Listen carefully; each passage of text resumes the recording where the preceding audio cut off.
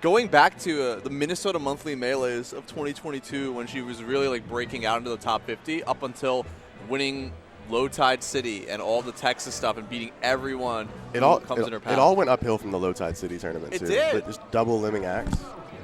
And here... Farming Lod, farming Triff. Now sponsored. Shouts to the nouns on her shirt. Oh, they're going straight to it. Is Roshi going Battlefield? I would never... You should have said no for the mental edge. Yeah, but, you know, Salt's Falco is coming out. I really like... There's... you know Emily, Cody's girlfriend?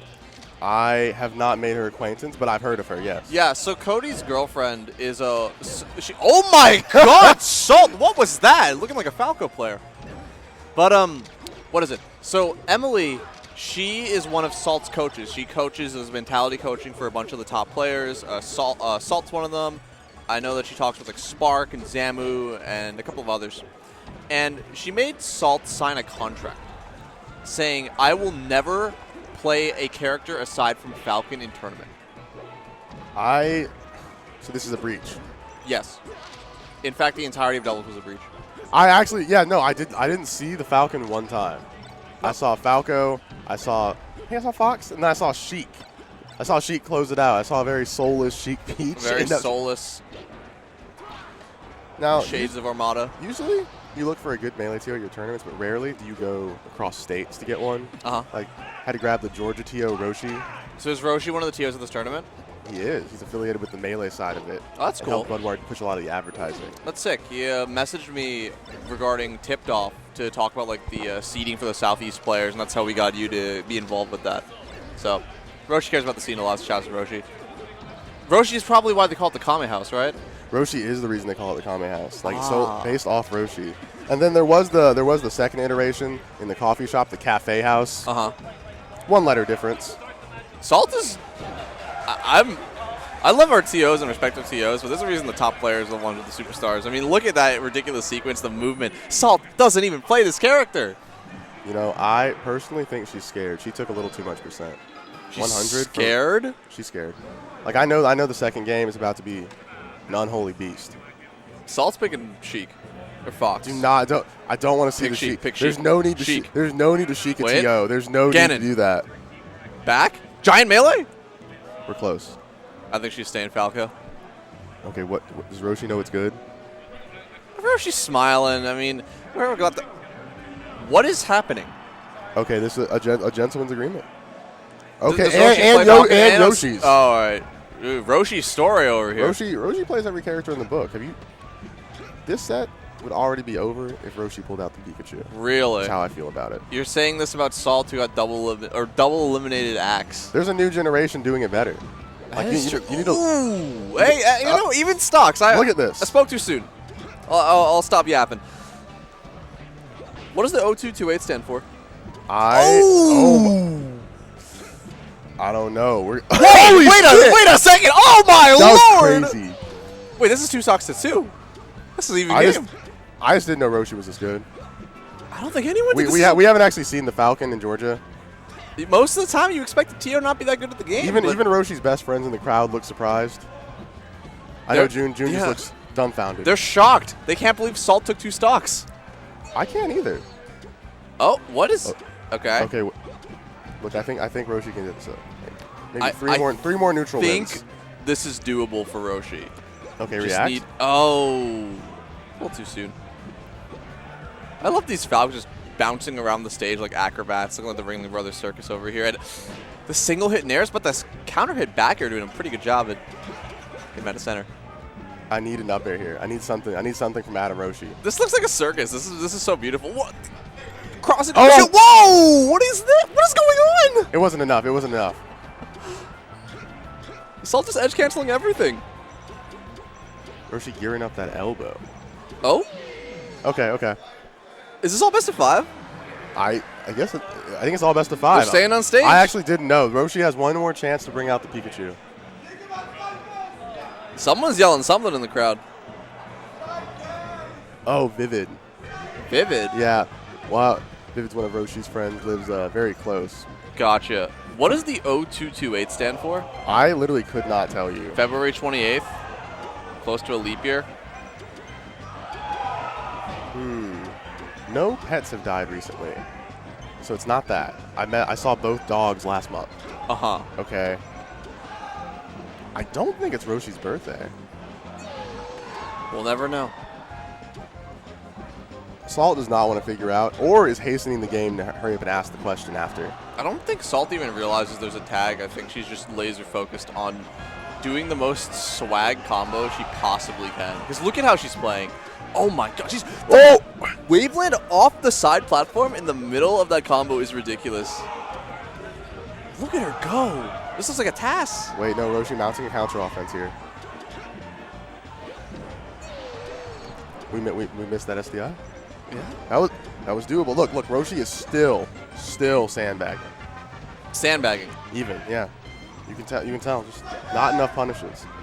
You think it would look bad if the TO beats the #1 seed of a regional. Very few people still hold in for the combo video. Roshi does it the old-fashioned way. Facts. And friends need some more clips. I know Justice watching over here trying to get something. Oh, what is this movement? This is so... Oh. Okay, hold up. There's raw grabs and the raw knee, too. Okay, Roshi's got some life. This is still doable. And he shook his head no. Because, I think you're right. He shook his head no. He wanted to sandbag even harder. He's like, I cannot believe I have to take a stock here. I thought they were screaming for the stomps, but there is a gargantuan crowd in the corner watching some set of Melee happening right now. My guess, seeing who's not in the crowd, is it's probably our local Bowser player. You have a local Bowser player? We do. Jack the Giant. Jack the Giant is from... Oh, wait. Jack the Giant's from North Carolina? No, Georgia. I'm from Georgia. Yeah, but... He came all the way over here. I think he's playing a local Marth player named Boris. I saw them in the bracket. So Jack the Giant playing Bowser versus Boris. I'll shout out Salt with a dominant 3-0. That first game, those first two games are pretty crazy. You're in trouble. Salt just shot a laser at me. Salt just shot a laser at Justin. Why would you do that? I play Ices. Ices are like, I think they're probably the best character in the game at taking laser. That's a good reason to shoot a laser, though. You weren't rocking with them. I don't know. I guess I'm Sopo right now. Unless I'm Sopo and you're Nana. Or I'm Nana, you're Popo. I'm totally cool with just being the AI. Gonna be the AI? Cool with I only need to cook like every 20 times. But I'm broken. Like Nana's broken. Yeah. Like you never really expect it from her. But those little moments... when she gets the craziest hit or does like a wall tech, everyone pops off because the 19 of 20 times she's like a useless. It's all about that random get up attack. For real. You see the Fox recovering, just randomly slides it away. Boop. Or I see a lot of the Ices as Sopo when they realize that Nana's guaranteed to the get up attack, they'll hold and then Nana will boop, and then you get a re-grab, and then you can convert that into a handoff for wobble up the ledge. So you're carrying me so hard with this Ices knowledge. Icy's main Dark Gen X, by the way. I do main Ices now, which is crazy to say because I don't enter tournaments. But you have a main. Like it's not like there's love lost. No, absolutely not. Like I was a Fox player for a while, and there wasn't love there. I wasn't like with the Foxes, I was always friends with the Ices. I was always friends with the Samuses, but I was never really. Didn't you have a bit of a Samus era? I used to main Samus, yeah. And now I just like completely, fully embrace the Ices lifestyle. Hit Grandmaster every season. Played every top player with Ices, but not Fox. Fox can't do it anymore. Did you see Minty Flesh is supposedly here? I did see Minty Flesh was here, and I'm just shocked as to why. I heard that he switched his vibe to ult a while ago. He did. He actually, so for the uninformed, back in like 2017, Minty was considered by a bunch of people to be like the next up-and-coming Samus. Like Duck himself said Minty from Long Island was the next Samus to watch out for. And he was like on the come up at the same time as like Cody Schwab, at the same time as Toussaint. Like all these players who are now like mainstays in the scene. And people thought Minty was going to be like the next one, and then his hands broke. Yeah, Minty playing in that era where you still had Darktooth. Yeah. Still had Kaon. He beat all of them too. That was him? Yeah. Minty was the promised one. And then his hands broke, and then he moved to Ultimate. But the crazy thing, he's still actually good at Ultimate. He beat Zomba when Zomba won Genesis, and then Minty Flesh beat Zomba. What?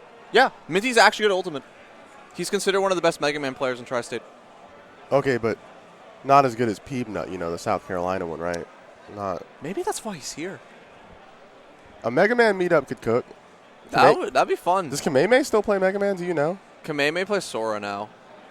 Yeah, I'm not rocking with it. I remember back in the day, he got like he tweeted like, "I'm going to win Evo," and people didn't know who he was. And back the Smash 4 era, he got second, I think. They accidentally called a stream set off stream, so it's just going to be a second. That makes sense. Yeah, no production. They called the stream set off stream, sense. So we're going to be waiting for a little bit. So we have chat open if anyone wants to ask anything or talk about the birds, the bees, wars, the bees.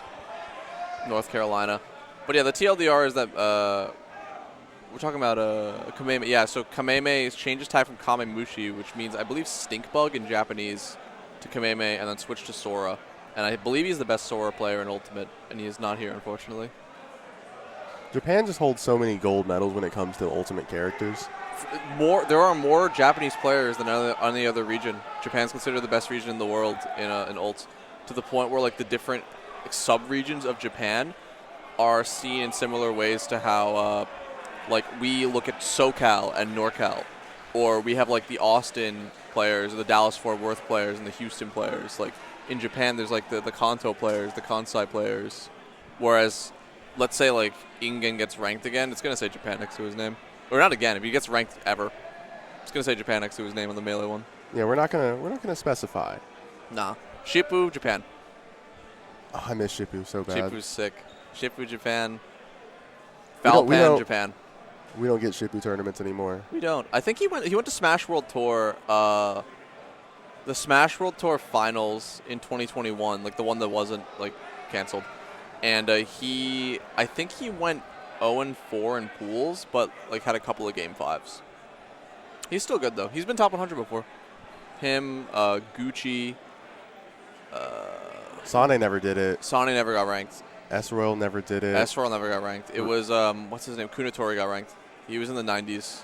That had to be like 2016, right? It was like 2015 or 2016, but it was like one of the earlier ones. I know, like, the only ones I know that were ranked were Kunatori. You never got top 100, did he? You never got top 100, no.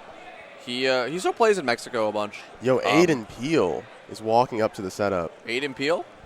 Aiden Peele, J Gold's static commentary partner. And Waddle Wednesday shirt flashes the smile to me. Oh, that's awesome. No, this is a legend setup. All right, y'all play y'all online. I'm sure you're familiar with Mr. Siddward. I'm sure that if you have been online around the hours of 5 to 8 p.m., Sid will find you. Sid will find you. I don't know if he's going to play Bowser or if he's going to play Luigi or some other ridiculous character in his arsenal, but he will find you and hunt you down and make you suffer. Sid is one of DevDog's strongest soldiers. Shout out DevDog. Shouts to DevDog and Jay, if I'm not mistaken. Shouts to DevDog. But also shouts to Waddle Wednesday, one of the longest running tournament series right now. Waddle Wednesday is the premier net play event in my head. It is. It is the only the only one of the last. It's one of the last non O2 friendly net play events that has lasted this long. Everyone else fell off. Waddle Wednesday is forever. Yeah, I mean only noobs and tired of. I don't know if tired of who still happens, but I know only noob still happens. But those are like catered towards like newer players. Waddle Wednesday is the only one I know that's like still going on week after week that isn't locked. Gale also goes on, and then Coalition, they do their monthly, if I'm not mistaken. DevDog was so gracious as to offer Waddle Western. Waddle Western. Don't forget Waddle Western, like the low key. Yeah. DevDog also does like the pop-up tournaments every randomly day, too. random pop-ups, like the Jimmy T tournament, the Melee Fall Guys tournament. My favorite one was the Top Player Masquerade, where when you register, you get assigned a random top player. And you have to like enter with their main and try to pretend to be them. Yeah, you have to pick their color and everything. Yeah. And they won't tell you who they are. That's one of the best ones. I'm also a fan of the DevDog Heaven or Hell brackets, where every winner set is best of 5 and every loser set is best of 1. That's so awesome. That's real demon stuff. We pulled that at a local once. How did that go? I don't know. It was pretty cursed, Justin. To be honest, we pulled up and there was only one setup, and I was like, this is just what we have to do. Because we're not playing all best of 1. No. We're not paying for that. Well, you could. You could. That'd be funny. But no, we just... So it's best like of 5 best of 5 winners, and if you're in losers, you are in the losers bracket. There's a reason it's called the losers bracket. No one should lose twice. No. After you lose twice, it's over. Yeah. How much time you save? You know how many of these loser sets are just like 0-2s, 0-3s, handshake, 3 stocks, not even close for the opponent? Just make it a best of 1. Best of 1 melee would alter us greatly. Imagine best of 1 melee where Ices could wobble. That'd be beautiful. Like, actually beautiful. I think that would be Eldritch and Strange. I think it'd be awesome. Luigi busted in the best of 1. I won't lie to you. I think like all the weird mid tiers are because you can't really adapt. Like if you don't know the matchup, you don't have as much time to adapt, and they can just cheese you. I don't know how often Peele has looked at a Luigi. I know Peele is, as an only noobs champion, is no stranger to online. As a Sheik player, no stranger to down throw. And honestly, Peele's looking solid right now. As someone who I've never seen play and never heard of their results, doing a pretty fine job against Siddward. It was unfortunate they didn't understand how advantageous their position was a second ago when they got off the ledge and just kind of walked over to Sid and got comboed. It was like, you could have gone to the plat. Yeah. Like, if you're ahead, you don't have to walk near Luigi. That's never been required. You don't really have to. Yeah, that's like one of the things with Luigi, because you'd think, okay, you've got the wave dash, so Luigi's wave dash is so long and so fast that he's got to be good at approaching. When in reality, he's kind of limited in his options. He just looks fast. It's just the wave dash. Yeah. If you're a Spacey, it's a bit hard to contend with and react to, but you're playing Peach, you're just waiting to, you can jab him out of it, down smash. Like, ooh, Shoryuken. We didn't check the percents on that one, though. And Aiden Peele is still alive. Not for long. Have you ever had Jameson? What is that? Jameson, like the whiskey? Oh, Irish I've whiskey never that, drank. The Aiden Peele, never, okay. Never, yeah. Okay. So I cannot say I was have. going to tell you, it doesn't taste very good. I believe it. Ooh, clips him with the side V. Doesn't look very good, does it? Peele has to tighten up. You saw there was, not a side V. quick laugh. I need Peele to lock in here. And now the down V is catching Peele. When I warmed up Sid for Malachi earlier, how did that go? The misfires were abundant. 50-50. Look, Malachi should be a little wary. A little wary? A little wary, yeah. Maybe we'll get to see some Malachi gameplay later today. I hope so. That's a top seed. I think the streamers will help us out. Maybe. I need a little more DI. Also, when Luigi down throws, you always want a DI behind him. Yeah, because you can't really get like a guaranteed follow-up off of it. Oh, unfortunate. Peele laughing, though. Really emotive, and I like that. When you're the underdog, what is happening on the ultimate side? Okay, I see Cola. I see someone's... I have no idea. They're just howling. I just don't know enough ultimate player faces to get this right. I just can't see because it's all the way in the corner. For the uninformed, Patchwork is actually like a super major for ultimate. Like, legitimately a major for ultimate. There's like multiple top 10 players. Patchwork is so big that Zama's just asking if he could pull up. Yeah. Like, it is, like, this is looking like, for Melee, it's a smaller regional event. And there's like definitely some good talent here, and it's going to be worth watching, absolutely. For ultimate, it's literally a major. We're getting a bit scaled out. A little bit. Only here, only at Patchwork. Only at Patchwork. Okay, we're back. You love a good platform. You do. And just letting it rip with a misfire. We're trying to get it out. I think that Peele is playing a little bit too platform focused. Because you were saying before that, what in the world? You were saying before that Spaceys aren't the greatest at dealing with Luigi on the ground. Sheik is very good at dealing with Luigi on the ground. Down smash, jab. Forward tilt. Forward tilt, a bit less lenient as far as those other two, I think. Well, you have tools. You can box him out effectively. Yeah. You can walk Luigi down. You can just, if you are facing away from Luigi and just falling back here, there is literally nothing Luigi can do to beat that. You can only trade. Oh, you can trade with it for sure, but you can't raw beat it. Okay, Peele not being quite aware of when you can up throw and throw Luigi and still follow up, like still getting nared. And that's like one of the trickiest things with these mid-tier matchups if you're not as familiar with them, because we're just under the assumption Peele isn't super familiar with this. If you don't really know your disadvantage spots and your advantage spots, you'll just kind of walk into your opponent's loving arms and get down smashed when you don't want to. You don't know your CC percents. And it's just so brutal, because like you think, I'm playing Sheik, I should be able to win this matchup, but Luigi's got the combo game. Luigi can kill most characters that body him in the 7-3s. Like, it's not like the punish is the problem. It's walking over there with your total lack of horizontal aerial movement. This might be the closest game we've had on stream yet. I mean, it's 2 stocks to 2. I don't know what Peele's been practicing. I mean, actually, it's got to be the closest game because we've only had 2 sets. I do know Peele went to the pre-local, like, on the extra gaming, the extra credit gaming. Oh, the stitches? Mm-hmm. How did that work out? Peele got 13th, if I recall, lost to Max Cheeks, PR'd South Carolina Marth. Uh-huh. Oh, accidentally fell off. This is money. Oh, I love the cancel, like needle cancel into the, I don't think it was intentional, but canceled the needles into the fireball and was able to get out of lag faster and then was able to cover the ledge even further. I thought Peele would hit the needle turnaround, but was a bit slow to actually grab the ledge. Yeah. Everyone loves Peele here. Yep, that's exactly why all the people are cheering right now. Oh, gives the ledge a little bit too early. That's the only reason to cheer. Facts. I thought Sid was going to go for the voodoo dash, instead went for the fall off, like the intentional fall off the platform and set yourself up for get up attack. Luigi is so kooky that you could do that. You can set yourself up to just trip, basically. Yeah. It's like Brawl. Only Luigi. I don't know if any other Melee character can do that. I've seen other characters like do it. It's just I've never seen them do it effectively or like purposefully.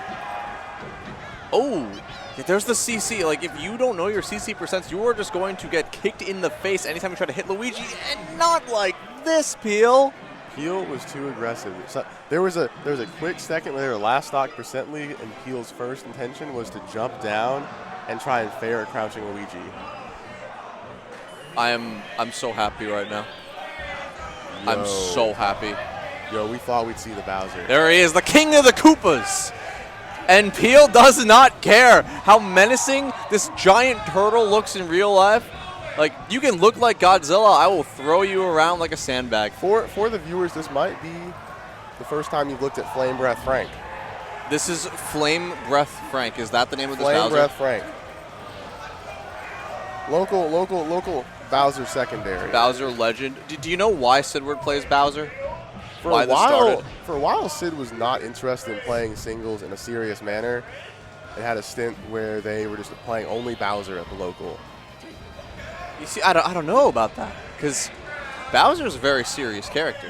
One of the most menacing in the game, in fact. All the Bowser players I know are intense individuals. They take it extremely serious. I mean, Heavenly Sunflower, the legend himself, Load Spiller, beat Billy Bo Peep at Tip Top less than a month ago. We don't have to talk about that.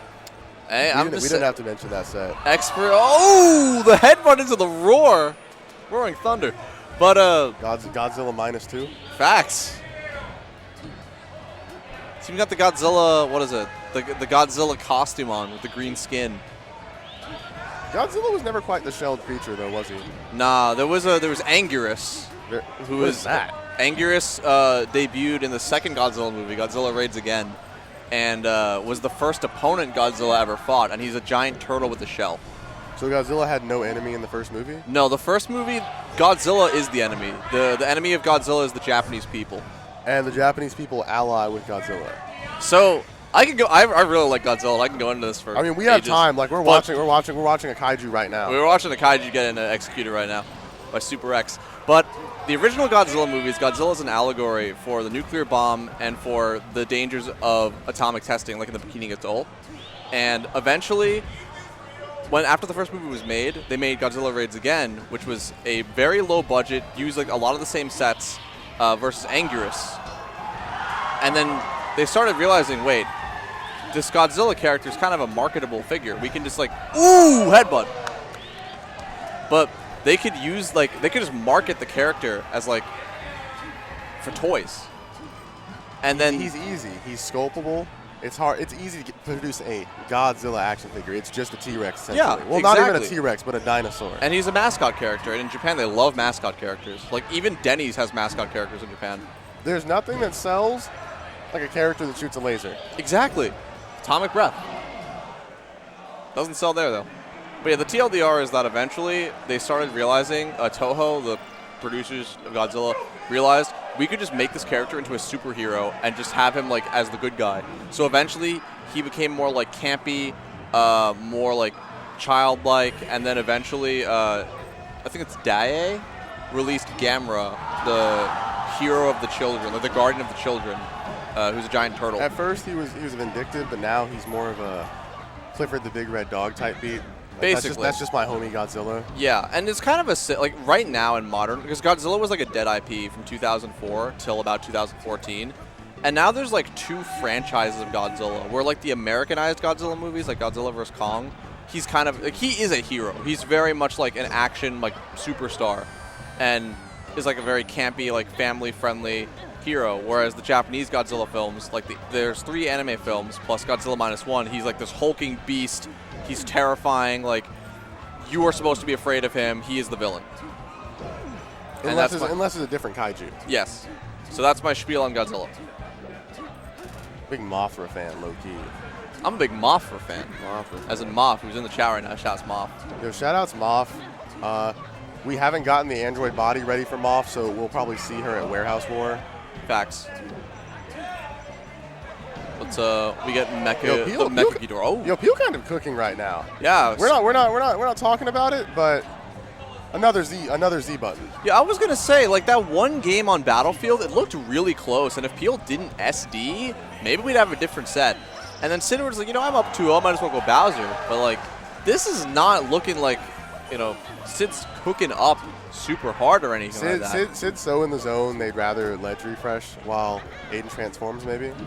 Ooh, down smash more. Be careful in the down smash battle. The Sheik one pushes away, but the Luigi one knocks up. Like, see, like.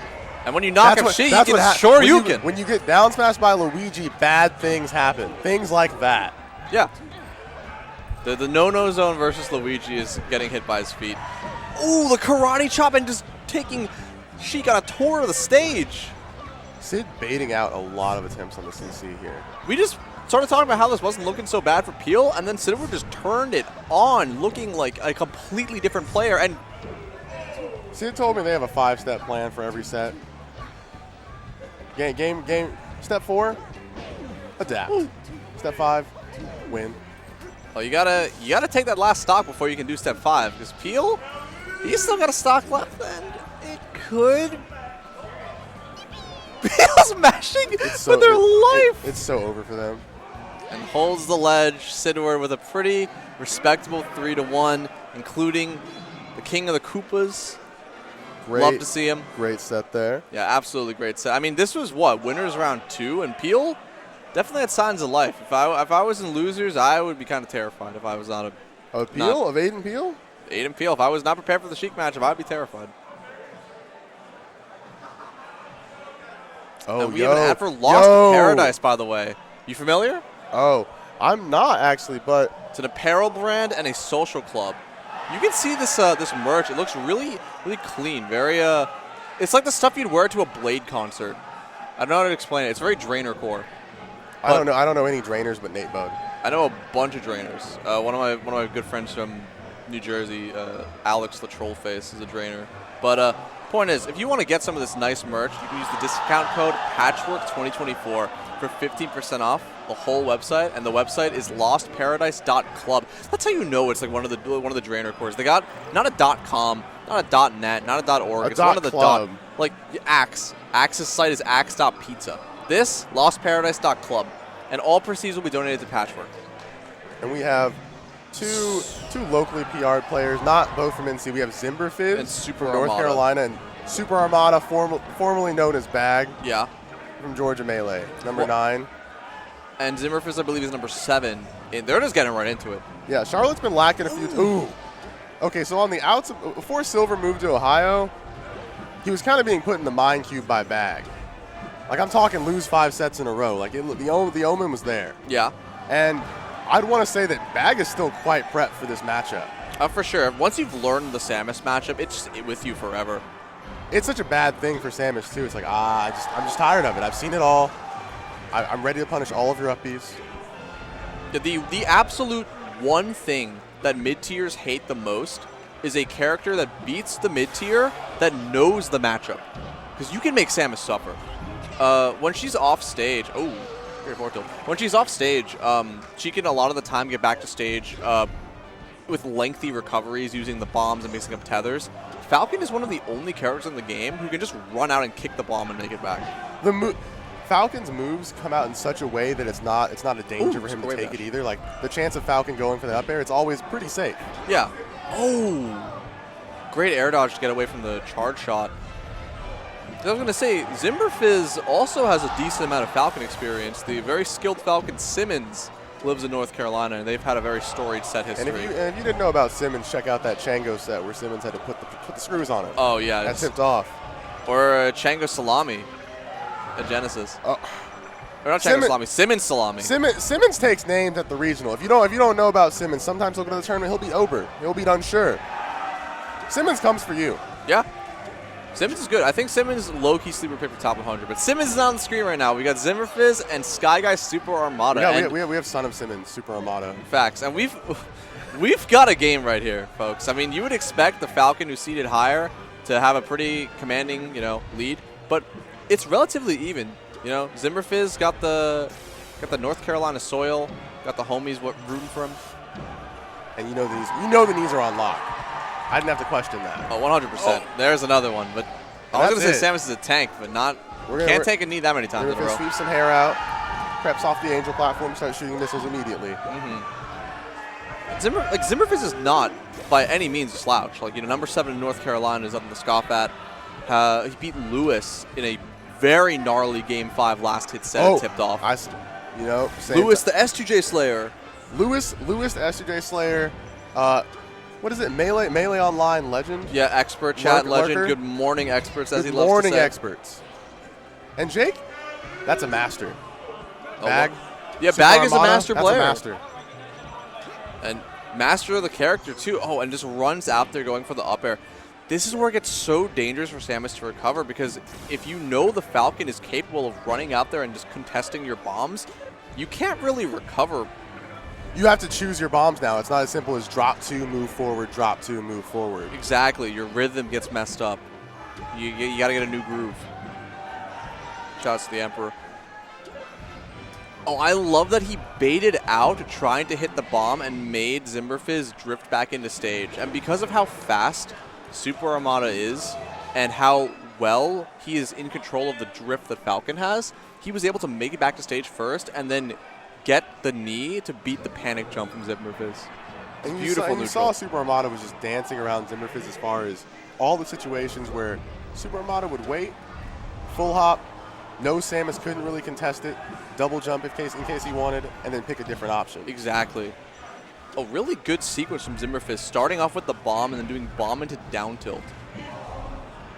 Because you need to get your big hits on Falcon somehow. Because if you get a large hit on Falcon or get him off stage, Samus does have a decent combo game. You just need enough to get the character off the stage, and Samus should be able to fix it from there. Yeah, like Samus is up tilt. You know the conventional, you can't up tilt in the Falcon ditto to edge guard, out of respect.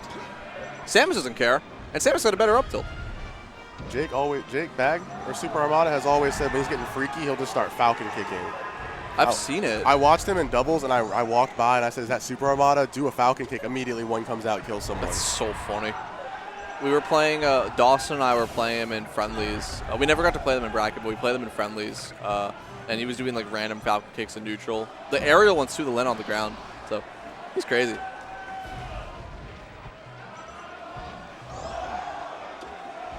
It started well for Zim, and it looks back to business. Yeah. Oh. That's a survival. Yeah, I feel like they maybe could have been a down smash to send in the other direction because you have so much stage to play with. Yeah, that's the other thing too, that you can tell that Super Armada is really prowess in the has a lot of prowess in the matchup. You saw that he contested and just threw out an aerial on Zimberfizz's ledge dash. Because while it looks really fast, if you're not perfect, that ledge dash is not going to be invincible. And that's Falcon. One up air is worth a lot. Ultimate Kid's getting a little crazy right now, yelling 2 more stocks, but a little bit of a slower match here. Zimberfizz versus Super Armada. And a gnarly Nair into knee. We're 2 minutes in. We're on a normal pace. Oh, yeah. Oh, the tech chase, too. Money. Catching the slide off also. This is labbed up. I'm terrified for Zimberfizz. Yeah, Zimberfizz, I mean, you know, There are so many pieces of the stage that Zimberfizz sits Oh. on, and I think Super Armada has the advantage on sight. he does. I mean, he's just balling out. Look at him go. BBL tag, too. Many would say regular Armada could not contend with Zimberfizz, but what if you made him super? Yeah, if Armada is so good, why is there no Super Armada? What if Armada was freaky and from Atlanta? Had an eyebrow piercing and knew how to use the knee. Jake considers himself one of the most foremost Georgia Melee bisexuals. Really? I believe it. That's our favorite he-they. Ah, I see. Is that why we got the pink Falcon, the flamboyant Falcon? No, that's just vibes. He's always been Vibes. like that. That makes sense.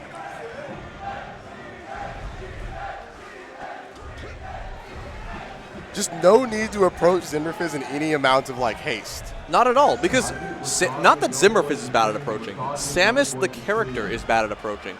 And if you're playing a character, Falcon, who is faster and has quicker drift and has a better punish, why not just make the Samus approach? You're stuck playing that chicken too, where you're like trying to get the charge shot, knowing if I charge this for too long at any point, Falcon will overshoot, stop me. Yeah, but if Samus is able to catch Falcon's habits on how they get out of the corner just in that last stock, you can send off stage pretty early and get a quick kill.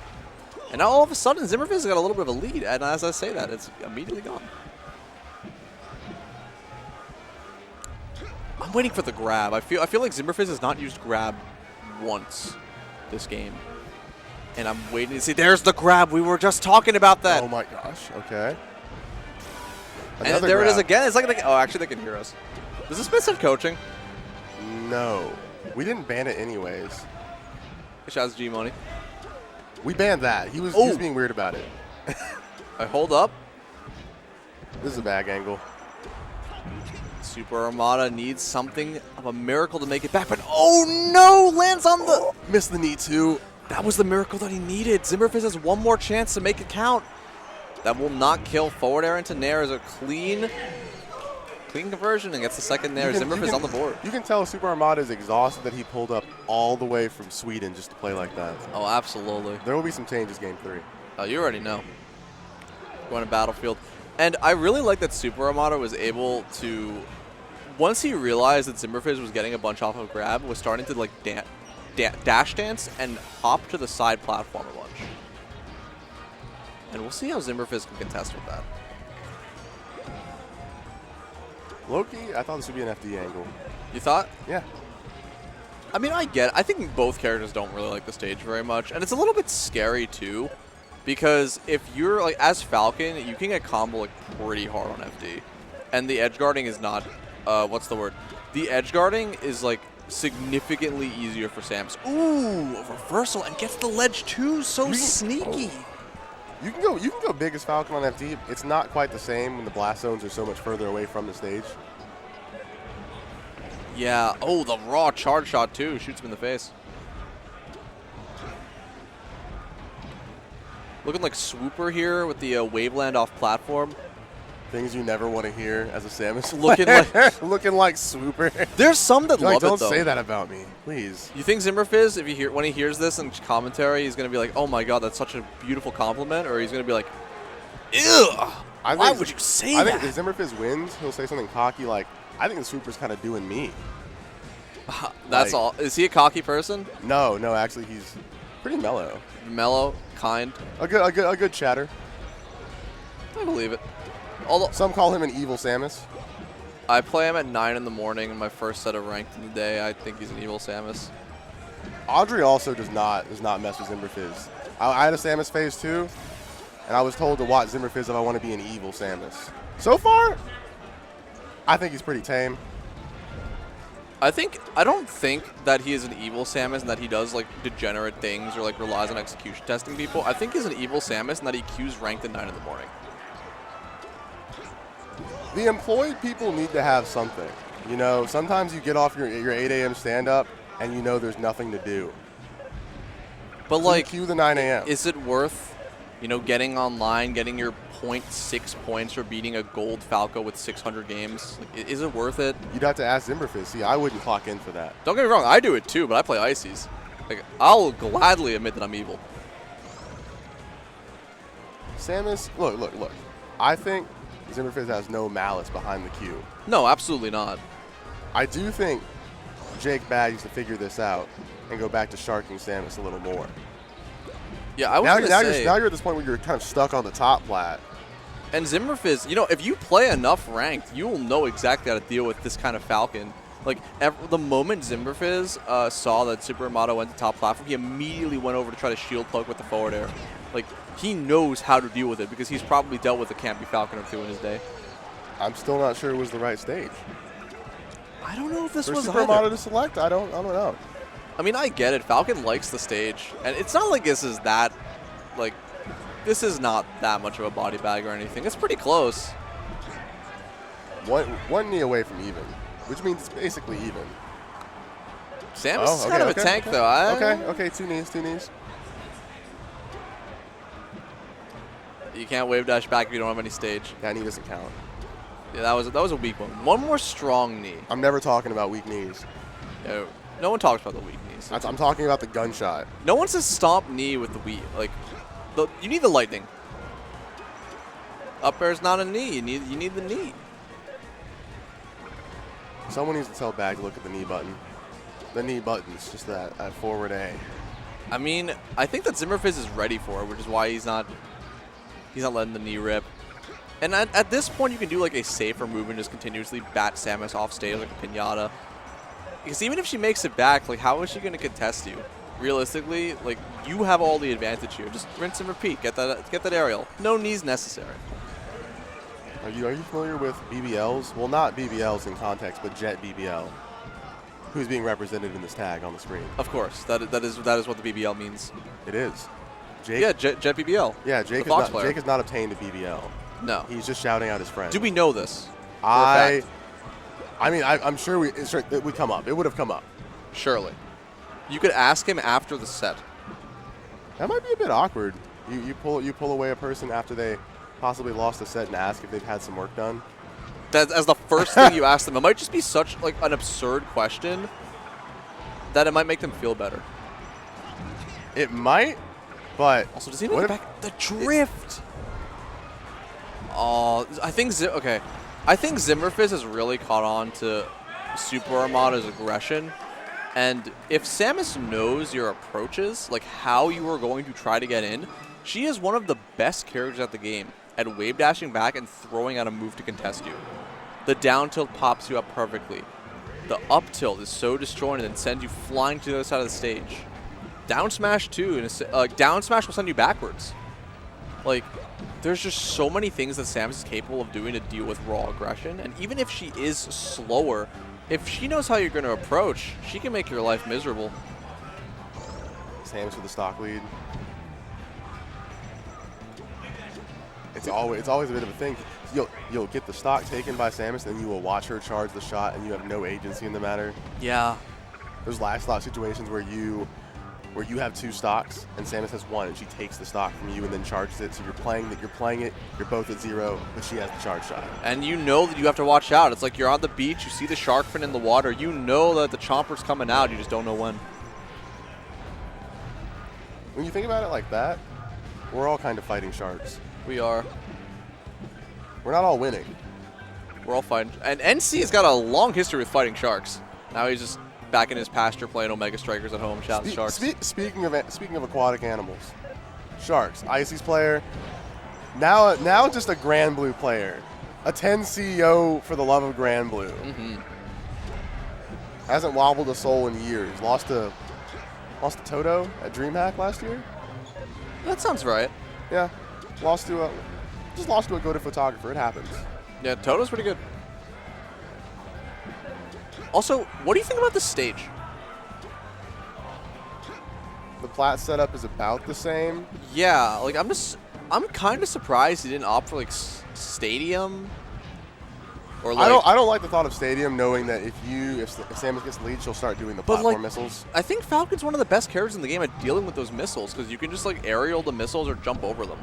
I'm telling you, I'm still on Team FD here. I think FD would be a fine pick too. I actually don't think I don't think this was the pick. A lot of the money was in the dash dance campaign. Ooh, the wall jump! That was such a cool setup. The little baby charge shot into the wall jump at Nair, and it covered so much space. Really good stuff from Zimberfizz. He was looking a little lost in that first game, and it is looking like a completely different set right now. Zimberfizz has only become more evil as the set has gone on. At this point, it's a little Dr. Doom coded.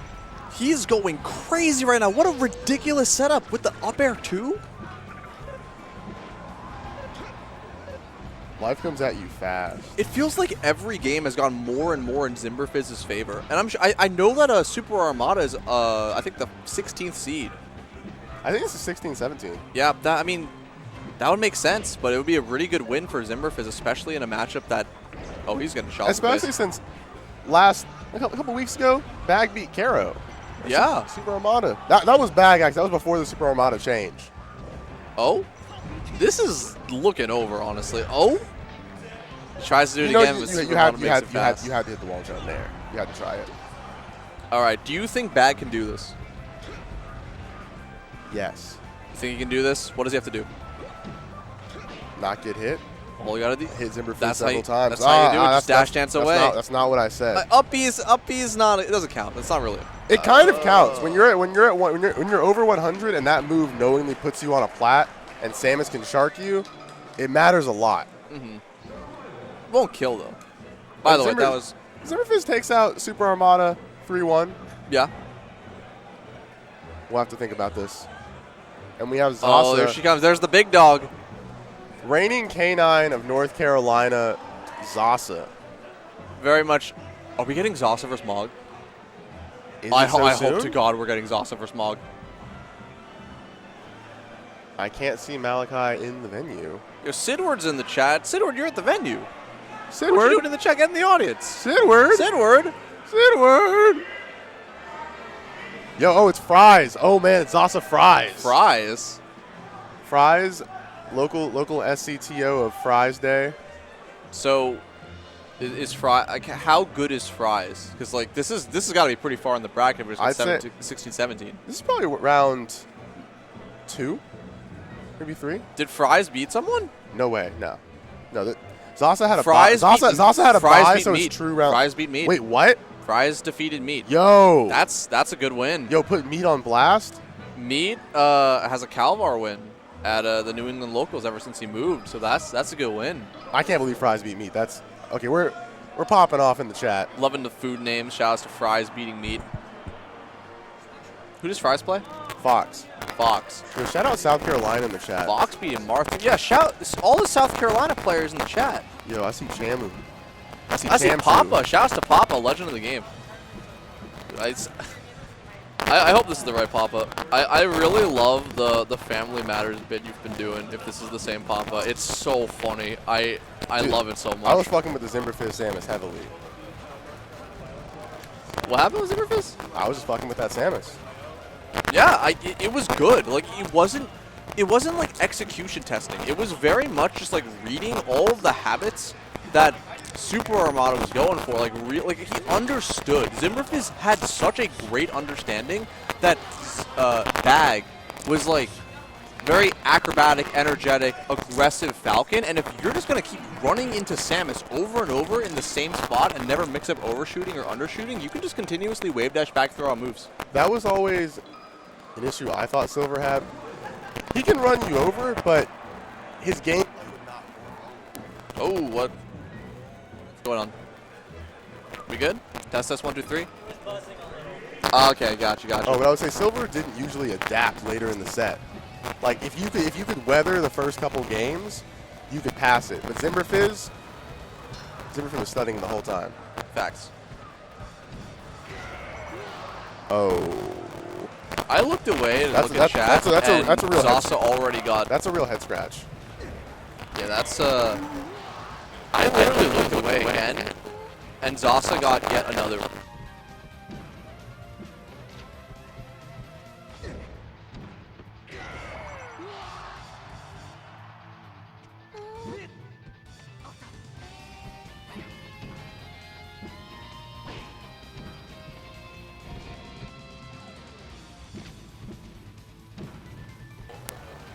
This is a very painful and unwavering game. This is actual living hell. Imagine like you're just sitting in this.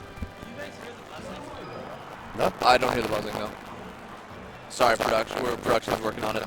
I was gonna say, like you're sitting here, the audio is just.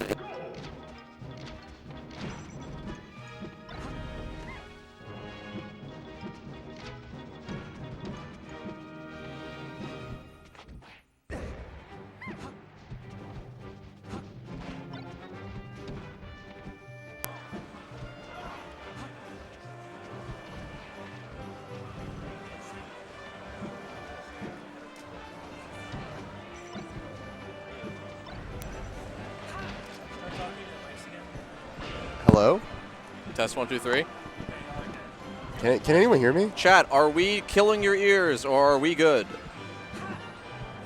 Nice back air. Nice back air. We good? Awesome. Nice forward air. And another nice forward air. And another, actually that was not really a nice forward air, but I like the idea. I like the gusto. I need fries on the board. It's a pretty close game after the absolute devastation of the last game. Wait, what? How did Zasa? Air I dodged off. swear, every time I look away, someone dies. I'm like the harbinger of death. I looked away again. No, I didn't. I don't know. Normal RTC rest. Yeah. No questions. For No Zasa, notes. it's normal. I'm sure that in another region, a Puff goes through that. It's like, oh my lord, this Puff is crazy. For Zasa, another day in the office. Fries has no Puff players in their area. None? No. They have that one guy, Smash Bob, that never wears shoes at the tournaments. But Smash Bob never wears shoes? He lives hours away. He always lets the dogs out. Like, he'll show up in sandals and just take them off and start walking around. I mean, we've got the dogs out over here with Zasa currently cooking up fries. That is a singular dog. You can have one dog out. I feel like Zasa has like the warrior spirit, and that counts as multiple dogs. Like, does Cerberus count as multiple dogs? Yes. I think that Zasa's got the spirit of Cerberus. I think on a technicality that is 3 dogs, but they all share the same organ, so you could argue 1 dog. Well, like a conjoined twin is 2 people. If is a brain, or does the rest of the body I make think the it's count the here? brain, because like the brain is the consciousness. Okay, but a Hydra is not 8 things. No. King Ghidorah has 3 heads. Yeah, but I'm saying the Hydra, like you cut the head off, it grows. Yeah, that's another conscious. It's another conscious. So a Hydra is 9 yeah. conscious? Yeah. Okay. So that's why every time Zasa does something crazy and you hear a bunch of people posting or see people posting in chat and hear people posting bark, woof, arf. That's all the spirit of the dogs in Zasa. So that's why I'll very much stand by this. Do we have barkers in the chat? I hope we don't. I think the barkers who'd be in the chat are at the venue. I was getting barked at hella when I played Zasa in doubles. Well, I was at Mountain Mania, though. I was going to say, I didn't hear anything today. No. It was pretty funny. Satchel turned to the crowd and said, no more barking. You can bark for Zasa in singles, but her teammate also did not want them barking. And so they barked more, right? No, they were kenneled. Aw. They got their kibble. They don't need to bark anymore. Okay, Fry's looking pretty dominant right now this game. This is the best start we've had yet. Oh, what a read. Zasa calling out the side platform. A little bit too early %, but a great understanding of neutral there. I mean, we all know Zasa's top 100 level player.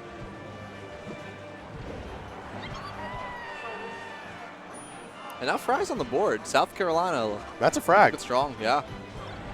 Gets first frag. Oh. Oh, we're so up. On the phone.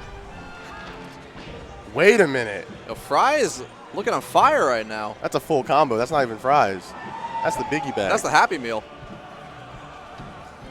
Oh no. Jigglypuff's looking happy right now. What a call out with the second bear. The ice cream machine was broken. It's always broken. I don't care what they say. It's always broken. There's a documentary on it.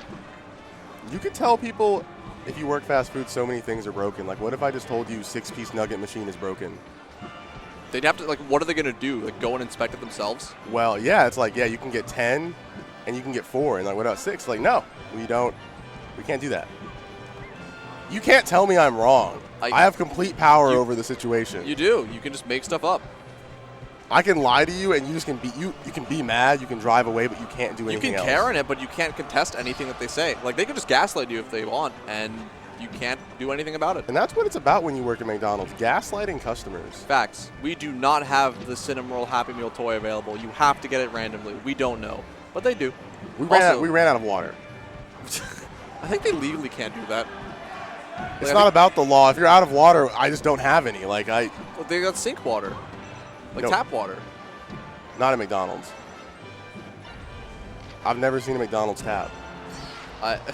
Fries is destroying this game, for the record. Yeah. Unexpected turnaround by the GOAT. Honestly, I think South Carolina expected this. They're surprised that Zasa went up 2-0. Fries is cooking right now. And Zasa just trying to get back on the board. Don't get too antsy. That's what's going to happen. I'm shocked she didn't go for a rest, but it kind of makes sense. Like, I get not wanting to get to rest percent, especially if you're confident that you can, get enough percent to get the kill later on. But now Fries, dangerous percent. One combo is all it needs on the stage. Everyone wants this. This is the Rocky story right here. We'll see if it's possible. I mean, I think the name of the game is not playing as aggressive. Like, Rocky had 2 turtles. You can camp it out a little bit. Rocky had pets. Yeah, 2 turtles. They're box turtles. Oh? Yeah, okay, I bet. Box turtles. Yeah. We need Fries to take this more seriously. Oh, the dash attack. That was such a cool cross-up, like going out of going behind the shield, knowing that Fox in a lot of panic situations is going to jump, so you can just run up and dash attack, and they're not going to stay in shield. They're always going to jump there. They're always dropping, so dash attack will always hit. All right. Can Fries close this out? One grab says no. Several Fox Bears says yes. South Carolina, all the spirit of South Carolina in Fries' soul right now. Can he do it, or will he be a sack of potatoes? No, not like this. Yo, I'm actually cursing Fitzy on the mic right now for saying that. I saw you. I saw you plotting on my boy. Up throw rest, huh? Boom, headshot. That's messed up. Fitzy literally says up throw rest and just immediately exploded. Fitzy cursed it. That was the best. That was game 4. No, that was game 3. That was 3-0. Yeah. That's game 3. Let's go, Sid. Oh, we've got an awesome set. We've got an awesome set coming up, fellas. Okay, I live or die based on this set since I warmed it up for it. At home, we have a banger set coming up. You know them. You love them. 2 fan favorites over here. Siddward, Waddle Wednesday legend, North Carolina champion, undefeated versus Zane. Lifetime, one of the only people ever to be lifetime undefeated versus Zane in multiple sets. Luigi King himself, Zane Siddward. can't hack it versus Siddward. Nah, like Zane, you can beat Cody, you can beat H-Box, you can beat Mango, you can beat all the GOATs, but Siddward? you can't take down Siddward. 1 a.m. Siddward? 1 a.m. Siddward's a demon. Like, you know that some people like wake up. You know, like in Gremlins, how after midnight you can't feed them, or else they become super uber powerful. That's like running into Kyle Crudo at 3 a.m. It's running into Siddward's Bowser at 2 a.m. The thing about Kyle Crudo is when you run into him past midnight, you know he's eaten nothing and had 3 bangs. Yeah, he wants to eat you. He wants to devour your spirit. I don't think I've ever consume it. The only thing I've ever seen Kyle Crudo eat are soft pretzels. That's it. That's all I've ever seen him eat. I've seen him eat a glizzy. He's a gobbler? He's a glizzy gobbler. Okay, We went at Big House. We went to, rest in peace. We went to, Yo, rest in peace, Big House. What is it? We went to, what is it? The hot dog place, Coney Island Hot Dogs. It was me, Quang, Kem, Crudo, a few others. We're just devouring. I think Zuppy was there. Yo, do you know who Chamu is? I have no idea who Chamu is. You should ask about Chamu later. I'll ask about Chamu. It's important. I'm down to ask now during the warm-up. Is this? Okay. Chat, who's Chamu? Chat, let's talk about Chamu. Who is Chamu? Chamu. I don't know who Chamu is. That's why I'm asking. I would like to know. I would like to know who Chamu is. I'm not embarrassed about asking a question and trying to gain knowledge. There are no stupid questions. That is a lie. No one's ever said that and meant it. No, there's no. No I don't one's think ever there's meant that. There's no. Give me a stupid question. I can't do this right now. Because there's no stupid You put me questions. on the spot. Look, you are dodging. We're talking about Chamu right now. We're not talking about you. We're not talking about me. SC Fox. Awesome. Chamu is so much more than an SC Fox. Who said SC that? Fox from Relaxin. I ran into Relaxin on Unranked the other day. They were pretty good. Chamu is Chamu. Chamu is an art form. To respect their sovereign, Chamu in jail. Chamu is our boy, known for being Chamu. Chamu mentioned, oh, it's Wills. Fitzy going against the grain. Fitzy, what does that mean? Are you not happy to see me? Chamu stuck in. I feel like Fitzy's my hater. I feel like Fitzy is just a hater, like full-on hater. Ended HBox's streak, made him go down 20 points. Is like, oh, it's Wills. Cursed the up throw rest. Like really just hater energy. I love it.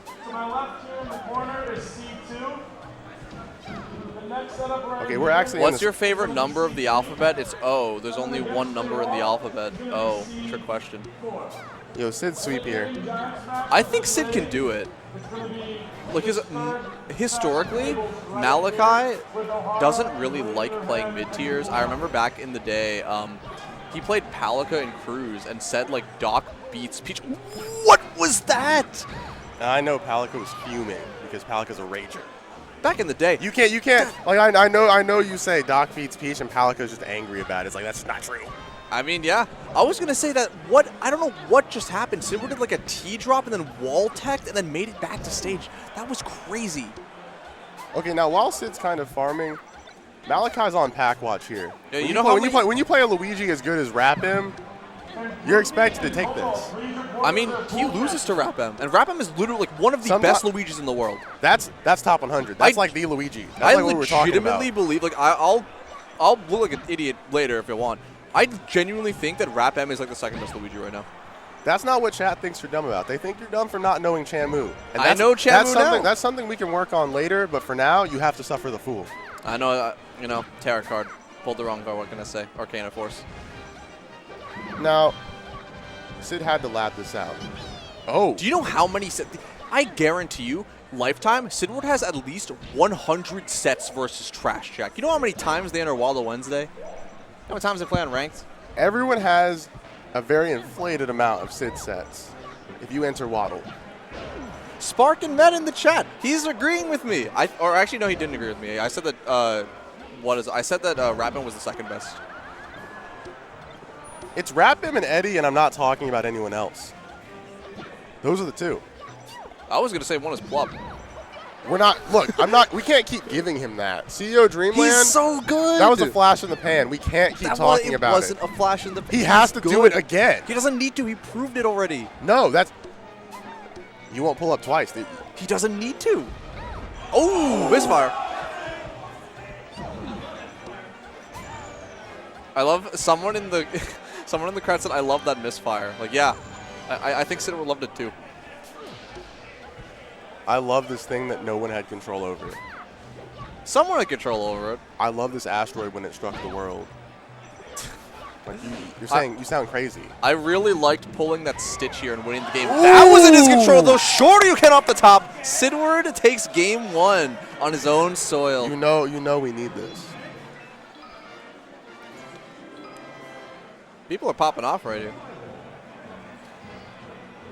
Yo, chat is still talking about Chamu. That's crazy. That's how important Chamu is. You need to get on this. That's crazy. That's crazy. I gotta learn the Chamu lore. The thing about this with Siddward, and I say this as someone who in Melee stats, I look at all people's results and such. Siddward is a player who, in the net play era, looked like he was like a guaranteed top 100 force. And in the last couple of events that he's been to, he's had like dangerously close Game 5, Game 3 nail-biters with top 100 players or top 100 level players. Very close last game set with Preeminent at Big House. Yeah. Very close last hit set with Eve at I don't remember where it was. That was Mountain Mania. Mountain Mania. That makes sense. I think it was Mountain Mania doubles because I remember Eve DQ'd out of singles. I know it was in singles. I guarantee that Siddward was Game 5 or Game 3 in singles. It was really close. And I think that the thing that separates someone from being a top 100 potential and being like the no name is that first win. And once Siddward gets that first win on land, it's all upward for him there. And this might be the one he needs. It's also always about your paper. Oh yeah, you gotta get your bands up. Like if you want to go to a bunch of events and get all those chances, getting your bands up is a very very good way of getting more chances at wins. It's crucial if you're good to farm your locals. Yes.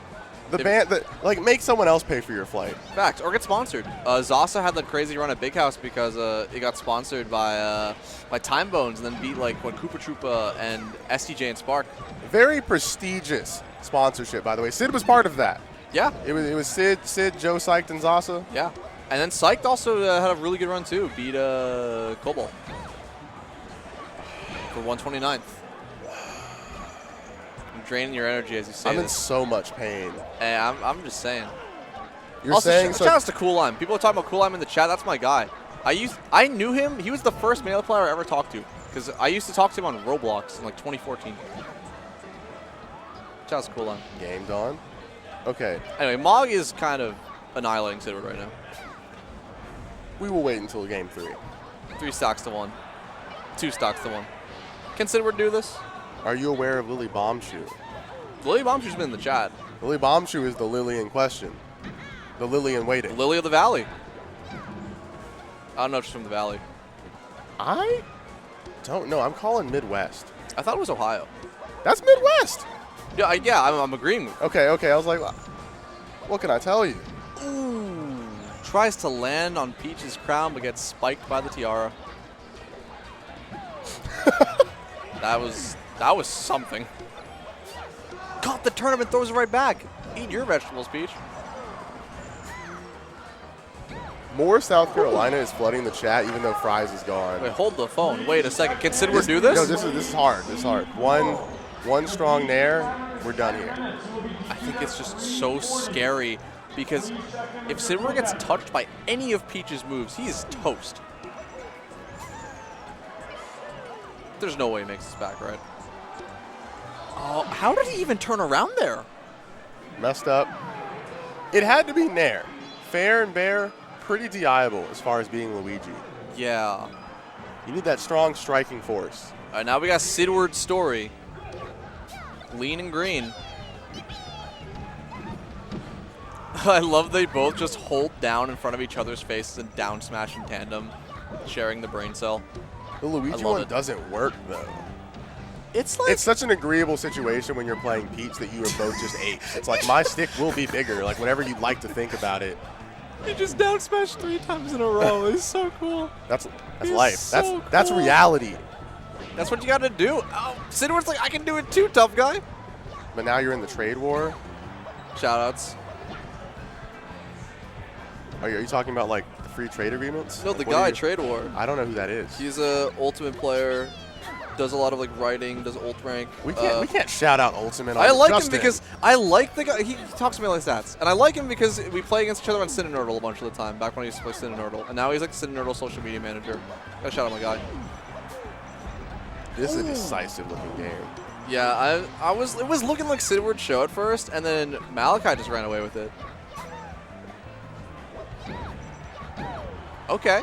Malachi's caught on to all the few drifts Luigi has available. I mean, he does have the Rap'em experience.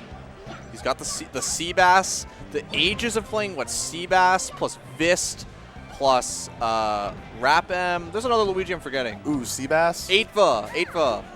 There's like 17 million bajillion Luigis in MDVA, and he's played every single one of them at least 35 They have something times. messed up going on over there. I love MDVA as a region. They have so many interesting characters. And I mean that both by the actual roster and the players who are using them. Malachi's certainly a choice individual amongst the MDVA. Yes, absolutely. Ooh, dab on him. Doesn't get the kill. Anyone that shared a rotation with Malachi knows what's going on. Yo, Nicka Jones, famously. Yeah. I saw his, that was his tag in doubles. And then they changed it to Malachi for singles. His tag was Nicka Jones? In doubles, yeah. What is it? And it's just Malachi right now. It's just Malachi That's right weird. now. They're Do you think they changed his tag? for singles. Do you think he has to stop being Nicka Jones for singles? Is that an agreement? Unfortunately, production is telling me he was not allowed to be Nick Jones anymore. That joke's actually over, right? For production. Joke? Well, that's his tag. That's his tag. I think Malachi's very serious about it. Yeah, he is. That is his tag. Respect the tag.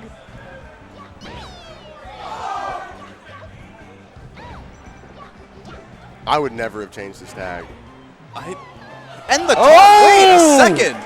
Siddward up 2-1. Kick it up, dirt. I love the taunt, dude. Get Siddward, finish the set, and get that first land top 100 win he's been craving. Or will Mr. Jones make the reverse 3-2? Yo, the wrap him tag. It's serious. There's so much pride on the set right now. This might power up Malachi, though. Because if you're wearing the wrap him tag, it literally powered up Malachi. Immediately pulled the stitch. Do not disrespect Rap M in my household, tough guy. This is North Carolina soil. Yo, blood and fury from Malachi right now. That was not the play wearing that tag. Oh my lord. And the Burger King crown too, sending him off stage even further. Malachi's powered up. You can't awaken the beast like that. He's like Malachi's watching you type in the letters, watches you backspace, go for the P. It's like it's not funny. It's like, how dare you, sir? Ooh. Oh my, wait, this is actually the most disgusting game we've had so far. This is not close. Covers the misfire too and pulls a Saturn. This is going to have to tighten up a bit here, but Malachi's hitting all the right DIs on the throws, all the good drift spacing on the nair. You know, I forget what book it was, but you know that there's some people who, when they see color, like, they see a word, they associate a color with it. Or, like, they have to associate a color with it. It's like a... Are you talking about the people where we talk about, like, what color your math binder is? Yeah, but, like, it's more extreme than that. Like, people who actually, like, associate colors with words. And we're not talking about synesthesia. We're talking about a completely different concept. Thing. Completely different concept. And do you think Malachi or Sid has one of these afflictions? I think Malachi sees that Siddward's wearing the Rap M tag and isn't playing the blue Luigi and is furious. Rap M doesn't play pink. No, he How plays could blue. You do that? He plays blue. Exactly. A bit of a look. There's a masquerade misstep here when you don't pick the right color. It's true. Like you can wear the tag as a tribute, but go all the way. Math is red, by the way. I see chat typing. Math is mad red. If I'm not, I think my math was yellow. Like, okay, weird, dude. No, my math was green. Language arts is yellow, for sure. My language arts was blue, I think. You are picking all of the strangest setups, man. I played Ice Climbers. Science blue, okay? I think my science was green, actually. You are... Dude, I play Ices. I can't deal with you. I played the Dredge. I play Barber. I don't pick normal characters. Yo, history is yellow. I'm seeing some real freaks in the chat. I think my history was white. So many people's are. I guess it fits.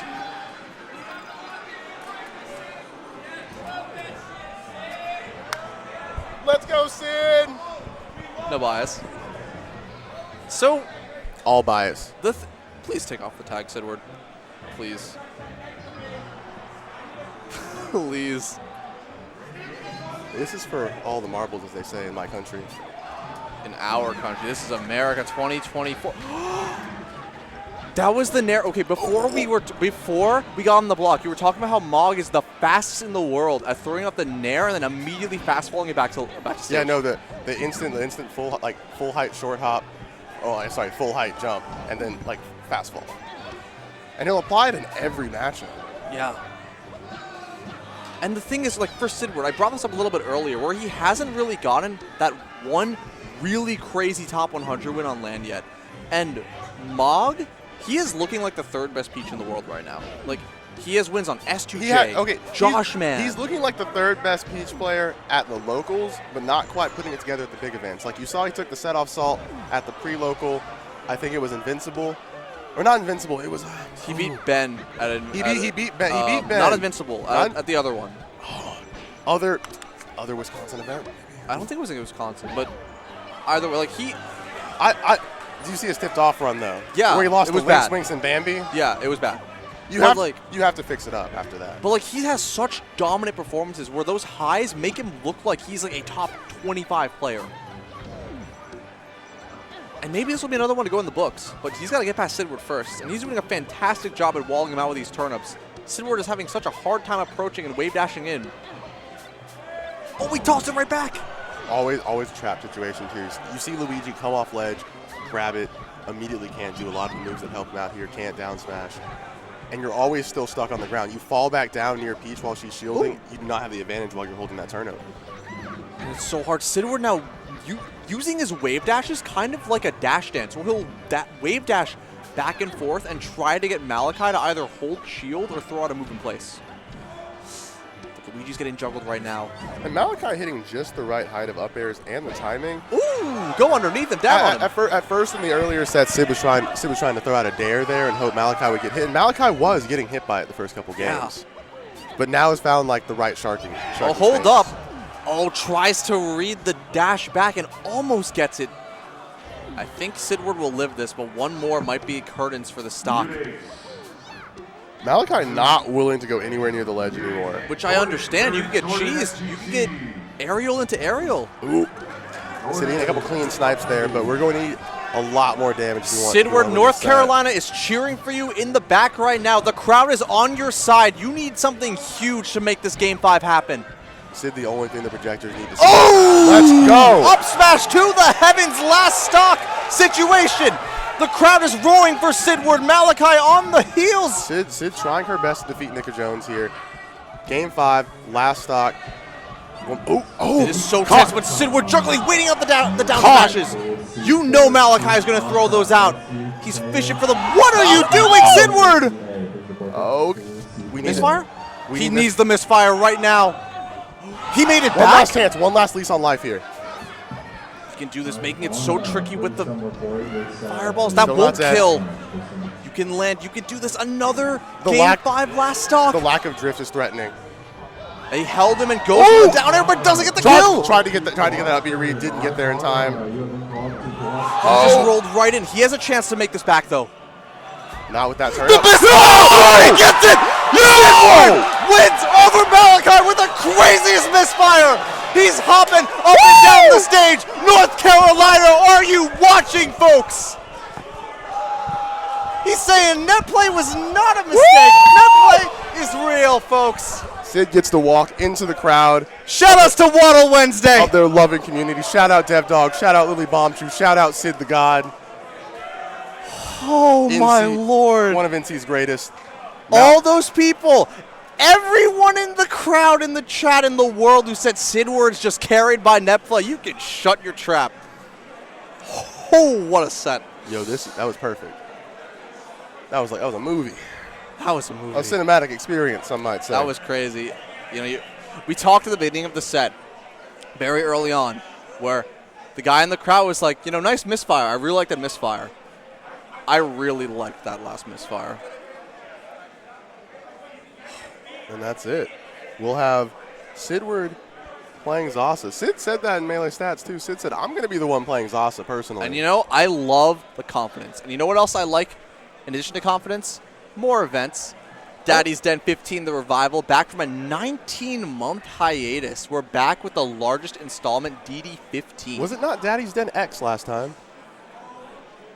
That sounds right. I feel like I missed a couple numbers. Maybe it was only Ultimate. I have no idea. But we're having a 2-day tournament with Ultimate, Melee, Rivals, Tekken, and more? Yeah. Talent from all over the PNW, or Pacific Northwest, West Coast and Canada. TK Breezy's going to be there. Louis Money, Jja. That's like the Kirby player, I think. Lemon from BC, so many more. And it is in the biggest venue in the city, and you do not want to miss this, in Spokane, Washington. So definitely register today if you're interested in any of these games and maybe more.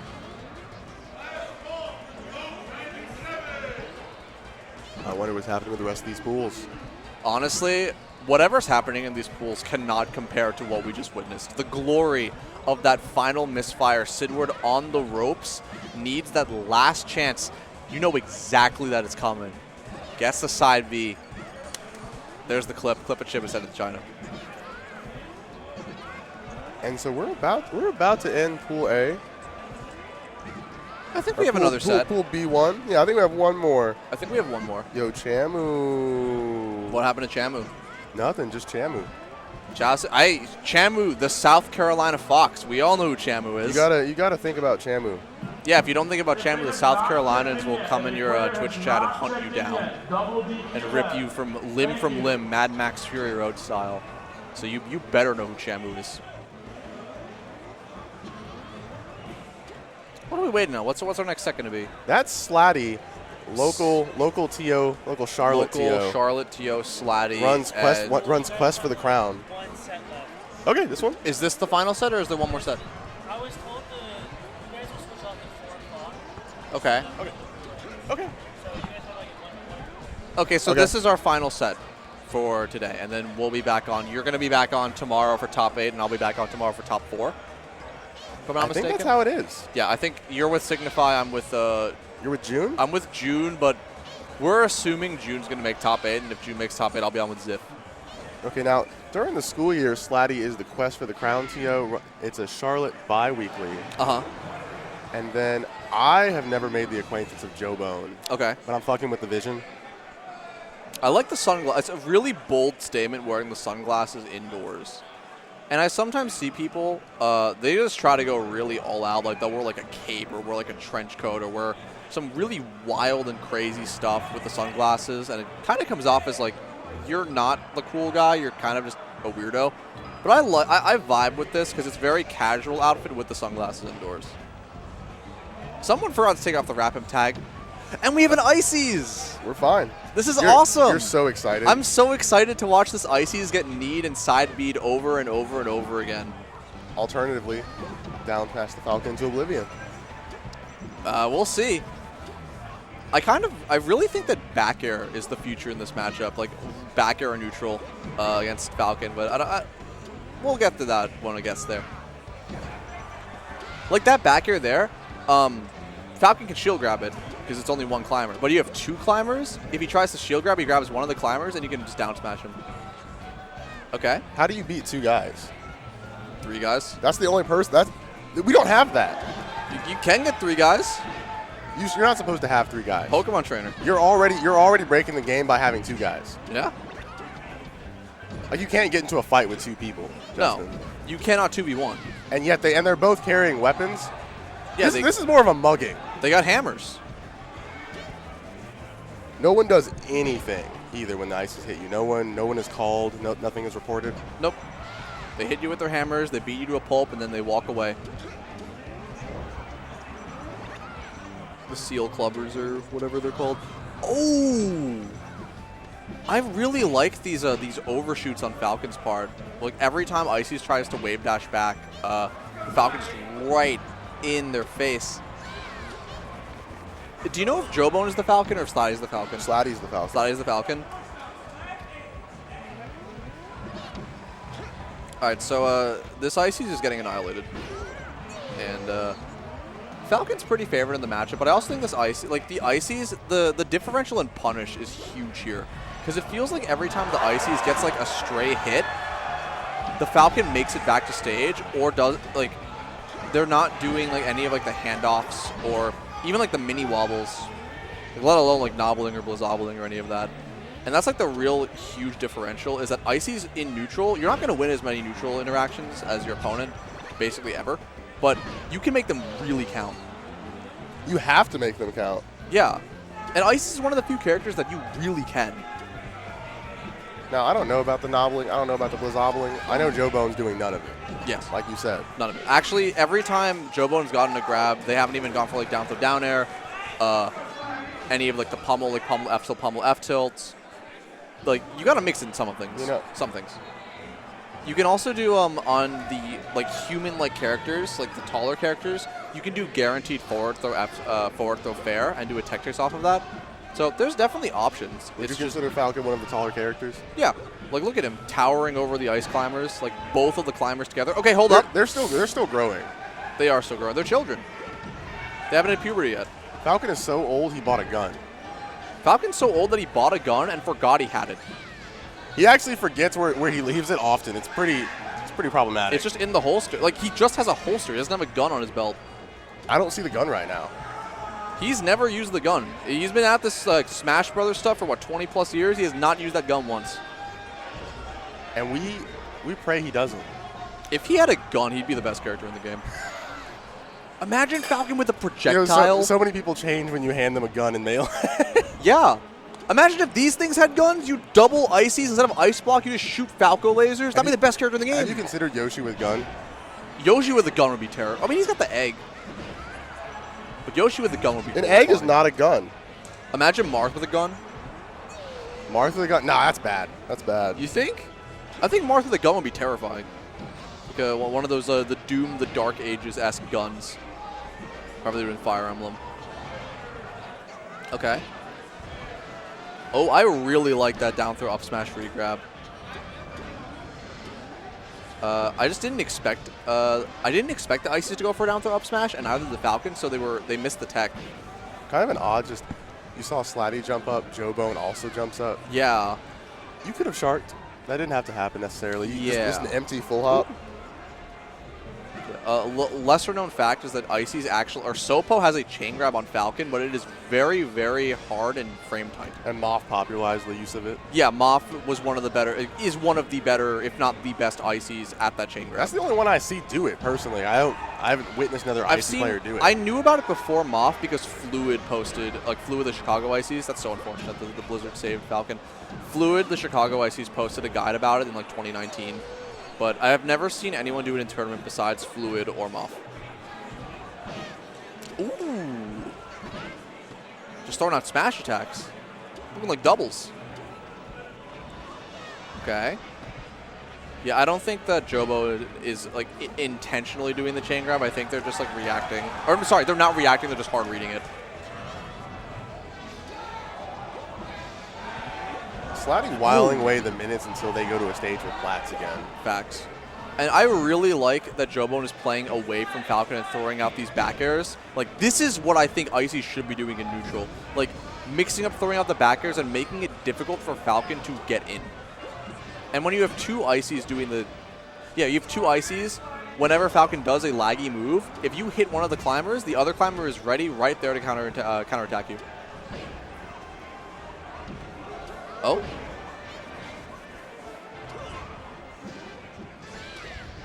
Also, down throw knee is like...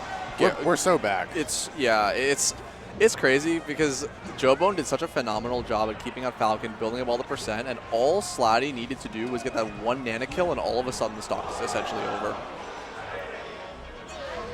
I also really like using forward tilts at higher percents against Falcon because it's a very, like, Falcon and Falco specifically, because at very high percents, it just sends off stage and is very non-committal of a move. And the risk reward is really in your favor. And you just wouldn't expect it because Ices very rarely use forward tilt aside from when they're wobbling or in the Ices Ditto. It's kind of like the Luigi F tilt as well. Is Joebone just dead? Joebone is grab not. ledge! Yo, Joebone was dead. Yeah, all Slatty had to do was grab the ledge there. Chain grab? Save your girl. Oh, unfortunate. A bunch of indecision there from Joebone, too. Yeah, that's like, it's not even an Icy specific thing. Just like generally, if you're going to do a move, you just got to commit to it. Every frame, you have a moment of like, maybe, or a moment of, do I do this? Those frames are so crucial because not only does it like impact your mental, it also makes it so even if you decide to commit to an option, you don't have as much time. Whether you do the option and whether you just stand still, that's the difference in the same animal, different beast debate. Exactly. Okay. Nothing. I am not sure Joebone has used the metronome yet. I don't think Joebone knows how to wobble. And that's fine. There's an entire... Oh, that was a sick ice block. Covers the ledge. Slatty was not prepared for it and just fell to his death. Fell to his death. I think that there's an entire generation of Ices who just can't wobble. And I think it's funny. Can't in the sense that not only do they not know how, they are not allowed to. Yeah. We have cut off their thumbs. Yes. Well, according to them. I think they're doing fine. The thing is, like, all the Ices that stuck with it, they're doing fine because they're just, like, the ones that stuck with it are all, like, good players. And then you have a couple of the more elevated individuals like Boyd, who I saw get humbly 30'd by Moose at tipped off because he just kind of left immediately when wobbling got banned. He's been taking Kirby Kaze lessons, though. Kirby Kaze has also said he can only really help on mentality, though. KK is a good coach, but what's he know about ices? I think just like seeing, I don't know what he knows about ices, but in general, just like being able to have a top player see your spacing, see your spots, look at habits, figure out things that you haven't figured out. I think it's good. I know that Guava gets, that was a ridiculous phantom. I know Guava, the Peach, also gets. I haven't seen Guava pull up to a nightclub in a minute. Yeah, he because Guava. So first off, he moved to Jersey, and then he went on a honeymoon in, I believe, Australia and Singapore, because he's a married man. So of course he's been living his life. If you played Guava, you basically played Guava's wife. It's true. I've been playing Guava since 2016. Like I knew him when I was in high school, and yeah, Stacy. Yo, mods, can we time out Fitzy? Guava retire. Fitzy's such a hater. Fitzy, what do you think about these Icy's Falcon gameplay? Like, who are you rooting for here? Who do you hate out of these two players? I can see production hovering your name right now, Fitzy.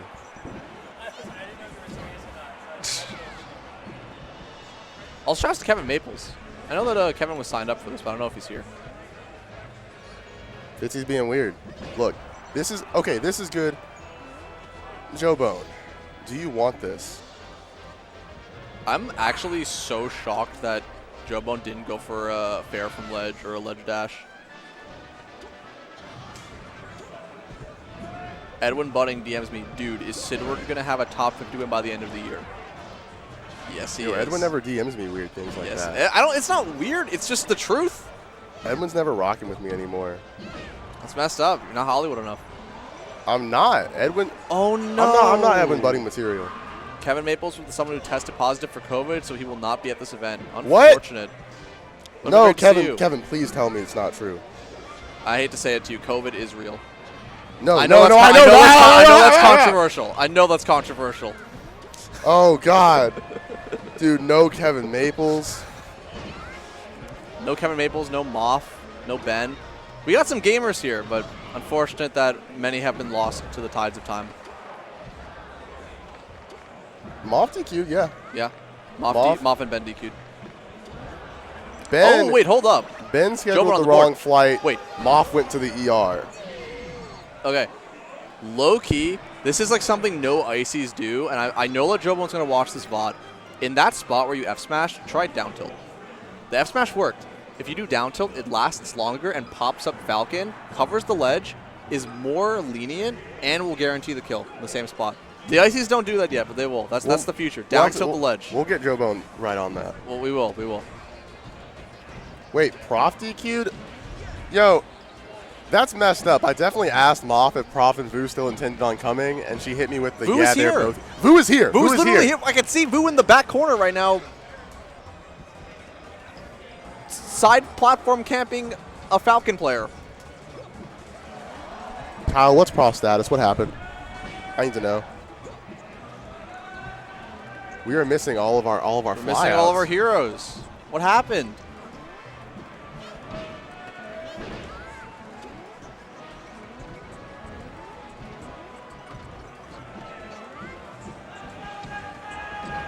Oh. I'm actually kind of surprised the knee didn't hit both of them. And what a commanding forward smash to call out Falcon's drift forward. Yeah, I think, Slatty is doing a fantastic job at just attacking Icy's where they are standing. Like, doesn't need to mix anything up like super crazy. Can just keep hitting, like throwing out a move where Icy's are standing. And that seems really simple, but a lot of the time people will mix up overshoot and undershoot when they don't need to. Joebone is doing a lot of standing still. It's not making it difficult for Slatty either. Yeah, not at all. And now Joebone's throwing in, Joebone threw in 2 overshoots and they both missed. And now, because Joebone stood still, Slatty trying to mix up the overshoots didn't get anything. Like, don't mix it up if your opponent's not mixing it up. Which also is something to say Joebone should probably be mixing it up a little bit more. Also, I just noticed that they didn't remove the Rap M tag, so this entire time Rap M is just getting clobbered by Falcon. Doesn't even play Icies. No. Icy's very similar to having 2 Luigis. Very similar. They're very similar in that like the space that they can perform in and function in, they just have a worse forward air. Okay, Joebone, you need something massive to make this comeback here. I'm seeing TO succeed at Patchwork. I'm seeing Icy suffer Whoa, at whoa, Patchwork. whoa. Oh, Both of those things are good for the economy. I don't know about that one. Icy's suffering and TO's doing well? Maybe a bit of both. No. Talk to Twitter. TOs are all evil. What do you mean? Well, Juggle Guy is certainly evil. Juggle Guy is evil for taking that wobbling. But either way, Slatty with the dominant 3-1. Falcon roaring with the knee out. Slatty takes it, and then we're going to do a bit of an ad read for Cavalier Clash. Just Cavalier Clash. Tell me, Wills, what is Cavalier Clash? I have not heard about it, but allegedly it's Central Virginia's largest Smash regional event. In Charlottesville, Virginia, $500 pot bonus that increase. Oh, it's one of the sliding pot bonuses. So, as the what's happening? What happened? Yeah. Also, folks, you're in for a treat. MP3, the Ness player, is about to be on stream. So if you want to see some Ness, check it out later. Yeah, no. After the break, we'll have a Falco Ness set with, I don't know the casters, but you will certainly not have us. You will not have us unless the casters got abstracted or vanished. Abducted, maybe? Maybe.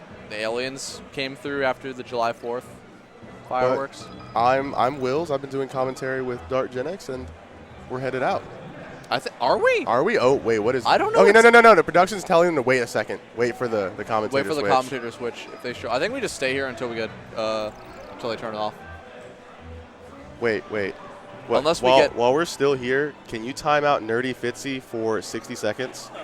Only 60 seconds? I'm feeling generous. How long do we time out Fitzy for?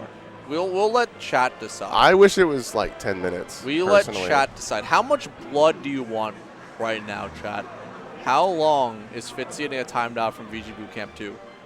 Fitzy keeps telling me to chill. 3 hours. I don't like Fitzy telling me what to do. And we're out? I think it's fun. Okay. I like playing Fitzy. Okay, now we're out. We're out. All right, we're out, chat. Me, Wills, Fitzy, we're all leaving. Yo, ban Fitzy. Take her out. We're all out. See ya. I hope you enjoyed. Wills will be on for top 8. I'll be on for top 4. Peace.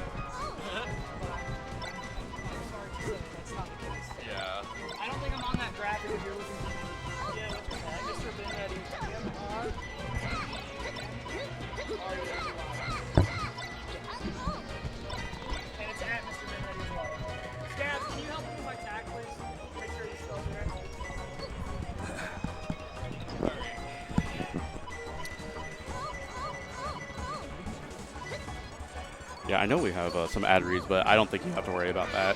Oh, I have to do one. Yeah. I have to. I'm gonna do HelloFresh. True. I'll just mention HelloFresh throughout the match a lot. Amazing. I'm pretty excited. I am excited, but it might be the end for me after this block. I might want to just go back to your place and lay down, right? Okay, that's fine.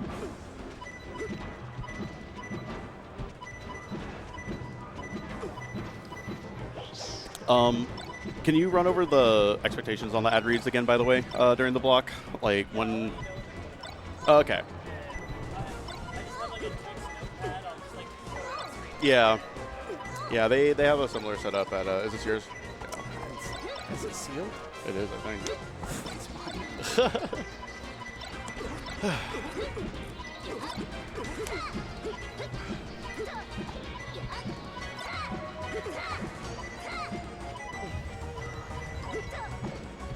Bud Buds? Bud Buds? Dude, we were having a lot of fun with this, Moses and I. Oh. Doing the shilling for BGBC. Yeah, it's fun. Yeah. I was like, I might subscribe just to get that Final Destination email. That's my favorite place. Okay. Cool.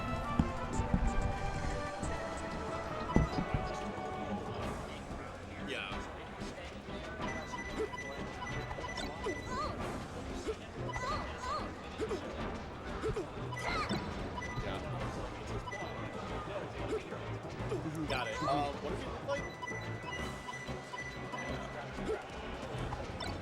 I need a wanted poster.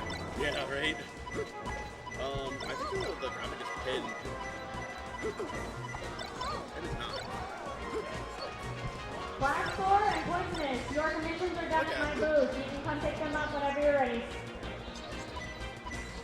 Gotcha. Handsome lad. Okay. Got it. There's the Peelster. Excellent.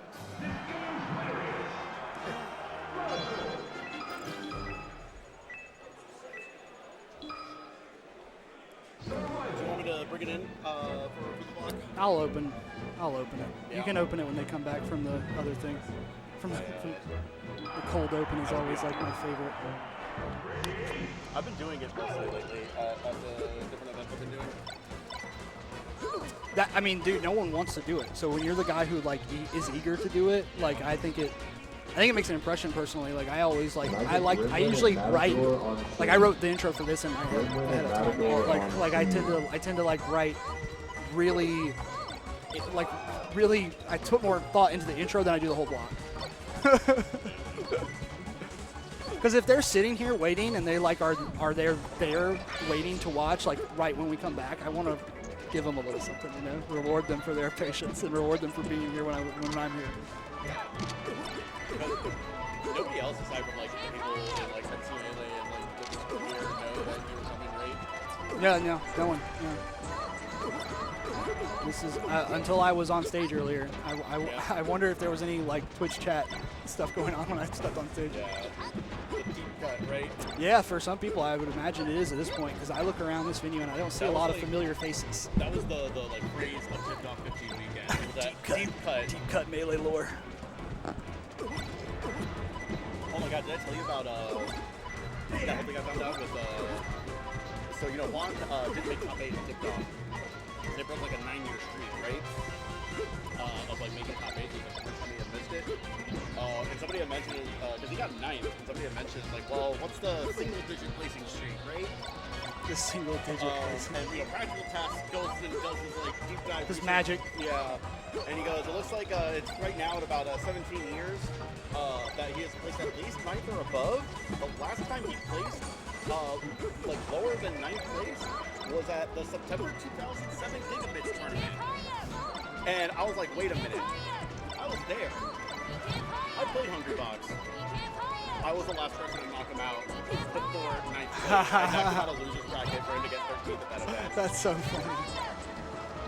Oh yeah, man, those Gigabits tournaments were legendary. Oh yeah, Gigabits is great. Yeah.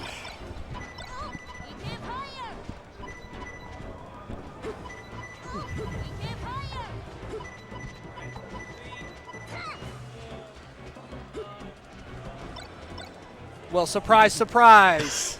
I bet you thought you'd never see me again, but here's the man they call the Mouth of the South here with the GA Peach Ziff himself. I'm so happy to be back here with my brother. It has been great to revisit the Melee scene. I'm here with you for one set only, thanks to Scabs. Special guest star. And thanks to Peele, who's coming on right after me. Thanks for giving me a set and giving me a little bit of time to talk about Melee with my friend Alex. I appreciate it. We are so excited to get started here on this block I'm of super Melee. excited. This was all very last minute, kind of story of my life at this point, right? Where I was planning this event, and serendipitously you happened to catch me, and we contacted Budwar and Scavs about this, and they called an audible, and they were able to squeeze this in. Yeah, at the 25th hour, Mr. Benready appeared, and they accommodated. I was happy and content just to sit in the front row and cheer on Siddward all day, but here I am, and we were kind of thinking to ourselves last night, what was the set going to be like? What kind of? We got a Ness. Yeah. We only have one set. When you only have one set, you gotta make sure you bring original content. You gotta keep everything fresh. Best case Almost scenario. as fresh as the 10 mils you can get for free when you use VGBC's link to goes to HelloFresh. Big, if true. All right, so we've got MP3 on the Ness and BC. Okay, so I've heard a little bit about MP3 just from people at the fest last night talking about him. So this is actually a very good Ness player from my understanding. Yeah, it is Ness is definitely a character without a lot of representation. We've got Joey Bats. The Hungry Box Ness is one that you'll see on occasion if they're feeling saucy. Ness has obviously the tools. Ness is one of those characters. It's like classic low tier that has a bunch of zero to death combos on fast fallers and some very niche tech, and then some very exploitable weaknesses like that recovery right there. It looked like a little bit of unfamiliarity from BC on the recovery. He lost that first stock to an early, what I would consider an early unDI'd up B. Looks like he's trying to work his way back into this one, and this is where the weakness comes into play, right? That big jump is all he really has. Once he does especially when you're a spacey, right? Just jump out there and shine. Yeah, exactly. There's a lot that you can do. That was an amazing sweet spot. Perfect Getting a angle. sweet spot on Battlefield is yeah. already kind of difficult for a normal character. The way the PK Thunder recovery works is not very intuitive. It is where you hit yourself on the body of Ness rather than how the PK Thunder is approaching you. There's a specific tech on Battlefield where if you get the right angle from underneath, you will curve, you will do like a U-turn and ride the entire thing and sweet spot ledge from the bottom of Battlefield. Like the power crystal, you hit the power crystal and bounce off and come back to the ledge? It looks insane. It looks like you just you're like a thunderbender or something, and you just will your way to the ledge. This is such a close match for seemingly no reason. For the amount of Melee that's being played, it seems like it's just a knockdown, drag-out fight. But neither guy seems like they've really gotten in there yet. Neither guy seems like they're really warmed up yet. Yeah, we see that Ness was able to get back onto the stage due to the forward air. The threat is that Falco can just blow Ness up with things like down air, right, in edge guarding situations. But Ness's forward air is genuinely a good move. It is very disjointed. It's fast. It is something that you have to respect. Well, speaking as a mid-tier / low-tier main myself, a longtime Luigi player, I can tell you at this phase in pools, MP3 is still playing what I call the low-tier gambit, where you're just up against guys and you think, well, they probably never played a Ness before. They probably have never played a Ness before, so we're probably good, right? I am ready to start knowledge checking people. Right, exactly. It's like, how much do you actually know? And I am seeing a little bit of unfamiliarity with the forward air coming from BC. That is the first time he's SDI'd away, but that's like at 0%, right? As that percent gets higher, you've got to be going further and further away from Ness, or he will follow up with that air. That's kind of the classic mistake. It's just it is, the characters are bad, but the way you are able to beat them is when you respect them.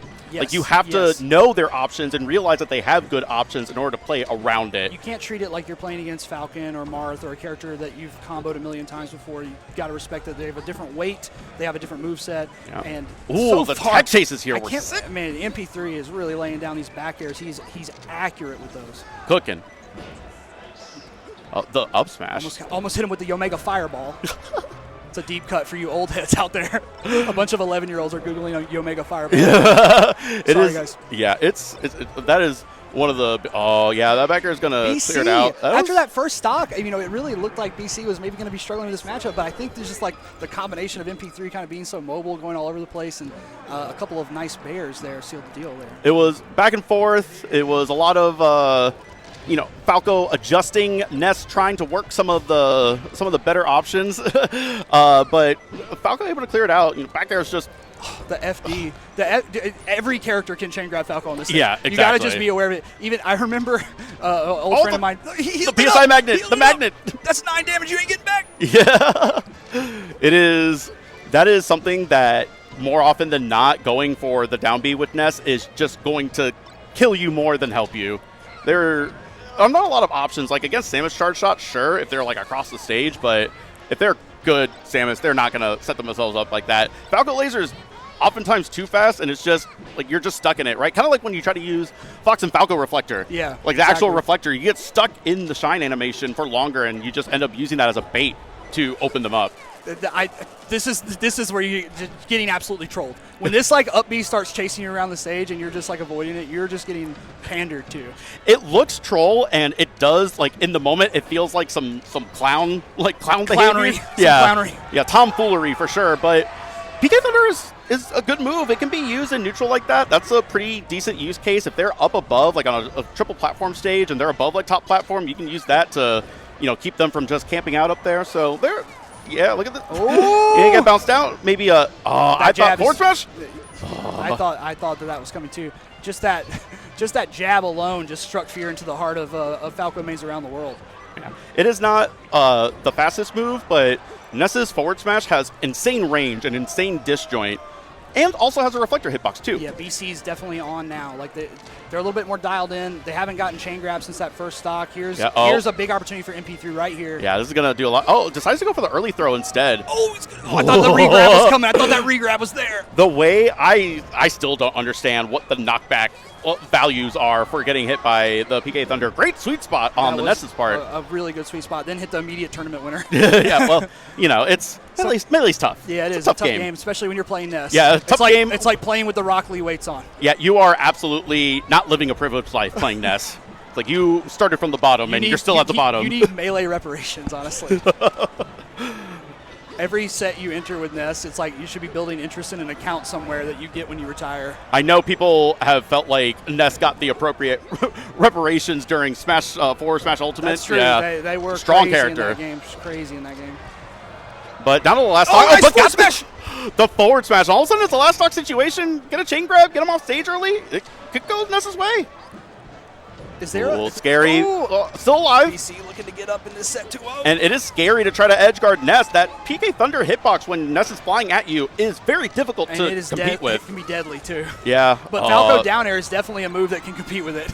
Yeah, exactly. And that's going to do it. That was are we already on to best of fives? I think most of these are best of 5. These are all best of 5. Okay. My times have changed, Ziff. My bad. This is a guy who used to play a lot of tournament sets on Brinstar Zebus, so I mean, he's not used to these best of 5s this early in the day. Listen. The sun is still up, my friend. We live such a privileged life that we all get to play in these best of 5s on. What a big 0 to death from BC to kick us off here. That was immaculate. Went right back to FD, and now BC up a full stock here. MP3 really with his back against the wall. Yeah, it is a very promising first 2 games. It is one of those things where Ness getting off stage early is much more devastating than most characters getting off stage early, because you don't just have a simple recovery. Like you have to plot. You have to scheme with PK Thunder in order to be able to recover onto stage. The air try to save. This is Bracken. Falco going down there to shine. Listen, if I see someone SD like that, I know most people are just like, oh, that's unfortunate. Me, I am one step closer to victory. BC got the heart of gold. Yeah. And you got vinegar inside your blood. It's like, listen, I have been around long enough to understand that tournaments are difficult. Yeah, and they are. Listen, if they're going to give you something like that, we take those. Yeah, you got a long day ahead of you. Yeah, exactly. A long weekend ahead of you, too. As at the beginning of this set, that first game, both guys looked just a little sloppy, like they weren't quite in yet. But now as time has gone on and BC has gotten more fluid with the movement and the more creative punishes, he's getting around all of the lackluster hitboxes that Ness is presenting to him. Yeah, exactly. It is a minor adjustment period, right? Which is crazy to think that even when you were adjusting, you still managed to clutch out a victory that game 1, right? And it is now, it has gotten progressively a bigger gap on this match. Unfortunately, Falco is absolutely pillaring Ness right now. And just I really thought that Falco was just going to send it with that down there, just throw away the stock and end the match. Using the ledge invincibility, that is one of the few ways in which you can directly compete with Ness's recovery, is to just be invincible. Big 3 donut for BC, and that was as the game went on, the gap between them grew more and more palpable, right? Like Indeed. I was just seeing a lot of adjustment, a lot of like MP3 kind of falling apart in that last game a little bit, and Estine. I mean, Peele is supposed to. Oh, here he comes right now. Yeah. Thanks, Scabs again. Thanks to everyone. Thanks, Ziff, for letting me jump on for just the this perfect set for one us. little set. I agree. I like that one a lot. Guys, it's great to see the scene is still doing so well. I am honored, thriving. and I am so glad that I got to be able to do this with you as a friend and as a homie and as a fellow professional. Yeah, I we'll love you, say. man. All right, cool. Take care. Great to see everybody. Great to see the tournament thriving. Tournament scene here in NC is thriving so much. And we got my boy Peele coming on right now. I want to thank him for giving me one of the sets from his block so graciously. Love y'all. Stack it up. NC Melee forever. If you wish and dream into your pillow tonight, you may see me again tomorrow. Who knows? We'll see. All right, let's get Peele up onto the stage here. Let's get you settled in. This was, and I have to give a personal thanks because I had asked Scavs about this, but before we get into that story, with KML tournaments, the premier Smash production crew out of the DMV area, the DC, Maryland, Virginia area, at KML tournaments on all socials, some great events. You can contact them at kmltournaments@gmail.com and find out a little bit more. Check out some of these events. There is a whole wide world of Melee and Absolutely. the hard-working people behind it. Mm-hmm. So, Peele, it is great to be. I don't think we. It's a pleasure. I have not spoken to you. Yes, Hi. it is.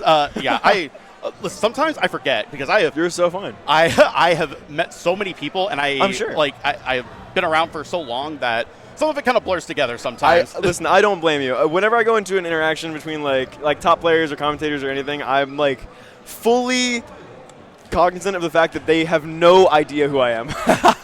And we have not met before, so honestly, you get a pass. Yeah, it is. Honestly, these days for me, it's a coin flip whether someone knows me or not, right? Sure. It is. People that are people older than the age of 30, pretty safe bet that they've maybe run into me before. Yeah. I definitely got over to Dylan's place last night. And I was introducing myself to a few people, and there were two different people that were just like, "Oh yeah, Ziff, I see you on Twitter a lot." I was like, "Yeah, that tracks." That is. You're well known, renowned. No, I think I'm just a capital P poster, and I'm all over their timeline. I don't shut the hell up. Listen, I mean, it's fun. It's a good time. It is. Listen, I'm in it for love of the game. I love just talking with people and being social and just being out there. I used to do this way back in the day on GameFAQs, and that was, we didn't have any media to the social media, right? We were just doing our thing, trying to play video games that we loved. So we're about to get into this match, Dawson versus K-Ways. Can you tell me a little bit about these two players? Okay, I can't tell you anything. Actually, okay, this is not K-Ways. K-Ways is North Carolina Peach. Mm-hmm. This is not K-Ways. I have no idea who this is. Well, this is a mystery contestant. Mystery contestant has entered the field. Here comes a new challenger. But here is Dawson, who is I know I've heard the tag. Top 50 Puff, right? Maybe a little lower, higher, whatever. Very good Puff. And kind of trying to show that right now against this Fox, who again, a mystery, a complete mystery to it's been us 30 all. seconds and we've already lost 2 socks. I don't know, honestly, where Dawson's first stock went, but Mystery Player is putting up a fight for sure. Yeah, it is interesting because Fox and Puff are 2 characters in this specific matchup that can blow each other up at a moment's notice, right? Absolutely. It can be very back in 30 seconds and they both lost a stock. Yeah, that was fast, but I'm not surprised. Yeah, no, exactly. It's like Puff's going to get maybe a grab, almost got one there, and just rest the crap out of Fox. It's a big problem for him. But fortunately, wow. That is something that over the past 5 to 10 years you really like to see Jigglypuffs optimized, right? There was a lot of food left on the plate for a lot of Puff players. 100%. I completely agree. And I think one of the great things about the way Melee meta has developed and things like Slippy and whatnot is that everyone has hit the lab and has started really figuring out the optimal thing, right? Yeah, and absolutely. down air is one of those. That is something that you saw against Peach all the time. You fish for shield poke down air and you get guaranteed up smash, and you're great. You're feeling good for sure. It's honestly really impressive. I think, like you were saying, Slippy is evolved the meta probably at the very least. It is expanded like at least twice as fast as it would have otherwise without Slippy, like in the years since its existence. It's pretty impressive. Good net play is that's up throw tech chase on the platform is one of the bread and butters. We have a name, by the way. Fillie. Fillie is our mystery contestant. Fillie with an F. Fillie with an F. I honestly like that tag. It's pretty good. It's solid. Honestly, 2-syllable tags are kind of the way to go. It rolls off the tongue. You can chant it easily. Any tag where you can be like, oh, that's the X. Like, that's the mango. Yeah. Like, it rolls off the tongue so It is. well. I've had multiple people that run production streams like this thank me for having such a short tag. It's like, Zip, you have no idea how easy this makes our job. I'm sure it's helpful. It is, because you'll have like some people where the tags are funny. There's a Georgia Melee player who's one of my favorite tags of all time, 7holyblunts. Yes, I commentated a double set with him earlier. Amazing tag, 10 out of 10. But it's a lot of space. It's a lot of real estate on the street. It's definitely a lot of real estate. So while we were talking about tags, Jigglypuff was taking 2 quick ones. Oh my gosh, Dawson's a menace. And honestly, I mean, Fillie was putting up a fight earlier. Oh boy, yeah, I Dawson's think on a tear right now. It is difficult. I think the final D pick is interesting. Oh no, Yup, the up air regrab. Oh my god, absolutely freestyling. Custom combo V-ism Jigglypuff for a second there. Yeah, ooh, and a grab off of that drill. Oh my gosh, the angle was nice on Fox's part. I think sometimes you just gotta crank the taunt, right? Like there's nothing else to say. One of my favorite interactions was seeing a friend. This was way back. Sure. To give you an idea, this was when Cornerio was legal. Okay, so we're going way back. Got it. And the melee before time. Exactly. He's getting 4-stocked, right? And manages to take that 1-stock. Yeah. Hops on the R-Wing with his Captain Falcon, tosses the R-Wing, takes him off to like the ceiling, the top blast zone. It's like, smell you later, nerd. That's incredible. And that's actually awesome. Yeah, we have gone we legalized Corneria. We are currently, speaking of taking it back, we are currently at the Pound 3 Grand Finals. Welcome back. Versus Mango Jigglypuff Dittos. This is extremely exciting. I'm so ecstatic to commentate 2 electric players, 2 goats of the game, and honestly, on Dreamland, they you know what I like to say is that people that like to complain about how long like some of these matchups take. I was like, I thought you liked Melee. Why do you want to play less Melee? Right, exactly. Listen, don't you want to be playing Melee longer? That's what I'm saying. I thought you liked this game. As a resident of North Carolina, we are no stranger to a lot of floaties. Right now, I'm pretty sure 3 on our current PR are just puffs. Not to mention Zasa, the legend. Not to mention the Samus and the Luigi. But who's the Samus player here in North Carolina? Yes, Zimberfizz just played Salt. I think. Okay. Just made it out of pools in losers now for that. I could be. It's a lot of floaties for a region. It's a lot of floaties, but you get used to it. You get a lot of melee to enjoy, plenty of puff dittos, which you learn to appreciate. I remember back in the day, it used to be a lot of puffs, a lot of ice climbers. Yeah, many of the North Carolina definitely used to be like majority ices, and then wobbling gets banned. And they're like, well, the canon event. The canon event. We do. I think Isles, one of your resident puff players, still plays a bit of ices, but also Sheik as well. Yeah. Sort of a actually tri-main. Ran into Sharks and got to talk with him at really? CEO last weekend. No way. He was there for the Grand Blue tournament. Oh, wow. That's awesome. Yeah, there's still plenty of people here talking to Sharks and having a good time. I know he's a staple of the scene for sure. I love Sharks to pieces. What a homie. He's incredibly nice. So we have managed, what's this? We're looking at 3 stocks and a significant amount of percent. We're 2 minutes and some change. It's honestly, for Puff Ditto on Dreamland, that's a blistering pace. Fillie looks like he's having a good time. I can't, I don't think he's too mad about the result. I think he might have expected this, if anything. Yeah.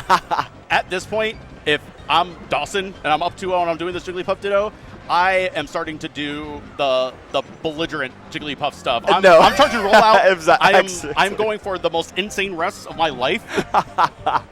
I think I would love to see some style points from Dawson, just like at the very end here. It's like, why not? Let me see what you can do to this equally floaty character. Okay. Yeah. I was That's gonna what say, you can do. Yeah. Gotcha. The rest punish out of shield was choice, to be sure. I was hoping that we would get maybe Sing. I thought that Maybe would Sing. nice, Sing could have been nice. Maybe Jigglypuff could serenade us and Exactly. but that was it is great how a matchup that you wouldn't find a lot of charm in, like a Jigglypuff did on Dreamland. That was fun. That was nice. That was it's cute. It is very melee coded, like melee culture coded, right? Yeah. And I think it's great. Honestly, it is. Of course. We've got one person up for our next match. One person. You're waving hot. Like, hey. Wait, is that?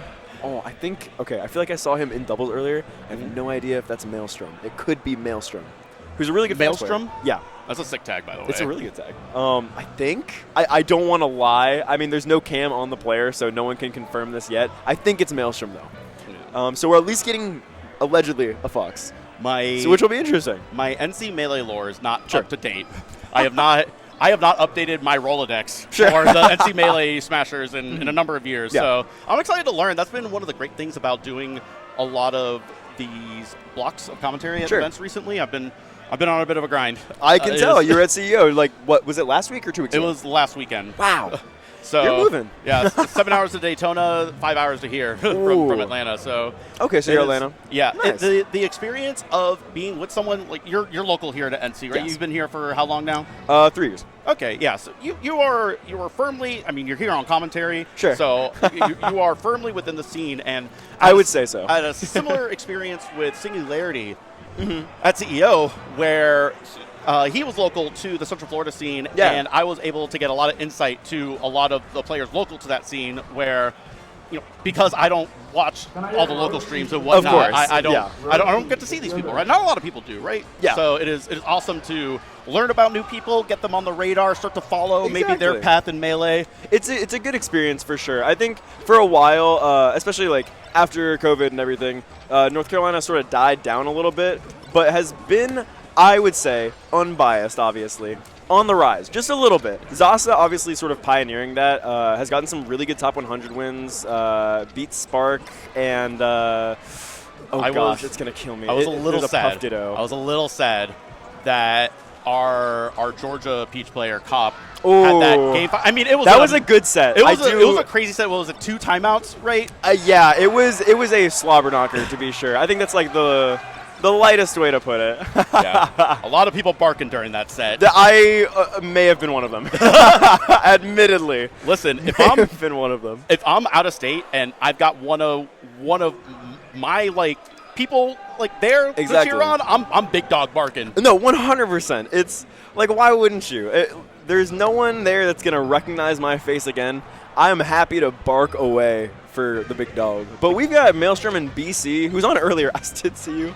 Yeah. I felt bad. I was like, yeah, of course. You guys can have the first set of the block. It's not a problem at all. And then it's Ness, Falco. Yeah. And I was like, all right, well, it is a little bit of a silly matchup.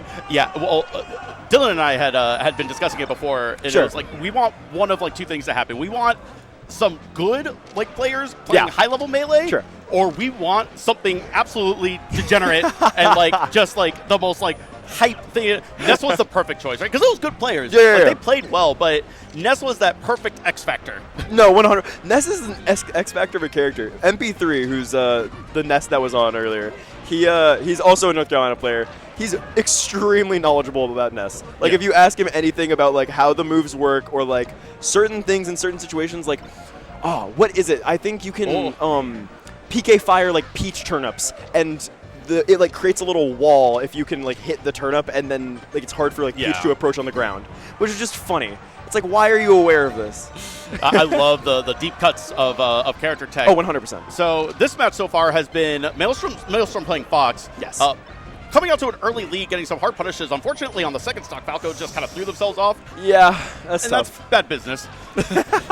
Sometimes it happens. It's Falco. Listen, it is a difficult character to pilot in an already difficult to control game. But Falco, in this comeback, got the down air. That was really, really good. But to the earlier point, we had discussed this before, where being off stage in certain contexts is way more devastating than others, right? Yeah, absolutely. I think Falco off stage, period, is a bad time. It's not a good look. You're probably about 5 seconds from death if you're off stage as Falco. Yeah. Interestingly, Fox has a pretty good recovery and has a lot of ways to get back, but against Falco, yeah, Shiny Spike is going to do it. Specifically against Falco, though, Fox struggles when they're off stage. Falco has a lot of strong options. It is much scarier to be off stage versus Falco than a lot of characters, right? Yeah, 100%. Down air, laser if you're trying to like just catch the up B or side B. You got, I mean, F Smash is just an insane tool. Lasts ridiculously long and hits super hard. That bird's strong. That bird is strong. Big legs on the bird. Yeah, except for up smash for some reason. Yeah, up smash not. He was like, I'm not really gonna spec into the backflip, but I will slaughter you with my F smash. Yeah, why? How are his metal legs so strong for the other moves and just like fumbled it with the backflip? It gives him hops though. It's true. Falco with the highest first jump in the game. Yeah, it's ridiculous. I can't stand that jump. It is. Yeah, it's annoying. It's annoying. You're never safe. You're never safe. You're never safe. I have a close friend, Puff player, and I gotta get on him every time I see him just hovering above Falco. It's like, you know he can reach you. Like, I know you're Puff and you get to float all the way up in the air, but Falco can 100% reach you. Oh. Peach gets to float and tuck your legs in. Super deceptive.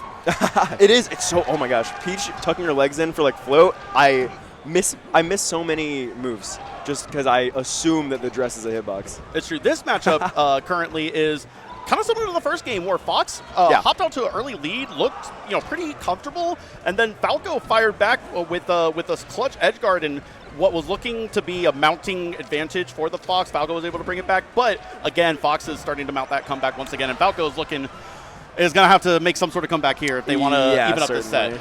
I think it looks like BC has like a decent bit of ideas in terms of punish game.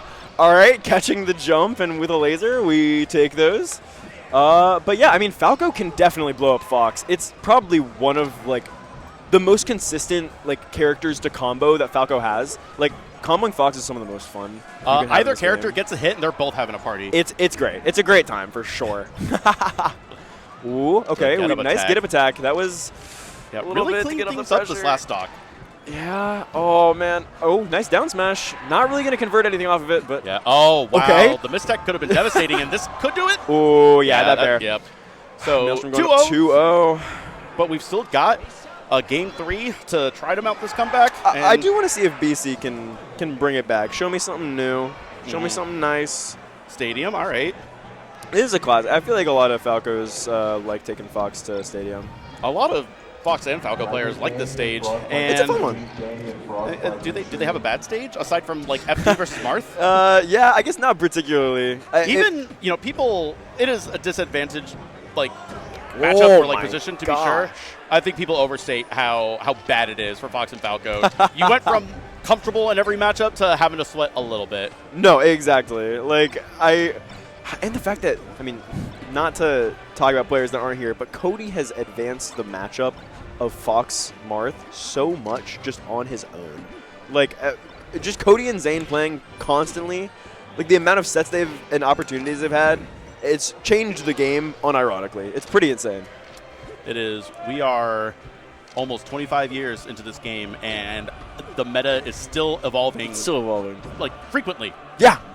Like I was saying with Slippy earlier, it's, oh my gosh, great jump catch. Yeah, the full hop. I think that was one of the great like eye-opening experiences with Fox mains. Was for the longest time you're thinking I gotta press buttons as quickly as possible. Yeah. I gotta like short hop drill shine, and a player like Maelstrom proving how sometimes you just throw your body and put out a hitbox and it's great. And thus the full hop Fox was born. Exactly. Maelstrom has been hitting some nice combos here. A couple of stocks ago, he had a nice one. Almost gets a crazy second up air there. That was close. That was nice. Oh, tried to do a brutal shine. That's going to do it for that stock. BC could definitely clean it up here. I would love to see like a nice Falco combo. Yeah. Okay. Tried to go for the nice Falco combo started. It was looking hot for a second. But getting this edge guard situation, though, and this could be bad news for Fox. Good angle, but the back air with the bad DI is going to do it. That was really solid. Because you're trying to maneuver yourself in the air, and sometimes you just end up having a bad DI angle because you're trying to do something else, right? It's just the way it is sometimes, unfortunately. It'd be like BC that. is actually mounting a comeback, though. In the lead. In the lead at the moment. No, Oh, my double gosh. shine off the stage. Oh, we're fine. Yeah, we're back in it. Back to center stage. Show me a couple lasers. I'm going to need you to present the gun just a little bit. I'm going to need you to... Oh, my Yeah, the gosh. forward air was nice in the back air. That was a clean, that is gonna do it. clean sequence where Fox identifying that forward air was the best option to get Falco off stage. And sure. then on top of that, getting a really clean ledge hop back air edge guard for that to clean it up. It's Maelstrom's just...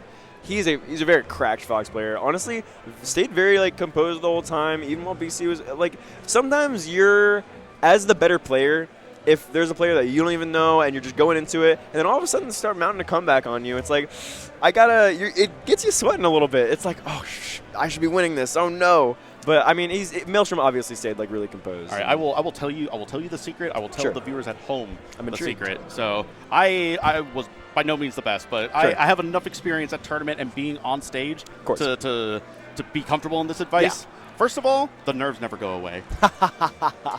What I tell you right now that I have been entering tournaments for 20 years, and my round 1 pools match, I'm nervous. I was like, listen, it's like this could be the day. It could be the day. It's like I'm washed. I'm gonna get beat. Like I'm gonna lose. And you have to put yourself in that mindset sometimes. And then the power, the experience, the way that great players are able to deal with that is they have so much experience and practice under those conditions that they become better players under pressure. Yeah. But let's talk about DD Revival really quick at the Spokane Convention Center. I used to pronounce that wrong all the time. Spokane. Spokane. I work for a company that does business in Spokane, so it was it is interesting that came up again. So we've got the DD Revival back from a 19-month hiatus. The pandemic house tournament Daddy's Den is back with its biggest installment, DD 15 Revival. I love those kind of subtitles. Tipped Off had a similar one where it was Tipped Off. What was it? Resurgence this year. So we had Tipped Off Reunion, which was great, and then Tipped Off the Resurgence and whatnot. But DD Revival in Spokane is going to be a 2-day tournament with games like Ultimate, Melee, Rivals 2, Tekken, Street Fighter, Guilty Gear Strive, and so many more. That's a lineup. That's a long list. Talent from all over the Pacific Northwest, PNW, West Coast, and Canada, including TK Breezy, Louis Money, Jeja, Lemon, JDV, and so many more. In the biggest venue in the city, you won't want to miss it. Absolutely. Yeah. Shouts out.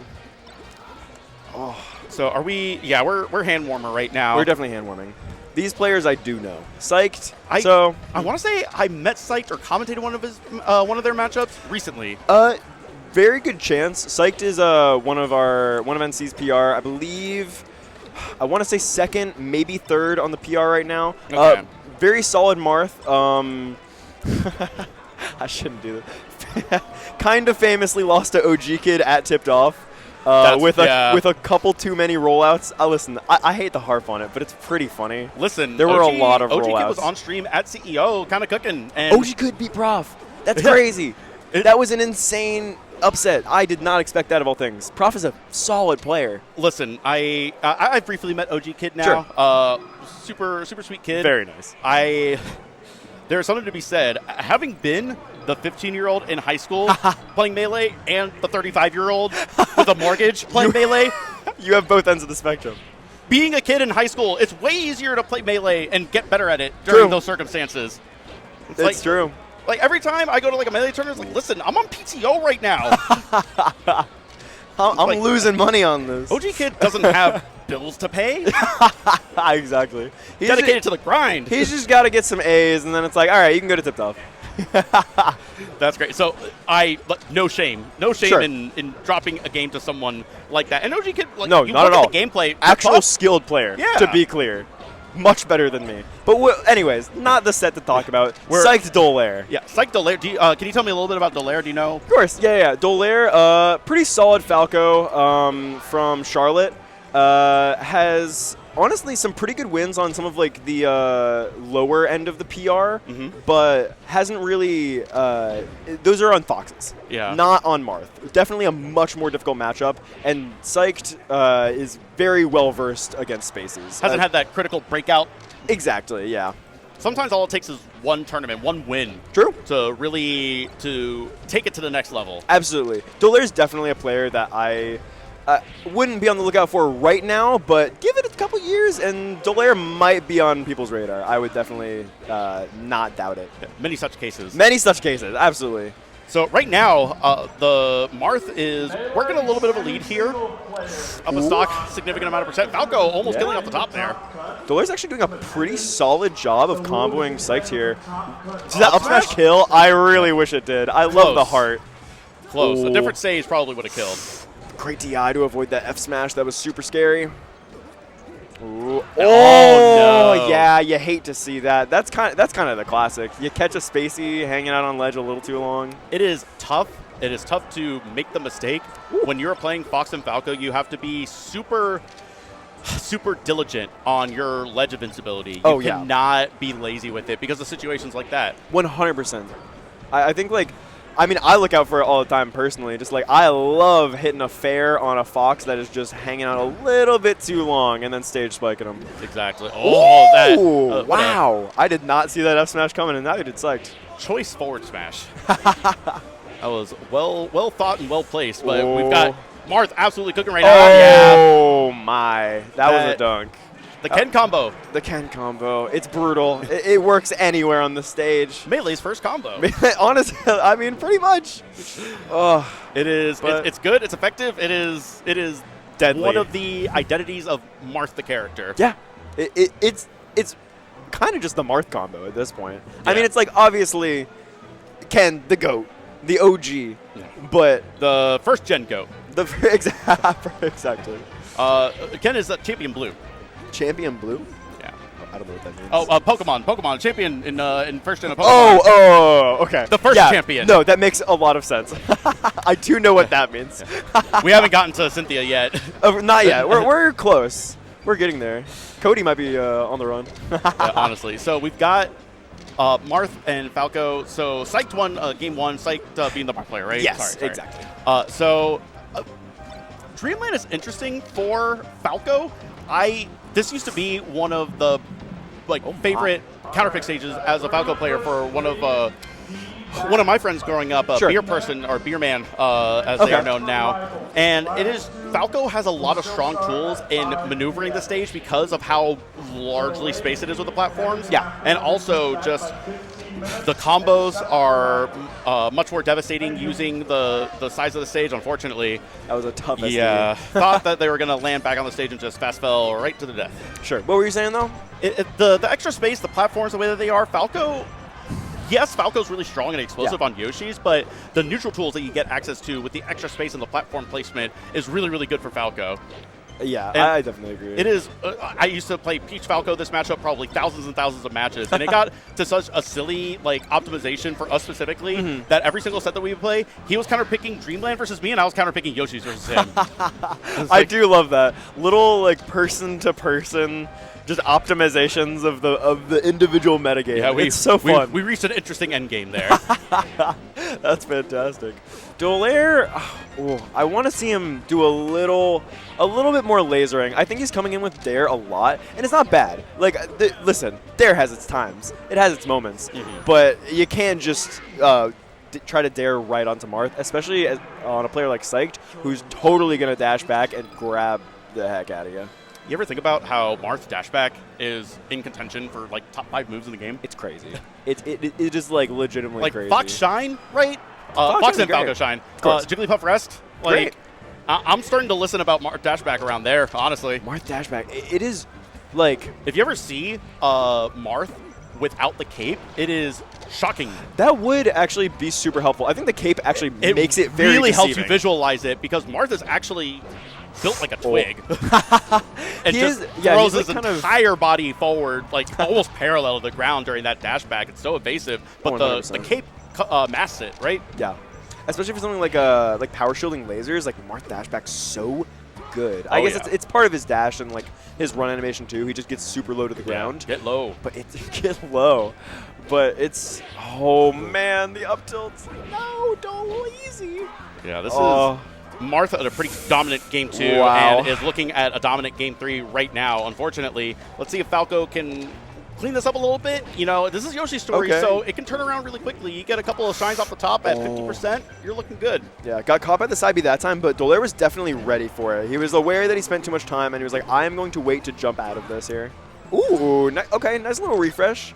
Got around the Marth up B, which I was a little nervous about. But so far, still alive. Yeah. But it is currently Sex combo to This take is, away. oh wow, Ooh. that was the jab probably. Okay.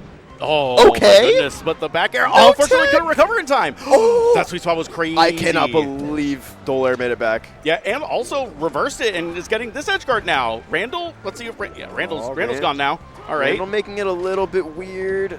Oh, We got- do we get another down air? Oh, it was a weird spot. Yeah, it was tough. It was The tough. Yoshi's platform makes it super odd where you can't really, like, you have to work your way around it at least slightly because it extends so far out to the Exactly, sides. yeah. The platform spacing on the side platforms is, I think, the only stage where it is like right at the stage Yes. ledge. So Yeah, exactly. it is the placement in relation to where the bottom part ledge is. Uh-oh. Yeah, this is Yep. yeah. Marth is is definitely going to do it. Marth is already really good at edge guarding just about anyone, Yeah. and then you are against Falco, one of the most exploitable recoveries. One of the most edge guardable characters I've ever seen in my life. Falco, if Falco is above stage, Yeah. decent enough recovery. Yeah. sure. Below stage, disaster. Bottom one. Yeah, it is. It is tough. Worst recoveries in the game. I know historically we always said Dr. Mario was one of the worst ones. Sure. That one's a little tough. Bowser and DK, but I honestly Yeah. am a little bit higher on those recoveries, even though if you ever get spiked, you're just kind of. Yeah. But we do have Lost Paradise here. So Lost Paradise is one of the apparel brands that is associated with this tournament. Apparel brand and social club. Use the user discount code Patchwork2024 for 15% off across the entire website. Website is lostparadise.club.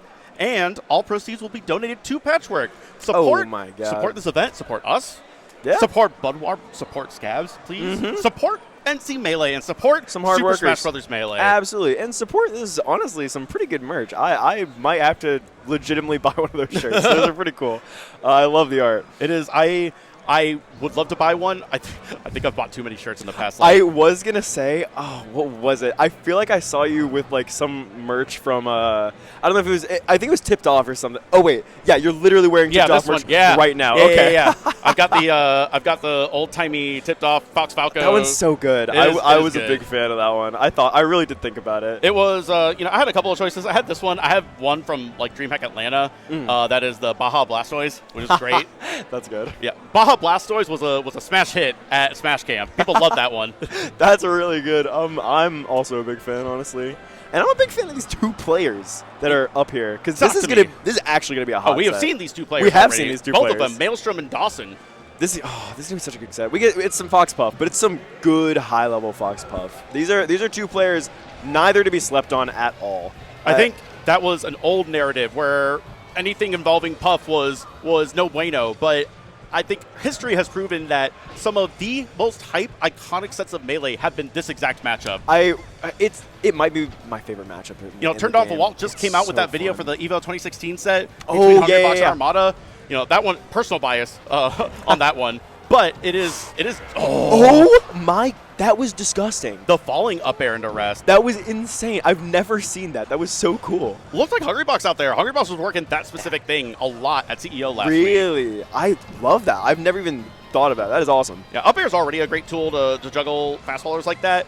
And I think the falling up air is, normally when you're Puff, you want to be in the air as much as possible, right? Why would you want to do a falling one? That means you're on the ground again. Exactly. But as it turns out, there are cases where it is very useful and you will just delete a stock. 100%. I think sort of, especially because Puff is getting, every double jump that she uses, she gains a little less height. So making sure that you're able to like refresh your jumps consistently and sort of get that little extra height that you need. We saw in doubles a crazy last stock in Losers Finals where Dawson had a perfect up throw as straight up and just was out of reach of the rest to miss it and lose the set. It was crazy. Wait, when was this? This was doubles. This was Oh, okay. Yeah. It was a wild game 5 set. It was Maelstorm and Crike versus Dawson and Gen X. Okay. It was an extremely good set. Shout out to Gen X as well. Shout out to I'm so glad he came. Yeah. It's I'm very happy to cool. see him. I got to do like a half a block at Tip Top. Really? Yeah, So my doubles entrance was kind of last minute for that. So yeah, it was that was a great decision. I wish I could have done more with Dark Gen X though, but I get to be here with you instead, and I get to learn about the NC Melee lore. And this matchup right now, oh my god, to the other side. That should be yeah. Death. The air dodge. Barely not getting there. That was great play by Maelstrom. Fox is one of the few characters where Puff has to respect that she doesn't actually have infinite recovery. Yeah, you can't disrespect Fox near ledge. You can't be lazy with your recovery, right? Because in a lot of instances, you just don't even bother with Rising Pound. You just use your double jumps, and you'll get back on there. You're not in any danger. It's a couple of shine spikes with Foxo in this matchup, and it could be curtains, as we just saw. Typically, I feel like typically it's going to be 2 shine spikes will kind of be the death of Puff, but I don't know. Dawson can definitely make it tricky in spots. He's very good at making his recoveries tricky, and I don't think we'll see him get caught like that again. We'll see. My gosh. The forward air shield pressure. Crazy interaction. It's multiple hits. Platform. Sounds good to me. So yeah, it works. Why not? Throw it out there. There are characters that would kill with that forward air. 100. It's such a good one. Yeah, can you imagine if underrated. Pichu didn't hurt? Whoa, was that the Jigglypuff? That might have been. That was wild. Yeah, it was. Blink and you miss it, right? Blink and you miss it, of course. Ooh, it is. That is kind of the cruel injustice of Fox versus a lot of characters is that people labbed out being able to get out of up air like combos like up throw up air by learning how to be really consistent with smash DI. Yeah. On the 2 hits, and then Fox was just like, what if I just didn't do that first hit? It's insane. Getting second hits, I will say, it's a skill and it's cool. It's a skill, but boy, does also it suck. unfair. And it's so unfair. Yeah, plus you're bad. Plus L. Plus ratio. Cheater character. The top tier privilege, but Maelstrom absolutely cooking right now. The up air right there didn't get the smash DI and killed at 76%. That's pretty low. Maelstrom, I think, really efficiently worked these stocks off of Dawson. I don't think we saw Dawson get really above like 90 even. It wasn't necessarily a super quick match. It no, was, not at all. To your point, efficient. Yeah. No fluff, no wasted. No wasted time, no wasted movements, and I'm kind of hoping to see this again. And that's a quick 44 in 5 seconds. 56, 61. Yeah, this Puff is dead. This Puff is dead. Oh my god. I think every single laser landed. It was crazy. That was ridiculous. That was actually so good from Maelstrom. Yeah, it is insane, right? And on Dreamland here, right? What was that? 92% or something like that? Yeah, that was 92%. Yeah. And then my. Fox is somewhere over that rainbow. Dawson is like, all right, whatever you can do, I can do just a little bit better and a little bit quicker. It is very tough because in that situation, the optimal thing to do is to DI out, get to the Angel platform as quick as possible, get the punish from there, right? You have to unlearn every single instinct in your body that tells you, I need to hold up because I want to survive this. It's not something you can just unlearn because it's not a good habit to be in, right? Of course. It's also like, I thought he was going to up smash there. That would have been nuts. That was spooky. That was definitely scary. I think, honestly, to your point about, a little bit of a flub there. The 69 blessing. It is a bit of a blessing, huh? But yeah, to your point about dying on rest, I think Dreamland is one of those few stages where you might have a chance, even if you're you might even be 25, 30, you might be able to Very famously, live it. we just saw Wizrobe win CEO by surviving rest and getting one of the most insane rest punishes I've ever seen in my life. Yeah, it was pretty ridiculous. It was that grab was just so good. It was I'm jealous you had to commentate it. Listen, I stopped being a commentator during that ending. I just joined the crowd and got stupid. I can't blame you. Oh, barely missing that up there. Puff able to get out of it. Also, sometimes Puff won't even get the smash DI, and it's just difficult to get up there quickly enough and get both hits, right? I thought I 100% thought he'd go for it. I think he definitely second-guessed himself there, because at this point, you're down in percent, so it's probably worth it for you as Puff to go 0-0 last stock. That's like the Puff spot. That's the Puff clutch. Yeah, I think that there is something to be said about not wanting to enter that deficit, because we saw that first stock where Puff came, entered the match and just blew up instantly. Yeah. He just took 92% and died immediately. Yep. So Puff, I think, not unreasonable to say, hey, I don't want to risk trading the stock. Let me try to win this more cleanly. But unfortunately, it's down to the last stock now. There we go. And only took 13% for the troubles. It's pretty even. I think as long as Maelstrom doesn't get one of those insane strings like we saw at the beginning of this game, Dawson's in pretty good shape here. For sure. 37, 41. That's Oh. scary. Oh, that pound was brave. That is a very brave You pound. hang there still for so long. Yeah, that up smash almost ended. Oh my! Oh. Wow, a soaring up air from the centers of the stage. How am I still surprised sometimes when I see Puff die at those percents? You would think. Sometimes you gotta feel bad. Like, listen, I don't love all Puff players, but you gotta feel bad. They die at insane percents to this character. I am gay. Yeah. Anyways, what was I talking about? When feeling bad for Puff. Listen, I as a Peach player, I'm not necessarily too cut up about it. Sure.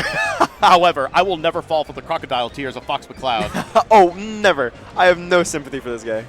Yeah, I could never. Maelstrom, though, proving to be a very excellent player and really solidly winning this matchup on multiple stages. And I really honestly, that first stock that Maelstrom had as Fox against Puff, that is not something that you can just do trivially. That is not at all. Yeah, Puff, any good Puff is going to have some pretty devastating zero-to-death combos. Yeah. Puff is not someone that you necessarily zero-to-death. You kill them quickly because you don't need to hit them very much. Yeah, a light character like Puff is going to die in just a couple hits, but, I mean, it can be really hard to get those hits in, or at least string them together.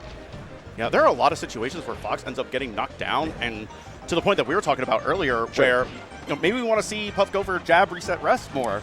Yeah, it could definitely be a possibility. I think Dawson in particular, I'm certain is aware of all the potential rest setups that Puff has, but I guess just hasn't really had the confidence or really the opportunity to find them in the right spots. Listen, I get it. Sometimes it's a business decision. It's hard. It's a little hard. It's one frame and the hitbox is minuscule. Yeah, exactly. And I don't know what if there's any actual data to back this up, but my gut tells me that rest is the thing that Phantom hits the most in the game. It is probably selection bias because everybody notices when rest hit Phantoms. Of course, yeah. That's hard to say. It's like rest. You might be right. Yeah. Wow! Another combo that included falling up air and Dawson up on the board. Yeah, I think no DI on that up air is just kind of tough. You really, at a certain point, you're just like, I do kind of got to hold this, huh? Yeah. Do you think Fizzy has that data on Phantom hits on Slippy? Does he? Maybe. I mean, I wonder if. What do we have basketball reference, but or baseball reference? For Melee. I really would love to say that Fizzy actually has the data. Yeah, I think Fizzy might have the data on all the Phantom hits ever. Yeah, I would love to see that. I need the box score. That's what I want. Ooh, okay. All right. So, listen, we are almost 30 seconds in. No one's died. This is a record. Hey, listen, Fox picked Pokemon Stadium. This is a good stage for Fox, but Jigglypuff back on the home turf. That's true. I mean, Jigglypuff been fighting on this for years, for decades even. Ooh, might get this edge guard here. Yeah. Nice. And wow, great angle on there. Jigglypuff not quick enough on the edge guard, but able to close it out. It was a good follow-up. I think that high angle is so.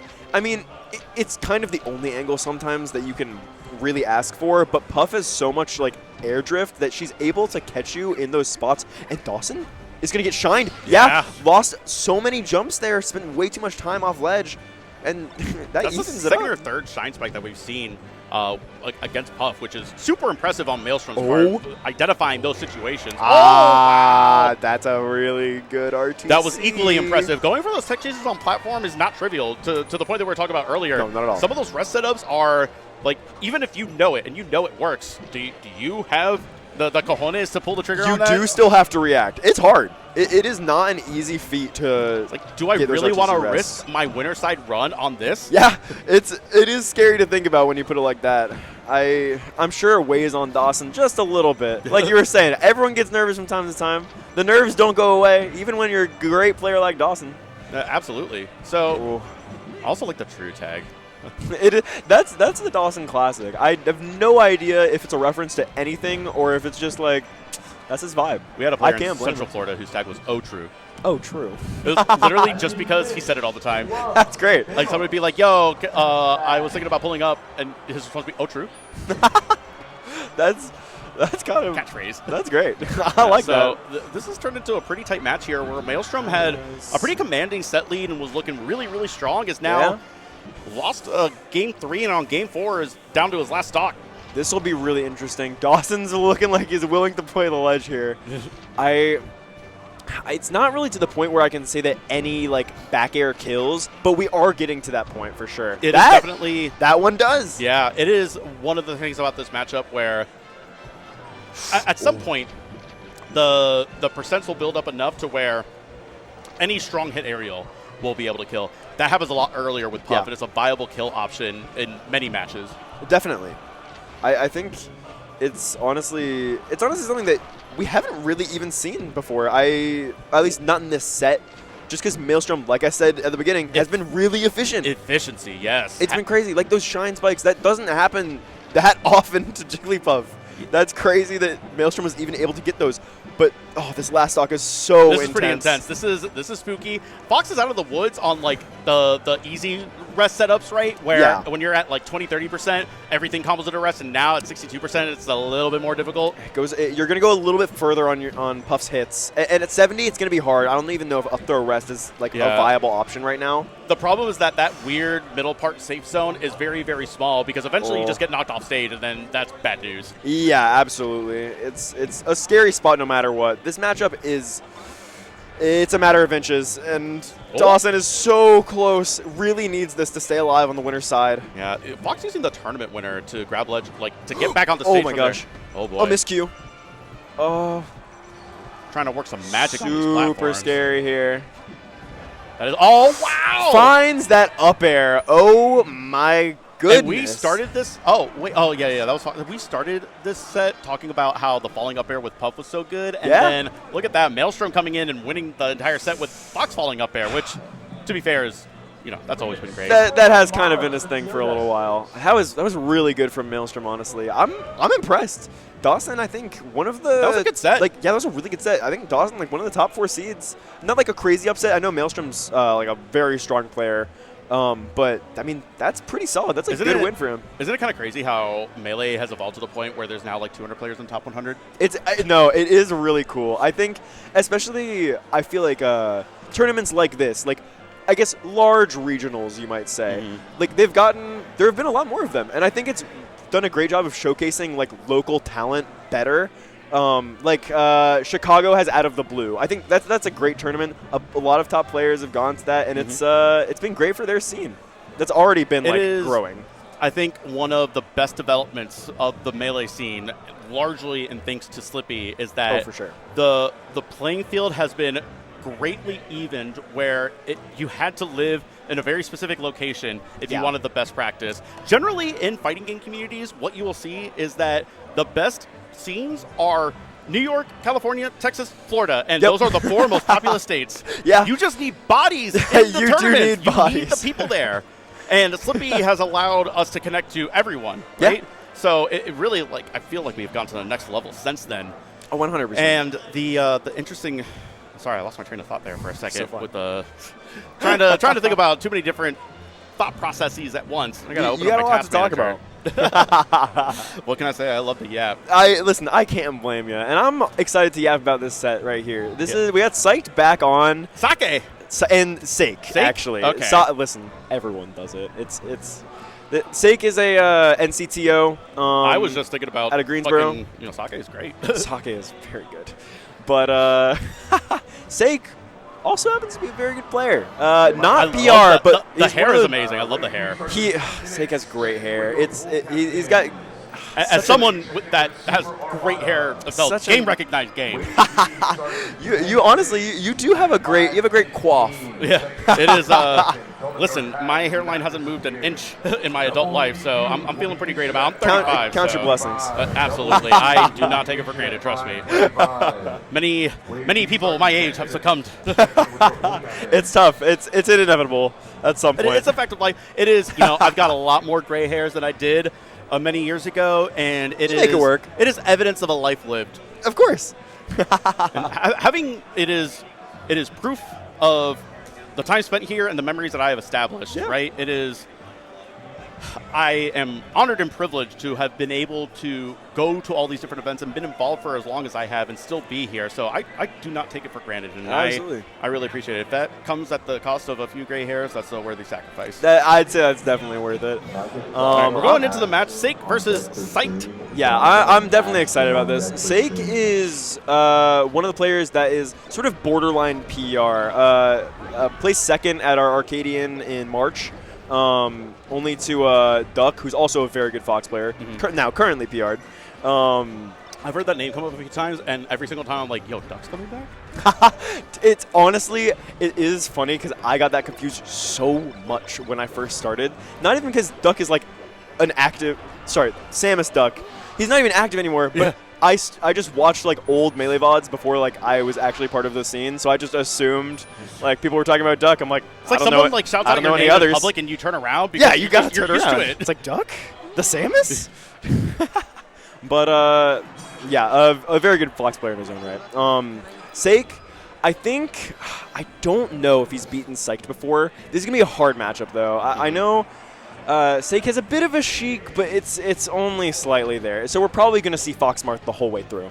I would say we were talking about Puff versus Fox earlier, being one of the iconic matchups of Melee. This is the Melee matchup. It really is. It's become so. I mean, throughout every like era of Melee. Exactly. These characters have always been relevant. Always. Many goats playing this character. Yeah. And it is such an interesting. Missed the double jump. Unfortunately, was absolutely cooking on that combo and just some pop-offs from the crowd. One mistake is all it takes, and you could just end up being in such a bad position like That's that. a big we take those moment. Absolutely. Syched, honestly, good shield, playing pretty decently here. Oh, nice, a little 1-2. Oh yeah. Nice down tilt. Just good poke coming in there from Syched. Now, that was one of the nice things about Marth's recovery is that it is exploitable. It is easy because it doesn't get a lot of horizontal range. Yeah. But you cannot, when Marth is actually up being at the ledge, you can't really mess with the sword like that. It's hard. It's really hard. It's such a sharp angle that he comes at. So it's really difficult to sort of crazy. get in there. Yeah, and the disjoint. Like, even if you're trying to outspace the sword, like waiting by the ledge, it's still so likely that you're just going to get clipped by it and maybe even reversaled for it. Now, Marth is a scary character to have to play against by the ledge. Absolutely.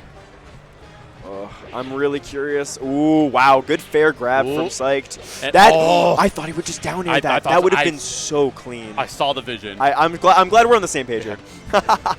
Ooh, good down tilt. Not quite going to get an up air there, but maybe Syked's turn. Oh, wow. Boxing out with the forward air. Really, really good stuff. Yeah. Ooh, nice shine. Up smash. Just absolutely sent it. Syched is kind of a bit down right now. I had like a weird. I think that it's a bit of a momentum thing. Only because that first miss combo sort of put Syched up. Syched got the next stock, and now Syched is apparently SDing. All right. In such an explosive matchup like this, it can snowball really, really quickly. 100%. I think Syched is very composed, but we will see how this manifests later in the set. I have talked about this story, this moment so many times, but it lives rent-free in my head where Silent Wolf played this set versus Mewtwo King, and Silent Wolf got 4-stocked twice in the set and still won. Oh. And they were interviewing him, and they were like, how did you stay composed in that situation? And he's like, I'm Fox playing against Mewtwo King's Marth. I didn't make a lot of mistakes. Just every single one was a stock. Yeah, that's. I guess when it's M2K, it's kind of like, yeah, I'm pretty much expecting to get 0 to death consistently. I got GeoCities, man. He had all the info on GeoCities. Oh no! Now we're seeing what Mewtwo King was roughly doing to Silent Wolf. The groundwork, right? the guy laying the foundation. Ooh, okay, maybe. Oh, nice jab. Yeah, good counter. It was a valiant effort on the angle, but unfortunately, Marth able to clear this out, and we see Timebones out in the crowd absolutely popping off. The big Marth fan. Yeah, that's Marth's #1 fan. I'm pretty sure. I find it. I love like when the crowd gets really hyped. But I also equally love it when it's just one singular homie popping up for their friend. No, exactly. It's like, that's a ride or die right there. Oh, 100%. Timebones is the true ride or die. Absolute especially homie. for NC. That's the Genesis champion. True. But that edgeguard is going to do it for Marth, and that's kind of the story. Fox is definitely someone that can edgeguard Marth really effectively in at low percents with things like Shine Spike. Heyo. Yeah. Nice little multi-shine from Sheik there. He's actually doing quite well. I will say, not to count Sheik out, but I was kind of expecting a 3-0 from Syched. I haven't seen these two play in a minute, so that may be on me. But just such a strong edge guard. Was that a 0 to death too? I feel like they both started at 0 on that stock. It is. Maybe. The definition is, it's flexible. It's a little flexible. The 0 to death vibe was there. Yeah, you kind of catch my drift.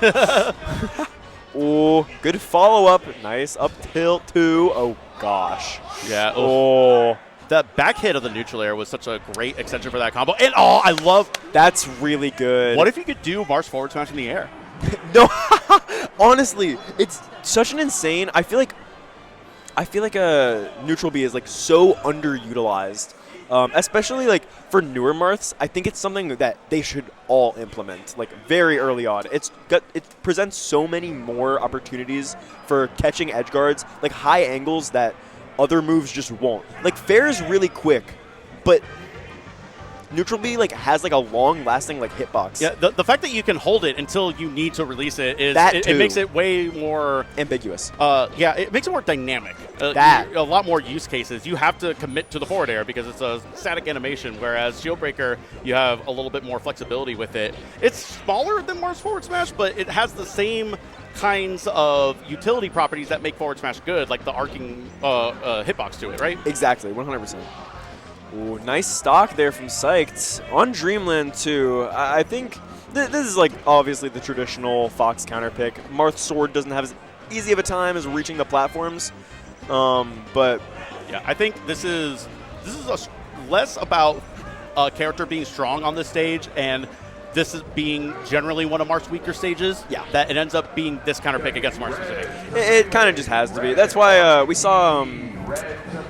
I just lied. I was going to say we saw Falco Marth earlier. It was Falco Fox, but we were still talking about like the Dreamland counterpick and how that sort of manifests as Marth and one of them fast fallers that are good.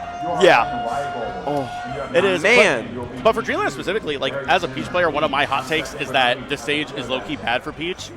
I have heard this more recently. Even though I think wow. it's bad. Yeah, still made it back. That was crazy. Gosh. It like made the reversal, got the up B hitbox, Sakurai combo off the top. That's Fox privilege. That was such a Fox privilege stop. Absolutely. Ooh, nice down angle to ledge. I like that a lot. All I'm doing is just trying to get back onto the stage. I got a kill combo for my troubles. Well, yeah, right, not. You might as well take thanks, I found a penny. Oh, trading with up smash there.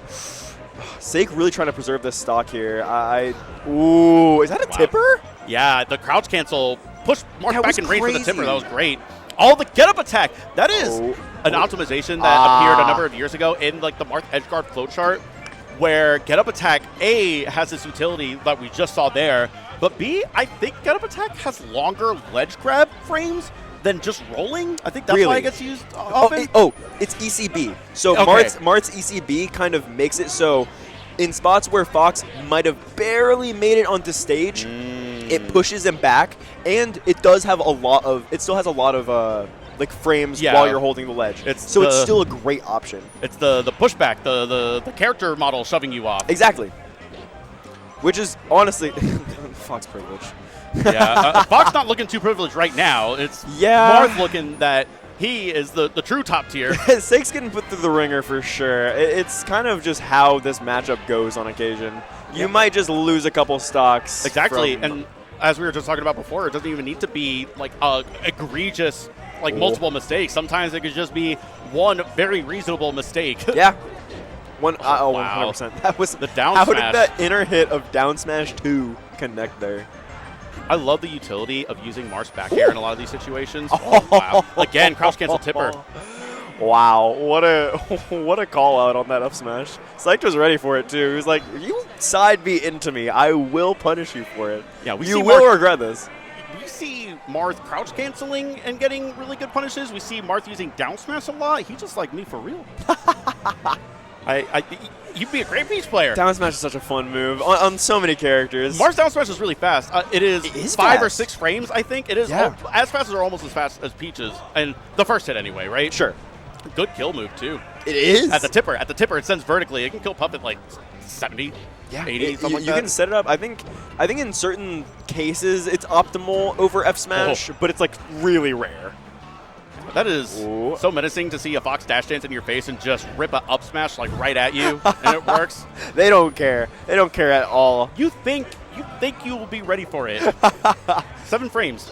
7 frames. Yeah. I mean, the dash animation will telegraph it a little bit, sure. But it is tough. Oh, wow. That was a great... tried to Thundercats. Not quite, though. I thought Marth was absolutely cooking with the most precision hitboxes. Unfortunately, that up smash tipper didn't quite connect. That would have been so clean from Syched, though. Would have been hype. Syched is doing pretty well for himself, I will say. Yeah. We're back. Nobody panic. Crowd lost their minds for a sec. Absolutely. Like at school when everyone screams when the lights go out. Oh, okay. Syched up a clean stock right now. I'm really liking. Oh my gosh! We are. That shield drop up air was crazy. Why would you go for that? Yeah, I like to see Fox going for that down tilt there. We saw crouch cancel down tilt, and it is one of the longest range hitboxes that Fox can do. It's a great neutral tool. It's a crazy poke. It is an insane poke and a combo extender too. Yeah, exactly. Yup, good patience. Reacted there. Great instant up B. That was so good from Syched. That is tough to. That is hard. Grab the ledge in that situation. I do not see Foxes do that often. I feel like if it was easy, I definitely would. Yeah, you don't even see someone like Cody do that consistently, right? Honestly. It almost feels like a death sentence for Fox. Fox trying to play a little bit safe, but got the back air. Wow. And we are dangerously close to a game 5. We are. Syched deeply in control here, but this is...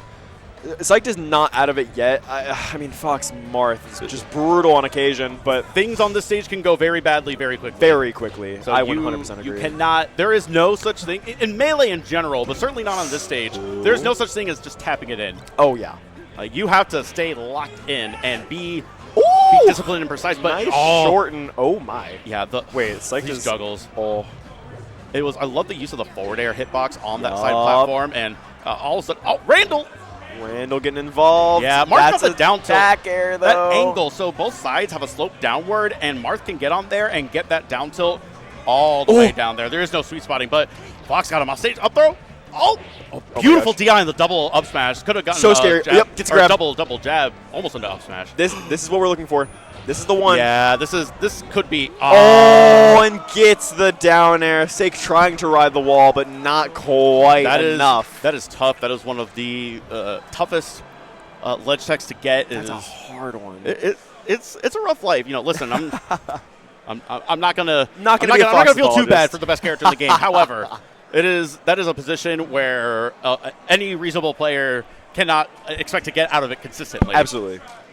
So I wanted to talk about a little bit about what was it? It was the The Cavalier Cavalier Clash. Clash. Central Virginia's largest Smash Ultimate regional event. September 21st, 2024 this year in Charlottesville, Virginia. There's a $500 pop bonus. That doesn't even include any of the gamers. That's just there for you. Oh my gosh. That increases. It's only growing. It only gets better. But wait, there's more. Oh my, no way. 500 pop bonus that increases with more attendees.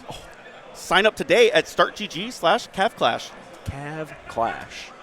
Very You'll exciting. be able to see a trailer for that in a little bit as well. Unfortunately, that's going to do it for us. That was the last match of It has been a pleasure. our block. It is. I had a lot of fun. Yeah. Genuinely, it was vibes, honestly. I had a good time. It was very It was a lot of enjoyable. laughs to be had. I really appreciated being able to do this block with you. Absolutely. Like I said, I really appreciate and rely on people like you that are able to give me the insights onto the local scene and tell me a little bit more about their players. No, these are my favorite kinds of blocks. You know, Melee has such like a great overarching storyline, you know, compelling the Smash documentary and all these like big players that are on a national or worldwide level. I think the bedrock, I think the meat and potatoes of the Melee scene are all the local scenes. Absolutely. I think all of the stuff that makes Melee for life is done there. 100%. I completely agree. Well, it has been a pleasure. It has been a pleasure. That's You probably gonna do have it some for trailers us. to watch. Yeah, you'll get some trailers. I will be here hopefully tomorrow. Like I should. I'm supposed to be here tomorrow. You got it. And you know, I will get to hang out with you a little bit more. And Very exciting. Please don't go too far. Maybe go away. take a little Western bake, grab a snack, and come back. We'll have more Melee. Thank you. Awesome. Thank you so much. That was great. I appreciate it. No, that was great. Great work. Thank you. I had a fun time. Yeah, I was enjoying making you laugh throughout. I'm like, as soon as I got like a couple of chuckles out of you, I was like, I'm gonna. Listen, I appreciate it. I like having a good time with commentary. I like just chilling, hanging out, just having some laughs, and trying to make it easy, or at least give a simple experience. You know, I don't know, that makes me like, you know, it's a bigger event. And events like these, it's a great time to just like unwind and just yeah, I had a lot of fun. I appreciate it. It was nice to meet you. Yeah, it was great to meet you too.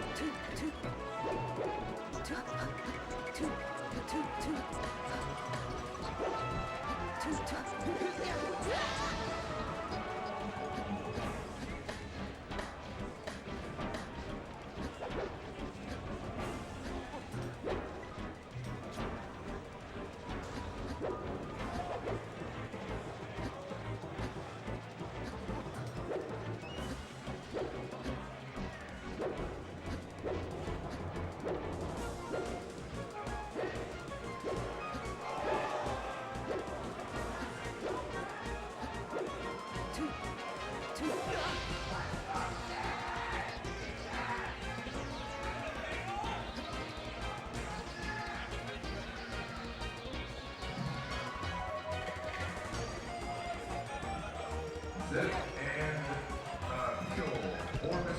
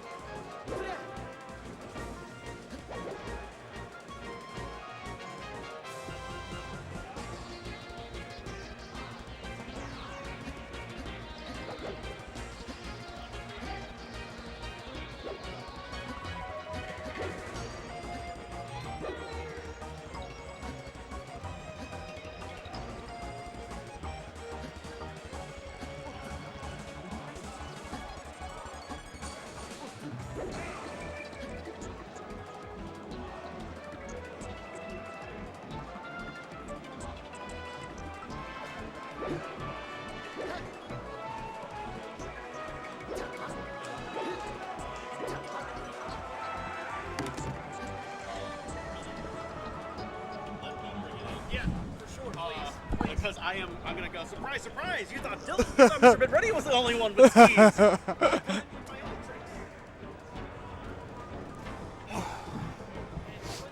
Mr. Ben Ready. MRBENREADY. You had a different tag for Snap. what? Snap. That was my tag for a I long remember. I time. thought it was just like a bit. A little bit. I mean, I'm sure it started as that, right? What? The tag, Mr. Been Ready. No, I wanted to get away from Snap, and I was purposely looking for a. Yeah. What's up? Yeah, we're good.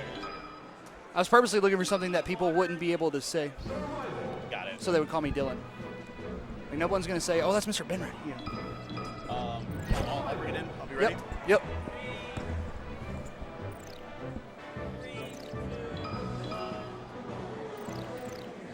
Well, surprise, surprise. You thought Mr. Bedready was the only person with tricks up his sleeve, but it looks like I have returned. And he brought me with him, right? Peele, we love Peele. Peele. We ended a little early. He's in Rivals now. He's got to go play Peele's Rivals. gotta play some matches. So I've been tagged in once again. Yeah, so we're gonna be here. We were there for the block. We are on the clock until 6 p.m. and Yeah. that means we get to spend more time with you. I get to spend more time with you, and Lovely. It's gonna be more vibes. We've got. All right, Egg. Egg and I Sad love the Jesus. simplicity. Egg. I love the simplicity, but Sad Jesus is an amazing tag. Yeah, that is, definitely. That's powerful. Definitely. He's got neck tattoos too. I like a good neck tattoo. That's usually a red flag, but in Melee, it's a green flag. Game recognized game, right? That is all the Marth up B there. Marth Sheik, maybe one of the most classically highly debated matchups online in the history of this game, but the Smashboards threads back in the day over this matchup and whether or not it was even, whether or not Sheik just dominated, whether there were stages that made it so palpable for Marth to come back in this. I think over the years, Marth mains have definitely fought their way back into a 55-45 at worst. Yeah, it is interesting because I think that, in the early days, it was, Sheik is a counterpick to Marth. Sheik has all these combos and, can open up Marth so easily. And, Sheik is so easy, it's stupid, right? And then, we got a little bit later into the meta development of Melee, and then it was like, Marth is a great character. Like, it's a little bit more difficult, but, Marth is, it's not a bad matchup for Marth, and you can just, get away X, Y, and Z, like so many different tech you can do. And I think we have finally gotten to the other end of the bell curve, where we have now become truly enlightened. We're just like, no, Sheik is broken. Have you seen the down throw? throw? Yeah. Early on, she was suffering from success, in the words of DJ Khaled, right? Her kit was just more early on accessible to players worldwide. Sheik is definitely the easiest character to beat good with Hour 0 of Melee. Right, maybe. I would say that definitely over the years she has kind of fallen back in the back of people's minds as a high tier character, but definitely can still get it done versus pretty much anyone in the cast. I think Sheik was largely forgotten for a little bit there, and I think J-Mook has really proven how Sheik. I mean, we saw J-Mook win Genesis, and J-Mook is just a great character. Is currently, what is it, number 3, number 4 in the world right now? And for multiple years now. Speaks to not only his ability as well, just to bring the character back, but I just love when we get more variety in our play, right? Yeah, and clearly inspiring other Sheik players here by seeing this Sheik working on 3-stock right now. That is, yeah, Egg is getting in there. He is scrambling. I kind of looked away for a second, and another stock disappeared, so I kind of missed one while we were reminiscing. But game 1 down here between Sad Jesus and Egg here at Patchwork, and look at that emote right there. Yeah. A little, you heard of the FGC head nod. Now get ready for the FGC head shake. The contemplative head bob back and forth. Listen, sometimes you need a physical outlet for your emotions, right? That's what the FGC head nod is. Yeah, It is a physical outlet to a real emotion. Super range grab there. That's like one of those memes where Marth has like the super long arm. That's what they're talking about right there. Grabbing from like a different stage or a different game. Not great DI on the forward throw, and eats just shy of a tipper forward smash. Yeah, getting those throw into raw tipper down air is really difficult. So that was a valiant effort. Try to end the stock as early as possible, right? Yeah, maybe should have re-grabbed. It was, in hindsight, there's a lot of things that you could have done. Marth's got a lot of tools, right? You just have to be true to yourself. One thing that Marth does really well in this matchup is that if he can get Sheik to jump above him, the weight for Sheik is very juggleable for Marth. Like if Marth stays under Sheik, very can get Sheik up to those higher percents in an easy kill. Sheik doesn't have great aerial drift, so that's exploitable. You can't maneuver your way in and out like a Puff can. Right. Fast falling and the weight make it so that it's combo food. It is. We had a phrase back in the day that being above Marth is like being underneath Battlefield.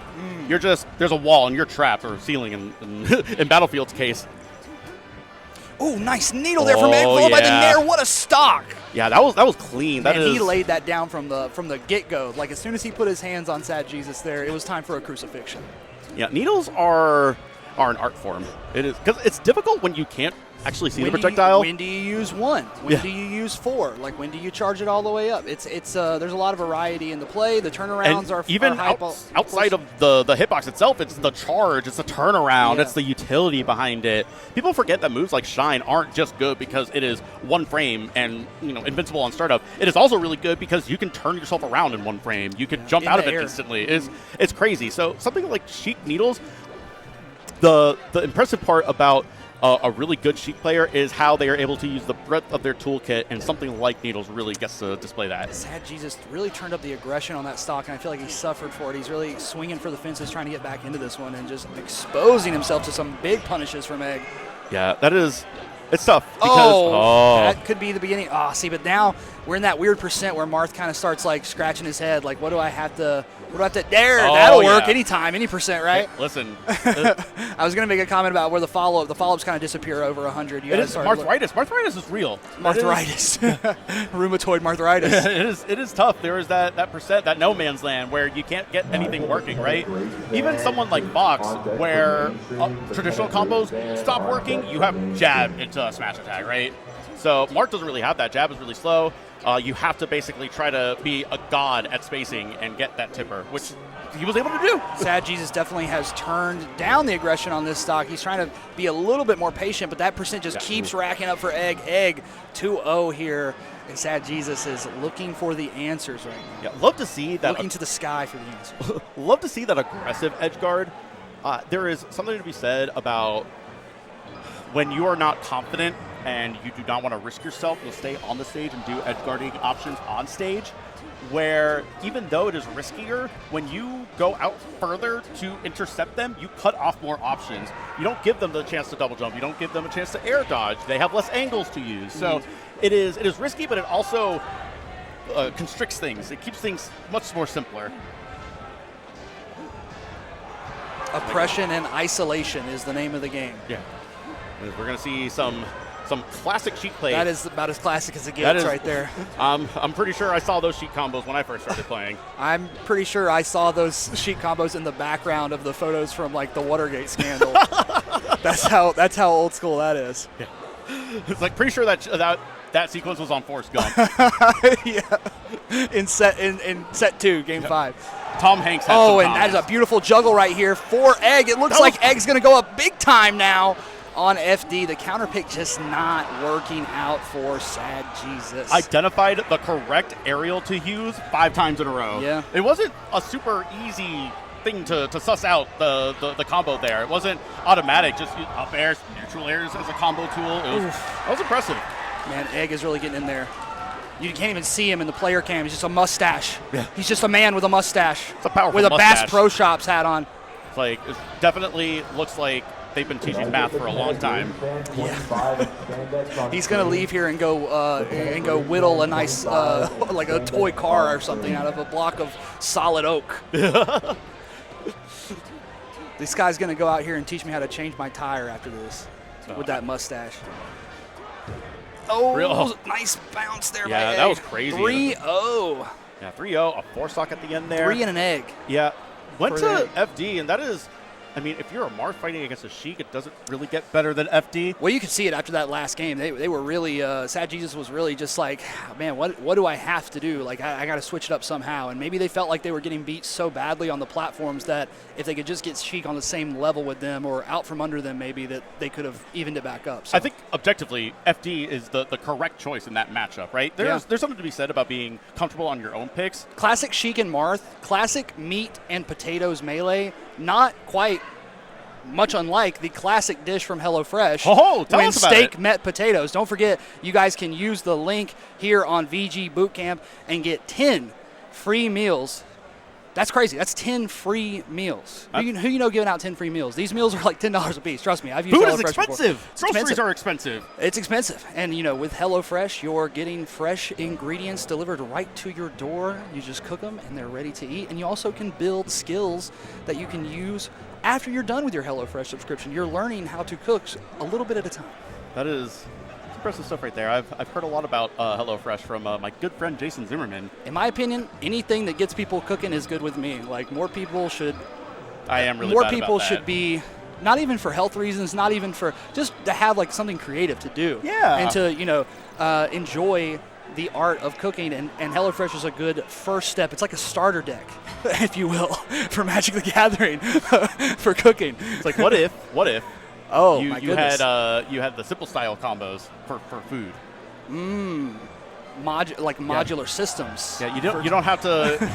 you get auto combos now. You don't have to do the special input motions or whatever. They appear. They give it to you right there. They lay it all out. There, it's all prepackaged, pre-portioned. Yes, I am super excited about Some this dittos. particular matchup. This is about as homey of a matchup for us as it could possibly be. Yeah. We have Diremaker on the left side of your screen here. Marth player, the Salt Mine's strongest soldier. This person has been to my house so consistently and is dedicated to improving at melee, and just super thankful. Yeah, Roshi about to pop off for Diremaker, and just love that he was able to make it out. That they were able to make it out here, and that they are just here and available, right? And to the right of the screen, to the right, you will see Timebones, a.k.a.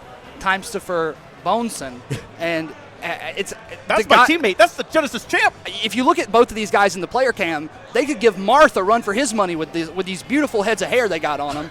I can't believe it, how well-conditioned these two lads are stepping up to the plate. Flowing manes. Trying to match the mane with the mane. You know, that's all I'm saying. Like, if you put a crown tiara on either one of these guys, they're ready for the cape. That's all I'm going to say. Timebones has been the arbiter, the ambassador, the avatar, the progenitor of NC Melee since I have kind of stepped away from the scene. He has carried this scene on his back. He's also a very talented Marth player in his own right, taking on Diremaker, one of GA's finest here, in a classic Georgia versus North Carolina match. Not just for NC Melee, Timebones has been very helpful for Georgia Melee as well. Has done a lot of work for us, and just super glad I get to see more of Timebones. Yeah, I always love to hear people giving Colin his flowers, because this guy has been grinding for the scene for a very long time. And let's not forget, he is a Genesis champion. A Genesis champion. That's my teammate. A long time ago, but anyway. A long time ago. But anyway, it is. There is something to be said. I have been around long enough to know that, you know, to talk about giving someone their ups, right, Mm-hmm. their credit. I've been around long enough to know that the kinds of work that Timebones does, that Ohan is for Georgia Melee, is very oftentimes Roshi, shout out. thankless work. Yeah, Roshi's a grinder for sure for Georgia Melee as well. So super glad that neither have burnt out yet and are still passionate in it. So we see Up B out of shield there for Colin. Yeah, and that is which color is which? I believe it's red for Diremaker there, and if you look to the right above their portrait, I think that is their corresponding port. I am very observant. I notice things. Well, that's why they call me the Sherlock Holmes of Melee. Oh, let's investigate. That's Elementary, my dear Campos. That's why you've got all these schemes. Yep, I do have a lot of schemes. Even Stevens here on Pokemon Stadium. Oh, good grab pressure there. Colin's back in his face. Yeah, Marth is kind of an interesting Ditto matchup to have, where Fox and Falco Dittos are very violent and volatile. But Marth kind of has that, where a lot of stuff that Marth has works, right? Like kind of the perfect like weight and fall speed to get forward throw into follow-ups, aerial juggles or whatever, without necessarily the raw explosiveness of some of the other Dittos that make it high variance. Yeah, I used to play a lot of Marth very early on in my Melee career. He was one of my early mains, and I would get advice from Dr. Peepee during that time a lot because we were playing a lot of training together. We were living close together. And he said he would always give advice that was really simple to implement, one piece at a time. Like he would be like, okay, so for the Marth Ditto, my first piece of basic advice would be, usually if you go first, you're going to die. and I've just used that as like my way to navigate this Ditto for most of my career. And even as I watch it, I sometimes see like I'm seeing what he's talking about. It's almost like they're actually fencing where they're waiting for the other person to go so that they can like riposte, Yeah. And that's like sometimes you'll see it. It is. I definitely agree. I think that is a larger, maybe not directly applicable in every situation, but of course, a lot of the skill in Melee is what you just said, where it is.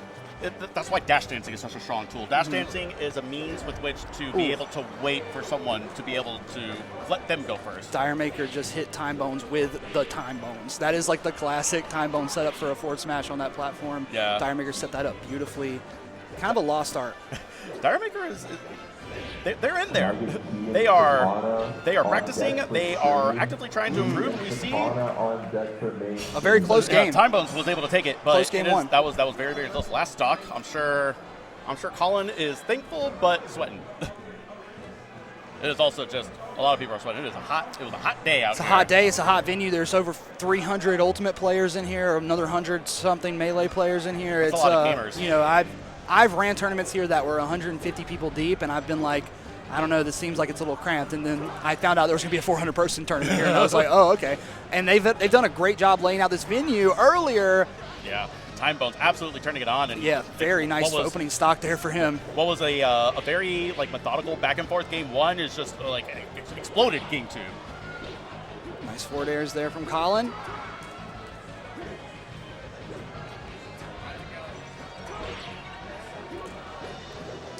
Down tilt is so good. I remember Revival of Melee 3 playing Marth Dittos for a long time against Zoso. He was like, you just simply don't down tilt enough to do this matchup correctly. Yeah. Like you'll see these guys go back to that down tilt way more than they would against other characters, just because typically Marth's got to come in with a wave dash or come in right in front of you where that little down tilt is going to be to get inside of his ideal sword range. Marth is a lot of neutral. Yes. Granted, it's a thinking man's main. It's a thinking man's main. In most matchups, when you get into Fox matchups, then you start to flowchart hard, right? Yeah, but definitely. When I say flowchart, some people find that derogatory. I think Colin's it is a skill. Going up so after that very, very close game, Colin's just up big mode right now. Yeah, the stocks that just Timebones! I thought that was coming. I thought that was coming so hard. Timebones is back throw. Absolutely. Wow, committing violent acts right now. He's smooth. He's buttery smooth right now. It looks like Melee on ice. Marth is a figure skater. Yeah. he could be a figure skater for sure. We see that shield breaker. Talking about it earlier, how shield breaker is so good because the kin up B. Yeah. Got him with the kin. Hey, listen. I don't know, man. Anti-airs, TPs. I don't know, man. So 4 stock Quattro in a minute 45 from Colin after that first game. What a statement! What a dominant statement. I was just saying how this matchup generally doesn't get super explosive, and I think Timebones took that personally. Yeah, he's like, watch this. Well, now we just got to explode. Yeah. It's like, you don't think I'm nice with it like that? Oh, nice juggle here for Diremaker. Colin's going to get out with that fair. Yeah, opting to go to FD. Oh, I thought they had a. You see Diremaker, he's swatting right now, just swatting the flies. Yeah, and that's good. That is probably what you need to do when you are down in the set like this. You know, regroup and just play your game and just be safe, right? Don't risk everything. Keep the match in front of you. As long as you keep yourself in it and give yourself a chance, opportunities will eventually present themselves. Diremaker gets a little too overzealous with that counter. Thought he had Colin with all the chips on the table, but Colin exposes him with the grab, and it all started off of a very beautiful wave dash in down tilt. Using the neutral tools, like we said. Yeah, absolutely, and it's very dire in this matchup. Like the neutral tools that that we were mentioning all game, they continue to get more and more powerful as these players gather data on each other and kind of learn each other's habits. Listen, Dyer continues to cook like this, manages to take a match. We might have to start calling them Firemaker. Firemaker. The combos are too fire. Oh, goodness. So this is equalized a little bit. What was a very close game 1 and a very disastrous game 2. Game 3 has credit to Diremaker to not letting it get to them, right? To stay focused and realize, hey, still in it. I just got to try my best, and it's working. Ooh. Oh, the air dodge. It is very difficult to deal with Marth getting back on with the tools that Marth has to float, like with the first hit of side B, right? You have the double jump, and Marth is a weird, floaty kind of character, right? This is just getting so. This is getting so close now, momentum-wise. I feel like Diremaker has really reestablished himself here in this set.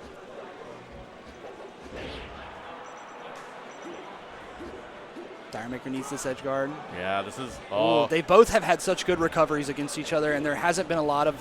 There's been a big hesitance by both guys to drop down there and bear, which is like a very common tactic in this Ditto, and also not a lot of light shielding either.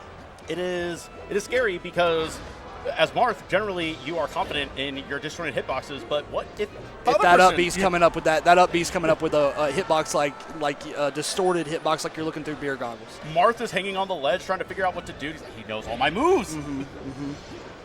But 203%. There we go. That's what Diremaker really that cleanup on that Marth stock, especially when they're coming at that angle, you know they're not going to up B. If they do, they're just exposing themselves for a later punish.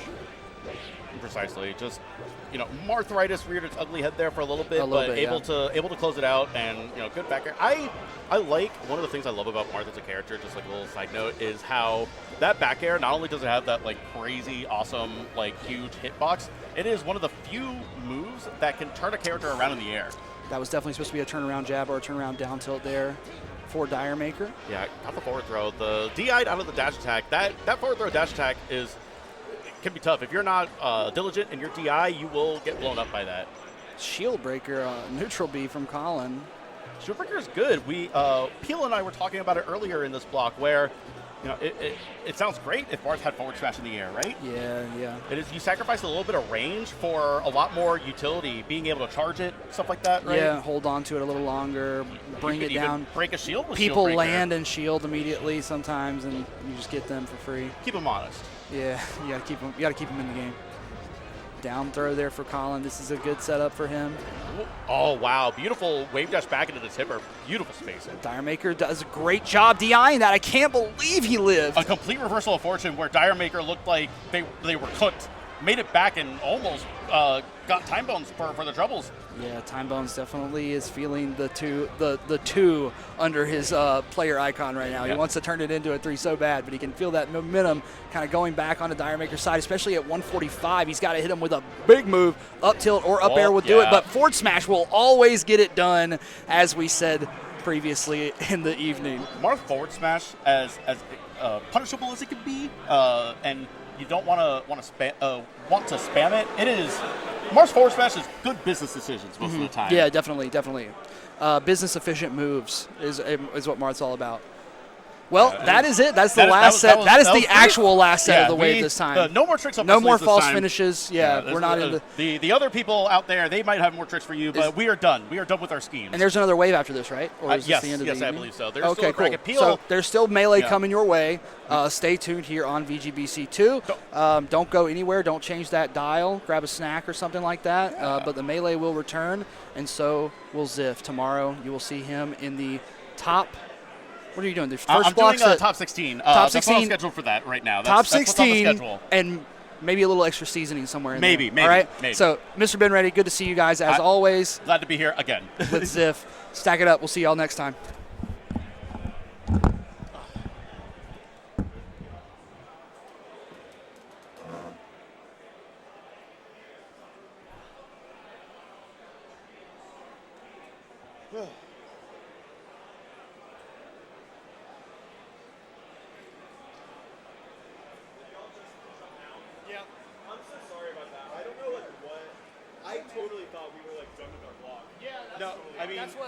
He said that we were done with our block, right? Because the wave ended, but it wasn't by wave; it was by schedule. That's why most of the time it's by wave, right? Yeah. I guess that's what I figured. We should be good. Yeah. Y'all got it. How's it going, by the way? Going pretty good. Kind of a crazy day. Where did I? Oh, okay, right here. All right, I will catch you later. We'll catch up. I'll get you later. I got one.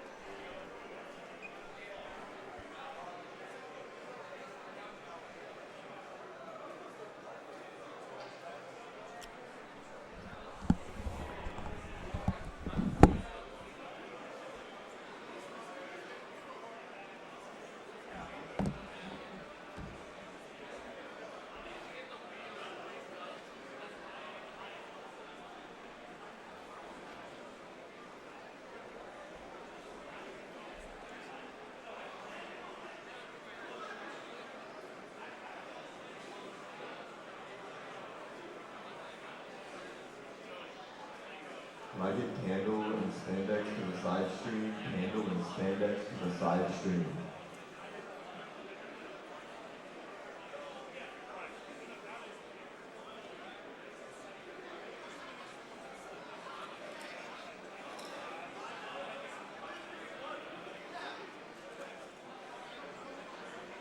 I don't know what Signify looks like. Okay. Probably. I'd be chilling.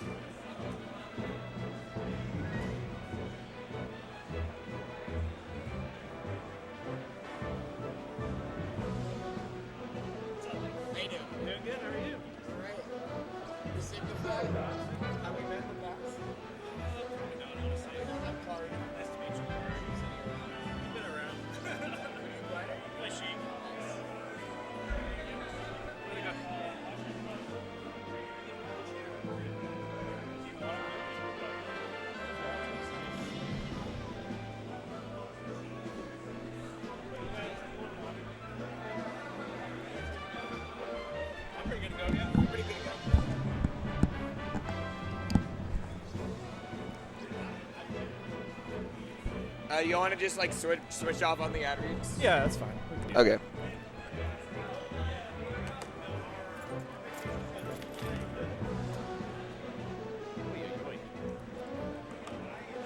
Got got done my bracket set like 20 minutes ago. 20 minutes ago? I had to take a walk.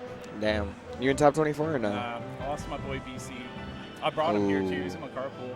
Pretty fucked up, but that's pretty. That's how life goes sometimes, you know. Yeah. That's how life goes. Yeah, I didn't enter because I'm just like I'm so exhausted, you know. Yeah, just chilling. I feel like I don't know how people like go back to back to back tournaments. You know what I mean? It's hard. It's just like 2 weeklies and I'm worn out. I'm mailing out for like the month. Yeah, for sure. For sure. Yeah. How are y'all doing? Welcome back to Patchwork. I'm Card. This is Signify. We're getting Wave E of pools started here. Wave E pools, yeah. The last wave of the day. Last wave of the day. Last wave before top 24. Top 24 tomorrow, yeah. So you're in the right spot if you want to see some more pools action. We got Unoriginal and Egg. Yeah. I think those names should be swapped. I think just cameras. But theme of this pool is Marth. There's a lot of Marths, I've heard. It's Kalvar, Unoriginal. And I think we have a DQ in this pool as well. I think this is the pool that Moth dropped out of. So this is actually a pretty important set because either of these players will have a significantly easier path to top 24 if one of them wins. So this is a pretty important set here. Unoriginal, one of my Tennessee boys. Oh, yeah. Egg, I believe, is from MDVA somewhere. I'm not entirely sure. Egg is definitely MDVA. Yeah, so this should be pretty close. I think these players are pretty close to skill level.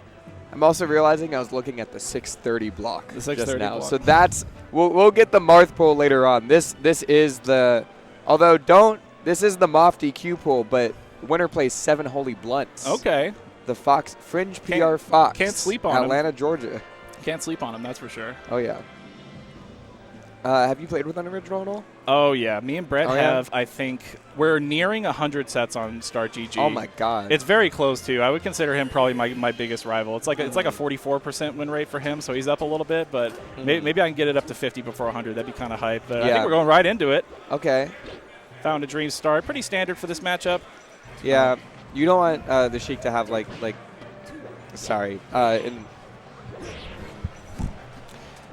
Oh, my goodness. A dunk off the side. Great read there from Brett. Brett is Unoriginal. I have to call him Unoriginal. It's going to be hard. Yeah, you can call him. Tough. You can call him Brett. You can be Brett and Egg. Brett and Egg. Like a breakfast restaurant. Oh, okay. Yep. Sniped him with the needles, grabbed the ledge there, took the double jump. Unoriginal.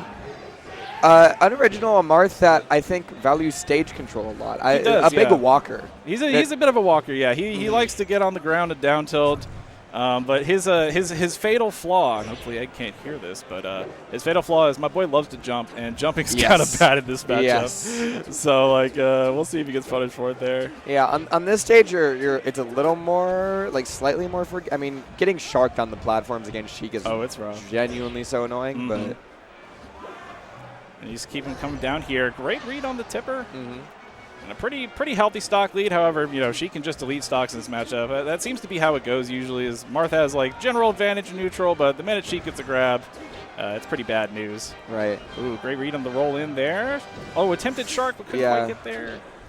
Not quite getting the turnaround, but Egg just backs off. Yeah, good. Should be it. We'll see an air dodge. Yep.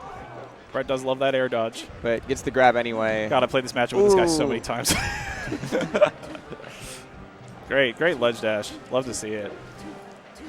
And Egg right now not able. This stock is just escaping Egg. It really is. He's just kind of building percent as he goes, and another great ledge dash. Love to see that from Brett. When Brett's losing, it's because he's tournament winnering. So right. I hope I keep seeing that from my boy. Try to keep it as unbiased as possible, but these things are hard. And Unoriginal, I've only ever seen Unoriginal at it was a Panko Wills monthly in Georgia. Is Unoriginal always the stoic? Yeah, generally a little bit. He'll crack though. Feels like a naturally reserved guy. Oh yeah, he tries to be. He tries to be. Does he try to put off an aura? That's the aura he tries to put off. Yeah, I've seen some rage from him though, and ooh, that's an early stock. Can't quite close it. Ooh, gets the grab. Nice, good drift back there on the fair. That'll be it, and we're even stocks. A bit of a comeback by Egg. Okay, Egg needs to not get grabbed. Doesn't get grabbed. Great Love that. Grabbed again. Oh, platform kind of messing him up here. Yeah, messing them both up. Neither of them quite able to. Kind of reaching. This is going to be rough. Ooh, and that was hard a great to get back power here. shield. Wow, That's great impossible. tilts, yeah. Not quite. Couldn't quite get to the air dodge spacing, and that'll be a bit of an eye roll for Brett. A bit of an eye roll. There's assault. Love to see it. Sometimes the end of the game just like completely escapes you, and it's Sheik especially. Oh yeah. It can be a tornado down there. It absolutely can. It's upsetting. I see that Egg got, I think, port 4. Brett does RPS for that port. He wants it real bad. I just give it to him. Yeah. He can have it. I'm not RPSing for port.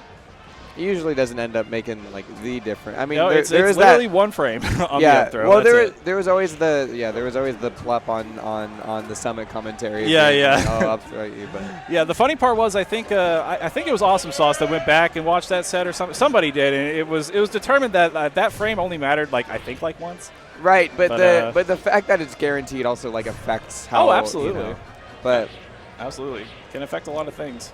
You gotta play you gotta play the same level of execution no matter what port your opponent's yeah. presumably.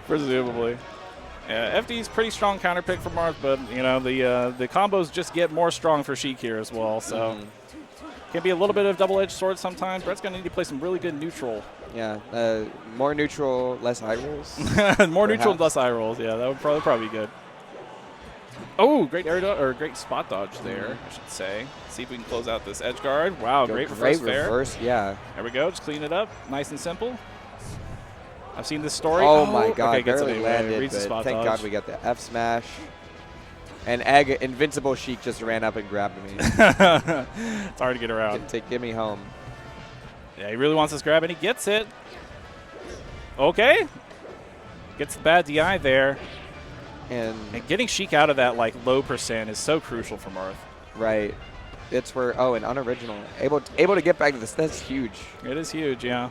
It's like an easy like 58 that you just got. Definitely looks like he's a little bit more in control, but this is gonna hurt. It goes, yeah.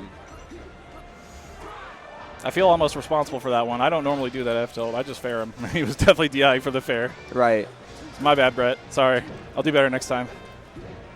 But you and Egg got to start doing them both. We got to do them both. Yeah, Brett starts playing the mix-up. They will become the ultimate Sheik. Right, you know? right. There we go. But we're evening it up here. Marth's had a bit of an unfortunate percent. F tilt's going to knock him in the air pretty soon. And Brett, you were pointing out the fatal fall of jump, and yeah. And Egg also double jumped into the middle of the stage, and there were like two ships passing in the wind. Passing in the wind, not colliding. Needs to keep Sheik in the air here. Up there. Oh, forward air. Okay. Okay. This is good. And wow, just great goes for tipper it. Timing. Yeah, it doesn't go for the juggle. Goes for the edge guard instead. Sheik has no double jump. Opposite of the throw there. Ooh, kind of a rough spot. Kind of tricky for Marth there. Just had a moment where. That was probably an accident. Wait, he did it again. Maybe it wasn't. Oh my God. They're swinging. Two smash attacks. They're just swinging back and forth. And doesn't quite get the tipper.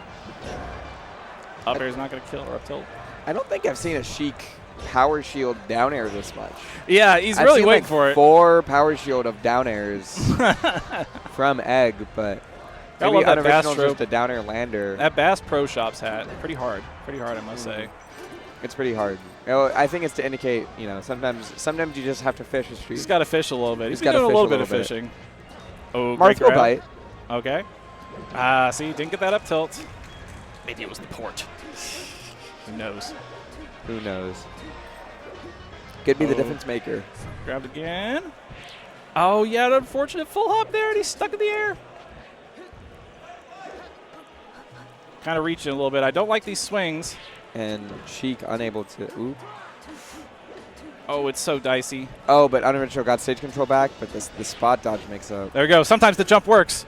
Ooh. Oh, this is bad. Maybe not quite today. Real bad.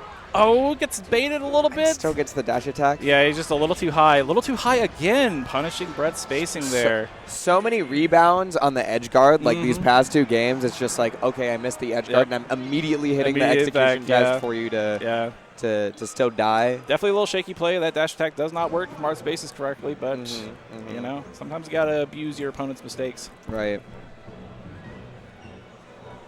right now. Unoriginal down 2-0. Has to win on FD. We're going back. Egg gets 2 Dreamland games. Two Dreamland games, yeah. It's going to be hard. Not the hardest counter pick, though. So right. Anything can still happen.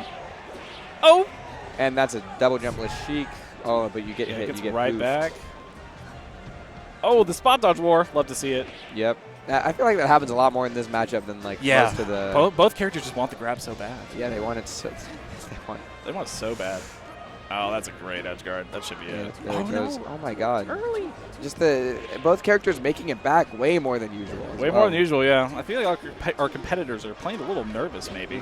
This tournament kind of has like especially with like the Marth DQ and such, like especially this pool has an Arcadian type of vibe, like a national Arcadian type of vibe. Like everybody wants to make it through. But that's also what I love about regionals is all the. Oh, me too. Yeah, definitely. Like if you go to a major, like you're gonna make like an okay run, but like you're just gonna run into a top 100 player at some point, right?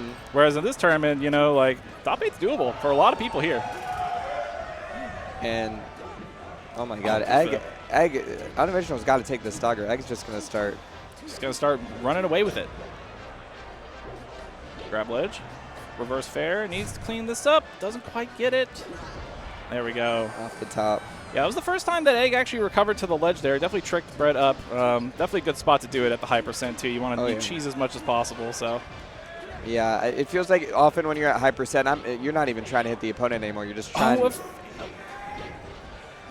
yeah, you're just trying to run away and like be annoying. Trying not to die, and then you'll get the hits. You'll get the hits, don't worry. Yeah, just poke him oh my God, up smash? Yeah, that is a read. Typically it is. I'm pretty sure it's impossible to react to that. At least I can't do it, so. Yeah. It's probably it's probably just a mix-up. Drug Fox says that you shouldn't do it, so. I trust Sammy with my life. I trust Sammy, yeah. He probably knows what he's talking about. I would imagine. If he tells me not to up tilt there, I'm good. Smash there, I won't. Yeah. Oh, goes for the reverse forward smash there. Could have worked, but Egg jumps out of it. And Original getting stage control back, but. Yeah, just milking this stock for all it's worth. Yeah, and Egg is being a little critter right now. He's a little critter. Not letting him enjoy anything. No, not anything. Just being a little creature on the ground, scurrying around, getting the forward airs. Jump list. And that's it. Yeah, yep. Brett's talking. What's he saying? We don't know. Stoicism perhaps broken. Stoicism broken. Stoicism canceled. Now we're chatting. Ooh, and Egg's kind of saucing him. Egg is saucing. Come on, Brett. Do it for the one time. Do it for the boys back home. Oh, but I don't know. Unoriginal could clutch up. He could. This would be a good reverse 3-0. It is technically possible. Very satisfying. Oh, and that's the grab. That's probably it. She gets so. Oh my God. Brett's really good at those air dodges. She's a very anti-clutch character in the same way that Ice Climbers and Jigglypuff are. Yeah, very much so. Being able to grab the shield. And Egg's going to take it 3-0. A couple nail biters in there, but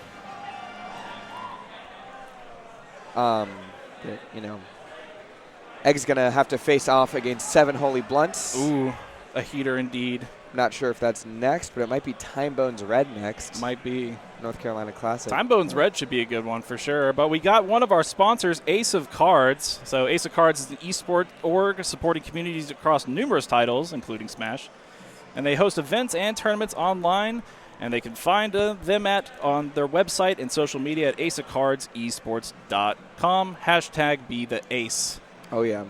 Ace of Cards, tournament organizer for online tournaments. You ever entered like other online tournaments? I haven't. I see that got Mario Kart 8 though. Okay. That looks fun. Okay, Mario Kart 8 Deluxe. Deluxe, of course. That game's been out for like 10 years. It's been a while. I wonder if we're getting a new one at some point. Yeah. Really, nobody makes games anymore. We're just playing the same ones. Yeah. But I guess we're Melee players, so like that doesn't really, Yeah, but our game doesn't like have like Fortnite, like Nicki Minaj, really. Like everyone's still playing those games because they're still being kept up with. Our version of a patch is like Fizzy releases like somebody makes like Akanea. Just like I can play. Play Charizard now. Wow. It's pretty cool that you can play. It is Charizard. pretty cool. Pretty cool I'm a Charizard main in the other game, and that we're not talking about. But I didn't like him in Melee too much. They did some weird stuff with him. Yeah, that game is a very uncanny valley for me. But it is fun. I'm also like a very Melee is like so organically beautiful already. Like I love Melee in 1080p. Right? Yeah. It just great, it holds up so textures. well. Ooh. And I see Colin, the Windjammer's god, and Red walking up to the stage. Walking up to the stage. Red beating Simmons. That's a pretty good win for Simmons. Red. That is pretty good. Yeah. Yeah. Simmons, great Falcon player. I do love Simmons. Fantastic Falcon. I feel like every time I see Simmons in a bracket in a major this year, at least one big name He's is around. just like, whoa. Yeah, he'll take some names. Yeah. He won one of our Tennessee online tournaments, so that was a big L for Tennessee. But, Yeah. you know, we'll come back stronger, surely. Yeah, you'll come back stronger. Maybe. I mean, Red avenged Joe, but Red's not exactly Tennessee, huh? Hey, we'll take it. We'll take it. You know. But yeah, winner of this is going to make winners top 24. Timebones got technically inherited the seed of Kevin Maples. Oh, Kevin Maples not here either. Kevin Maples not here. Wow, this pool's crazy. has to fight Kevin Maples' DMV compatriot Red though, and Red's been around. Oh, Red's been around. Red's been around. I remember when I was starting off playing Melee, I was watching Red play at Xanadu. And I was like, dang, this guy's cracked. He's still pretty cracked. He's still pretty cracked, yeah. But Colin Timebones, extremely cracked as well. Extremely cracked. On a bit of a little come up for sure. Been attending a lot of events. I've seen him in so many events in the Southeast this year. Oh, yeah. And historically has contributed so much to the North Carolina scene. Absolutely. Getting started here. They're going right into it. Starting on Pokemon. Right. Look at that grab. Immediately hits the crouch cancel on the platform, but yep. we're still stuck up there, huh? Hold down and shield, pretty effective, especially at low percents. And Timebones right now ends up off stage. Rough spot, gets the grab. Up air probably, yep. Goes for the shark, waits a little too long there. Yeah, but could have been a huge mix-up. Ooh, get him going. Ooh, didn't quite get the tipper, but Fox is off stage, right back to it. And not able to maintain the stage control. Oh. Yeah, both players really playing the ground game here. Right. They don't want to give up any of it. Oh, he just waits for the roll. Huge wait for the roll. That was a crazy spaghetti going on. A little bit of spaghetti, on the right side of Pokemon Stadium. Yeah, first stock on the big stage, you know, got to expect a little bit of spaghetti, right? On the big stage. I think Timebones has also run tournaments in this room. Has he really? Multiple times before. Yeah. Have you ever heard of NG? It was an old North Carolina. No, I think it was all cheese work, but this Tally Student Union building. Lot of Smash history made here. A lot of Smash history. Very made cool. Here. Yeah, didn't know. This is actually my first time in North Carolina as well. So like at all? Happy to be here. Haven't seen the beautiful city of Charlotte Smash, before? Yeah. Okay. But yeah, it is a beautiful city. I do love it here. Raleigh's pretty cool. Yeah, Raleigh's pretty cool. You should come to the next Patchwork if you're interested in wide suburban sprawl, but still a lot to do. For sure. And Red right now living to 200%. Yeah, this is what you don't want to see if you're Marth. Oh my God, especially on Pokemon Stadium. There we go. But the forwarder is going to be able to take it. Yeah, we'll take that. And Timebone's going to... All he needs is a big stock. All he needs is the grab. And Marth tends to get big stocks. He certainly can. Huge in the stock trade. Red keeping it so simple right now. There and we go. yeah, down smash, classic like 2014 down smash. Nair, down smash. Oh yeah, keeping it real simple, real effective. We've been doing that one for a while. Oh yeah, big time. Nice, confirming every shine into a grab or something. I'm gonna hit the quick. Oh my God, Red is confirming everything and everything. He is, yeah. Misses the shine there in the corner. Doesn't forward throw, up throws instead. And Timebones right now. Kind of scrapping for anything. Yeah, Ooh. Red's really in his face, just making him uncomfortable. Marth really wants to try to keep the spacing going in this matchup, but if you're that close to him, it's a little hard. It can be a little hard. Right. Okay. Oh, great cover there. Love that. And Timebones right now trying to mount something at least, but. Can I see a down throw, down tilt? Maybe. Can we see a little Fox? gimp? Oh. From Marth. I was like, down throw, down tilt. It could work. Hey, he's playing Fox. Anything happens, you know. Yeah, anything could happen. Wow, just and then another crouch cancel down smash. Yeah, yet another moment of, you know, Marth slightly missing the up B spacing and getting punished for it. I just realized Timebone's wearing a Windjammer shirt. Timebones won a Genesis 8 Windjammers, I think. Did he really? Yeah, yeah. Very good Wow. at the gamer. neutral game, I would say. What a gamer. But going to FD, the vintage counterpick. It's always a thing though, where it's like it feels harder and harder, like every year as it goes on harder, for the Marth to. Well, it's hard for the Fox, but like if you're a Marth trying to make an upset on a Fox, the Foxes just keep like they're grounded neutral on this stage. Just yeah, it's messed up. It's disciplined. It's messed up. Hard to get on your Mewtwo King shit nowadays. Too much defensive tech has been explored. Yeah, but you know, a little slight DI and there's slight DI every time. They're getting the shine, frame perfect shine every time, and But there are paths to victory. Oh yeah, and hopefully Timebones can find one here. Up throw. Might be about to hit it okay. now. He was saucy there. There we go. Reads the get up attack. Big tipper evens it up. And Fox with invincibility might be the most messed up thing. Wow, he got right past it. It's so twisted. It is twisted. That was also sometimes Marth F smash hits when I don't want it to and misses also strangely. It's just it's been a weird move. It is where the sword moves, which makes sense, but sometimes the hilt's way bigger than I think it is. The hitbox that they get feels just so crazy. I don't know. Silly. So many things are tippers that don't look like tippers, and so many things are not tippers. Where I'm like, right. And where's the tipper? Timebone's on the Mewtwo King wave right now. Okay. Oh, goes for the down tilt there. Red jumps out of it. We'll call it Zane nowadays. Oh, no. Red. Yeah. Jason's a little intimidated. Okay. Get this juggle going. Oh, a little bit of choking going on. It's okay. It's okay. We'll lock in. We'll lock in this stock. There we go. Get the Nair Shines going. Okay. And are we going to get the Shark? That was a great backer on the side B on reaction. Yeah. Red keeping it real simple, keeping it real clean too. And that's the. And at least for both of these players, it's last side of the day for both of them. Like even if Colin loses, he goes straight to top 24 in losers. And Red right now probably wasn't expecting to make top 24 winners. Probably not. In a pool with Simmons, Kevin Maples, but that's where he is. Not yet. Not yet. Don't count out Timebones. Oh, I never would. But right now, Red is just looking clean. Red just playing very, very solid melee. Yeah, very safe, very solid, not getting grabbed, hitting his punishes, keeping it real clean. Only taking 10%. Yeah. Maybe like a singular forward air. Marth Nation's crying on this block, gotta say. Yeah, two Marth sets in a row. Maybe we'll get some more in the next pool. Maybe the Marths will be redeemed. Redeemed is a strong word. Redeemed is a strong word. If they're capable of redemption. Whoa. I think Marth's already blessed. I think Marth's are perfectly fine. I love Marth. Yeah, I play Sheik. I love Marth. I play Ice Climbers. There you go. It's okay. It's all right. I'm okay with that guy. It's all these like dogs that are like Fox. Just they're all complaining about him. The dogs and the birds. The dogs and the birds. The animals don't like the sword guy. It's true. Yeah. Wow, falling up here. It's a bit of a body bag. A little bit of a body bag, but nonetheless. Maybe. Not quite. All right. Stalls there. Tries to wait. Didn't quite get the timing. There you go. A little sharking action going on. Oh, okay. Waits again. Love that. Okay. Love a good wait. A little timing mix-up.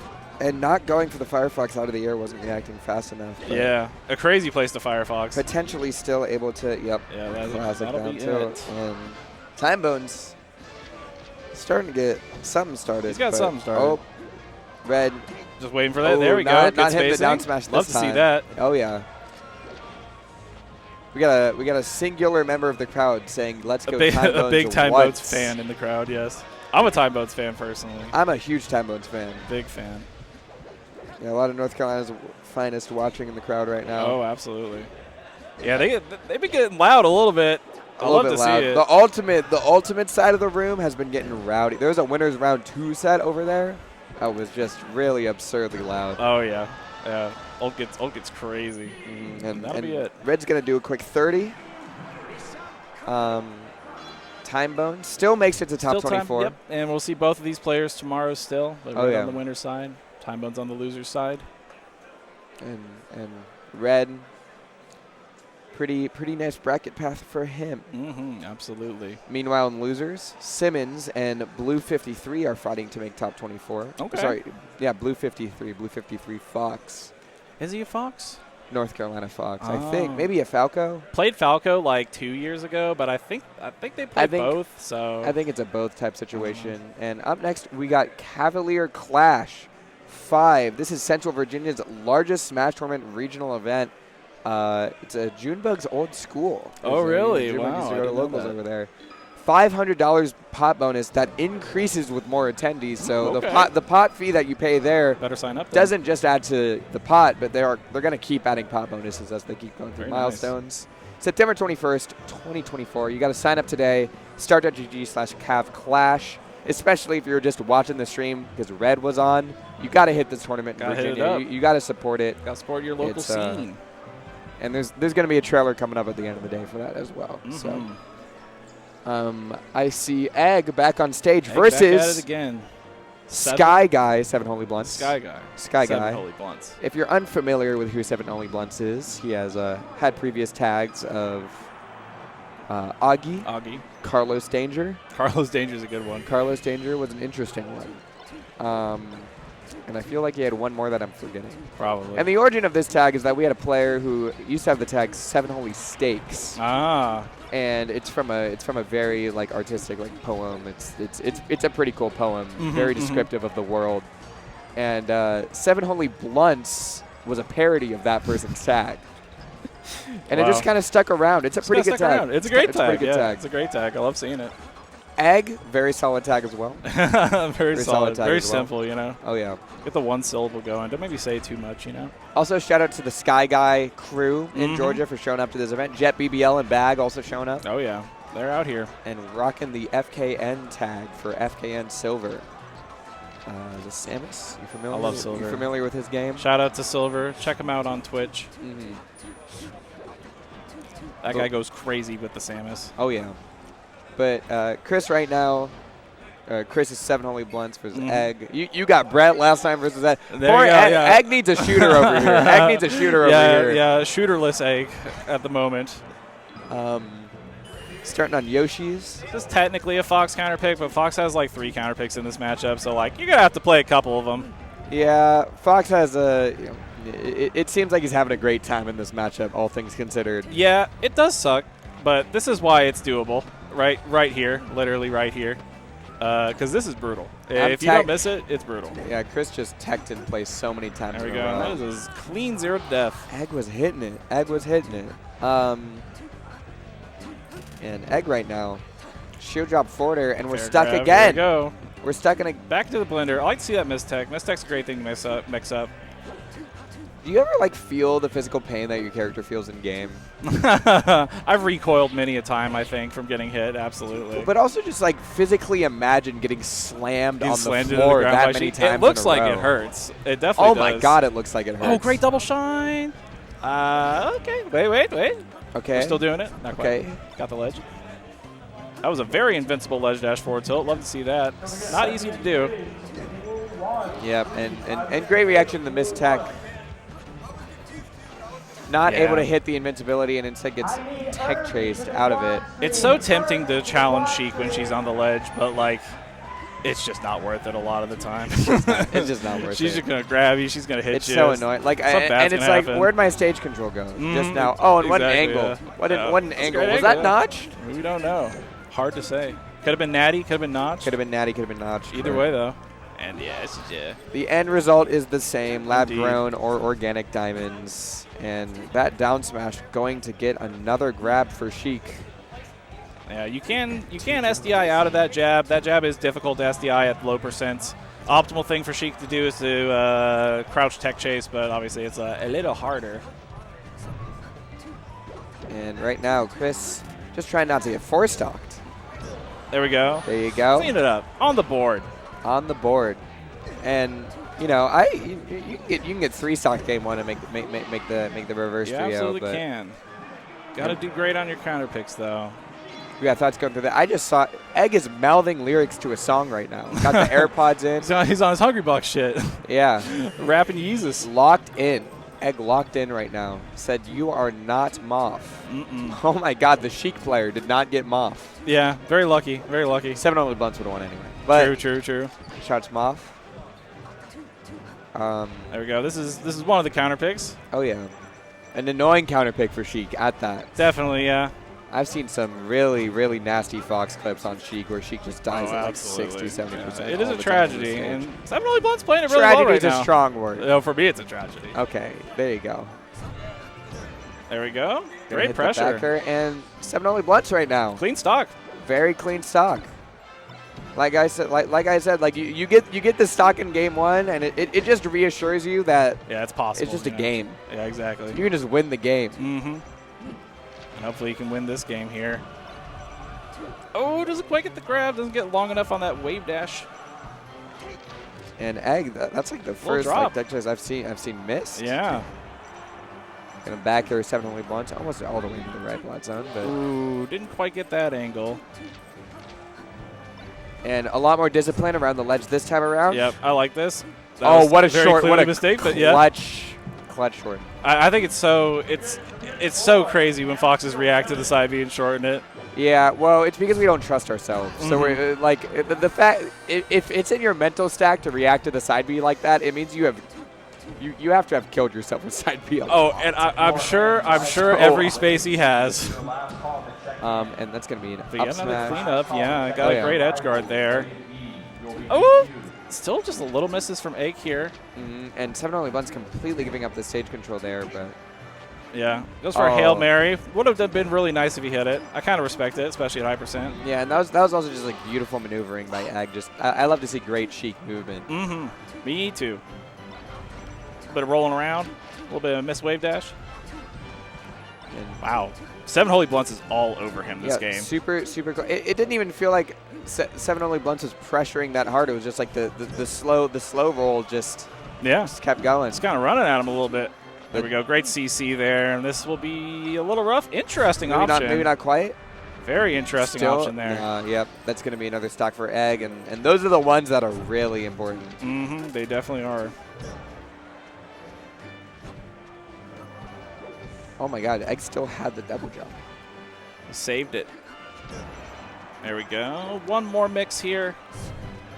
There we go. Perfect. Yeah. Great to gamble for the ledge there, but 7holyblunts kept his edge guard clean.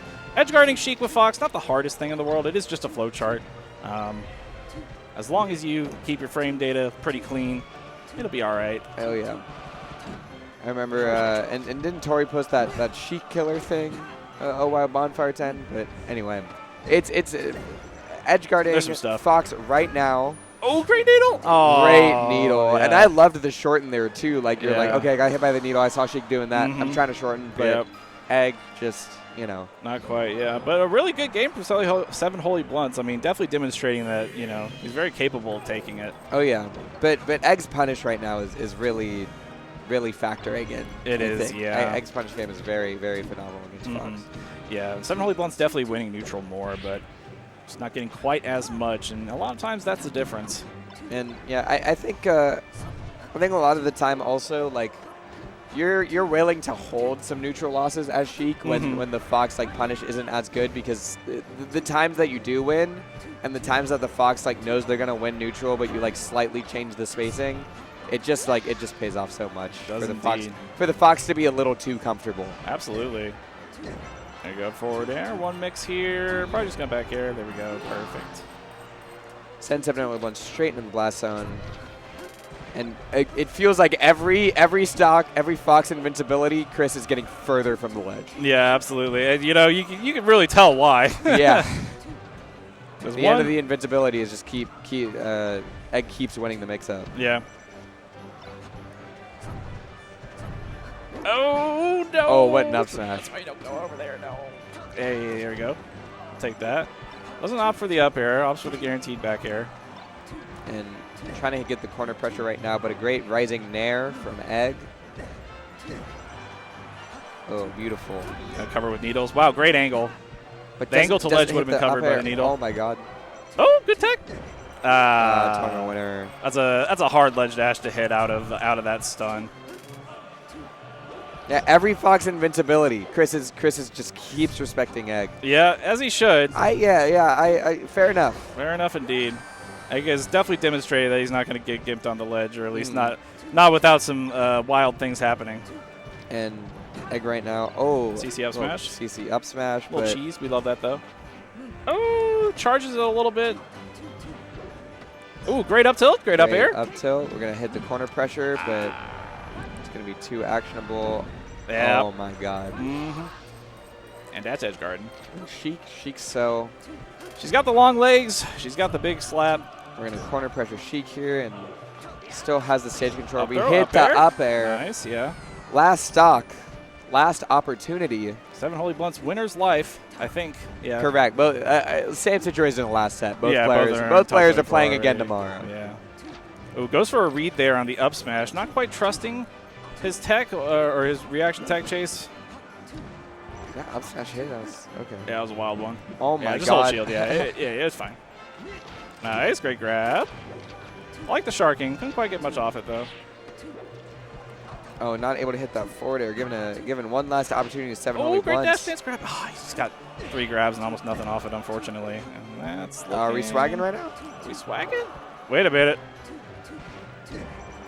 And that's going to be in there. Oh, Fox there we off go. stage. But 8 frames. Oh, I like the mix up there. I like the mix up. Yeah, it was ready for the edge cancel side B. Mm-hmm. Egg's been around this rodeo a few times. Oh, I can imagine. Sure. I can imagine he has. I'm sure. But once again, we'll see both players tomorrow. Egg and winners. 7holyblunts and losers. Hopefully, no too hard of feelings. You get the full reset, especially like end of the day. Like I'm guaranteed to make it out for tomorrow. You're just fully like you move on from the loss. Right. Yeah. You get to sleep on it. A lot of time to process what's happened to you. You know. You know, like I wish. Sometimes I wish like weeklies like. Because everybody leaves the weekly losing. Yeah, except pretty much, except for one person. Yep, everybody's got the worst car ride home except for one person. And then the major, you got sets tomorrow. You're good. Yeah. Got sets tomorrow. And we're also sponsored by HelloFresh. You can get 10 free meals if you use our link, !HelloFresh in the chat. You can get 1 free appetizer item per box while subscription is active. It's U.S. only. For each subscription, we get $25. So not only do you get a great deal, you can also support the Patchwork TOs as well. So definitely give it a shot. I've used HelloFresh before. It's pretty good. Right. I think it's a lot of fun just getting something at your house that's all like kind of neatly packaged and something you can make yourself. Yeah, and also like cooking for yourself, like not to reference Ratatouille, but like being able to cook for yourself is so empowering. It is empowering. I guess. Yeah. In a world where I see a fast food tier list in a group chat every other day, it's very nice for people to like actually like cook at home. It is fun too. It can be. But so, alas. Definitely take a look at that ! HelloFresh in the chat. Once again. And I was being waved at by the shout out to the Quad Stream Runner, Evanator MK, also an old school North Carolina Smash. Oh, really? Ultimate player. Yeah, I played a lot of sets on that Quad Stream, so really cool that we have that there. Old school. I feel old school at this point. I feel a little old school I'm sometimes. 2015. I'm like, I'm around the same, like 2014, 2015. So it's been a while. Yeah, it's been a while. Doc Kid isn't what it means anymore. We got the Slippy kids now. And that time was a different. I think now Smash Melee is like it's a very camaraderie, magical kind of time. With for sure, and everything. Yeah. But back then, no, it was brutal. Back then was kind of brutal. different. 2016, 2017, when you could like go to any college dorm and maybe people are playing Melee in like the student center. It's different time. It is one thing that I think Slippy, while Slippy is one of the best things we've ever been given. It does take away a little bit of the magic to just showing up at some random person's house. Some random person's house. Playing Melee. Man, there was a lot of that. Yeah, and you got to go to your locals. They're so magic. They're so fun. Yeah, I'm a local attender. You're a local attender as well. A huge local attender. Even if you're not that great, make friends with the people that play the game as well. Even if you're going to go 0-2, who cares, There is a lot of people that play this game, and, they would love to play with you no matter what skill level you are, no matter where you're from. And Simmons narrowly beating Blue 53, 3-2. 3-2, wow. Yeah, Blue 53. That's really good for Blue 53, actually. Blue 53, the run ending after beating Cabbage 72 and Cabbage Diremaker. 72.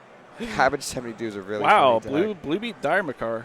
Diremaker. Diremaker. Diremaker. Yeah, Georgia Marth player. Ah. Georgia Marth player. That's a pretty good win for Blue. That's crazy. It's pretty good. What a run. It's pretty good. Unoriginal still fighting Astro Beat. Fighting for his life down there. We should be getting the next wave started pretty soon. Should be getting the next wave started. You been enjoying Patchwork so far, though? It's been fun. With the drive? Yeah. The drive wasn't like we definitely dropped out of doubles because we got in at like 1 a.m. And then I was just like, oh, we're just not doing that. We're gonna sleep in and have a good vacation. Oh yeah, it's a vacation. Yeah, sort of. Sort of. Sort of. I'm not working right now, so that's we'll count beautiful. it. Yeah. We'll count it. Yeah. The when you're playing in the bracket, it doesn't feel like a vacation. You know, it feels very stressful. Right. But, do what we can.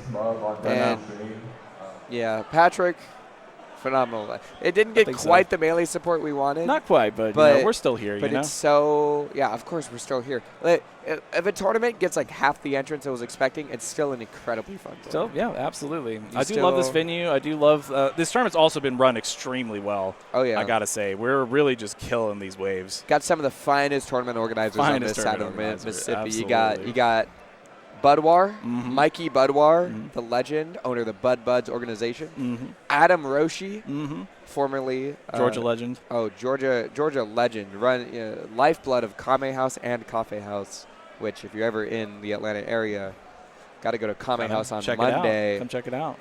In the H Mart Plaza, where you can get some really tasty K-Dogs. That's a big buff. Oh yeah, that's a big buff. Korean fried chicken, other like family style food, street style food, but. I think we're gonna get the next pool started here pretty soon. And that was the pool I was talking about earlier. It's got a lot of players that did show up, like Junebug. Yep. We might get Junebug versus Cola. You know what's funny is I think Junebug's supposed to commentate like pretty late in the bracket, and he might make it pretty far. I don't know. Right. We're gonna have to do something like that. So we're waiting on a game for 10 right now. So. Might just be just a sec here, but stick around for some amazing melee to follow. Some other names. We got Vu, Florida Yep. Falco. All the players in this pool have shown up, I think. Is Kalvar here? Yes, Kalvar is here. Kalvar is here. Yes. Crike and Kalvar. Crike and Kalvar projected to play. Ooh. Probably going to end up. Yeah, unfortunately, Kalvar is going to lose to Kitty SE, so. Kitty SE's present. Yeah. Okay. I think she might beat Kalvar. So. Also unfortunate for Kalvar. Also likely for us to get JetBBL. Another one of the Sky guys. Trio? Question mark. It's a crew. It's a whole crew. Okay. Well, they got Silver as well, yeah, right? Silver. They got Nowhere. Nowhere's a Falco player. Nowhere. You love Nowhere? I love Nowhere. I love how Nowhere plays Falco. Nowhere plays Nowhere's you're like your favorite mid-levels Falco. Oh, for sure. Mid-level Falco. Oh, for sure. Yeah. Just However a really fun player to play. Has some really cool ideas, I think. But yeah, what a crew. And Cola, one of the best ultimate players in the world. You also in that pool. Does he play Fox in this game? Okay. Yeah. It'd be so badass if he played Roy too. Shows up to majors, takes one game off of a top player, and then DQs out of losers. Pretty beast. Not to call him out on that. Hey, just trying to spread it around. He'll lose to Amsa 3-1 and then just like, I don't want to bother with losers. I got to focus a game on off of Amsa is crazy. Like out of all the top players to take a game off of, I would say Amsa is probably the least likely. Coolest one to take a game off that guy's crazy. Because that guy's playing a different game. That guy's playing a game that didn't exist a few years ago. Oh, absolutely. But first up, we got I Am Cheeks repping upstate South Carolina and JetBBL representing middle. Just Cheeks now. Just Cheeks. Well. A new tag just dropped. He is not Cheeks. He's just Cheeks now. Just Cheeks. JetBBL representing middle Georgia. Oh, that's who Jet is. Oh, yeah. Nice. Oh, yeah. I talked to that girl earlier. I didn't know who it was. Yeah, Jet's fitted up. Got really expensive slides on. Really? I don't want to say the brand out loud, but like. If it doesn't get slide jacked. Yeah. Got the Mario controller. Jet, not that active. Not that active? I haven't seen him around too much. In the last, I would say the last 4 tournaments Jet has entered, Jet has had the high highs of beating Cobalt. Oh, and wow. the low He's got lows of losing the load spiller. Oh, that sucks. Yeah, Loadspiller, aren't those Loadspiller's high highs crazy, and low though. lows? For the record, Loadspiller is absolutely Yeah, insane. Loadspiller's He plays Bowser, so like but otherwise, very crazy player. And meanwhile, Cheeks, unfortunately, in upstate South Carolina, which is okay. Upstate South Carolina, perfectly fine. But Greenville, Spartanburg, you got Gaffney. Yes. Yes. Actually, it's reversed. Is it? JetBBL's Fox. Oh wow, never mind. JetBBL's Fox, and then you need to swap the cameras. Oh, okay. I got the port. Well.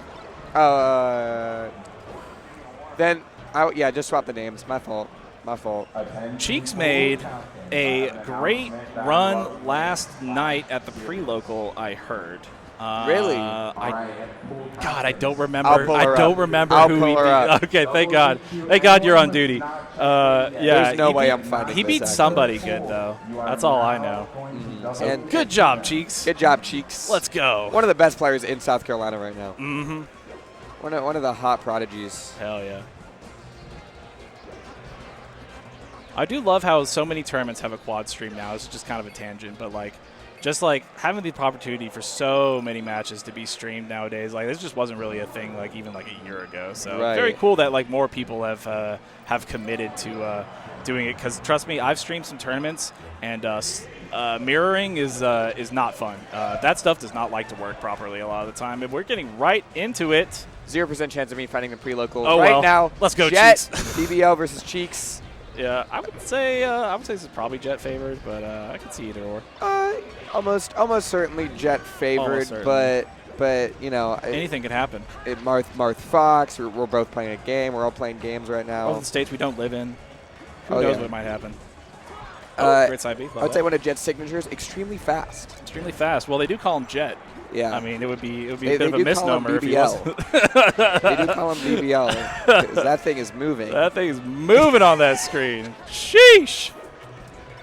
Oh, get the CC grab. Love that. It's not going to quite work. Almost a shield poke, which would have been would have been huge for the momentum. Huge. But right now, oh my God! And now we're Cheeks pressing some buttons here. There you go. Yep. So didn't wait for the side B before Marth got back. That stock waited for the side B. A little bit of adaptation in our game one. And Covers going legs right there. over Marth's head. The hair's getting singed by the fire. Oh, absolutely. And Jet right now, kind of going crazy. Yeah, going absolutely crazy. Yeah. If you don't know though, like as well, like just for anybody, having a Cobalt win is insane. That guy is nuts. Like Cobalt is nuts. Cobalt is truly crazy. Absolutely cracked.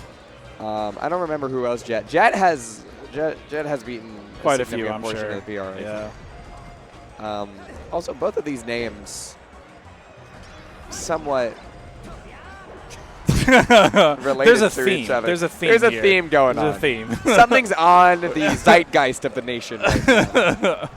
Zeitgeist of Melee Battlefield right now. And JetBBL currently up 3 stocks to 1.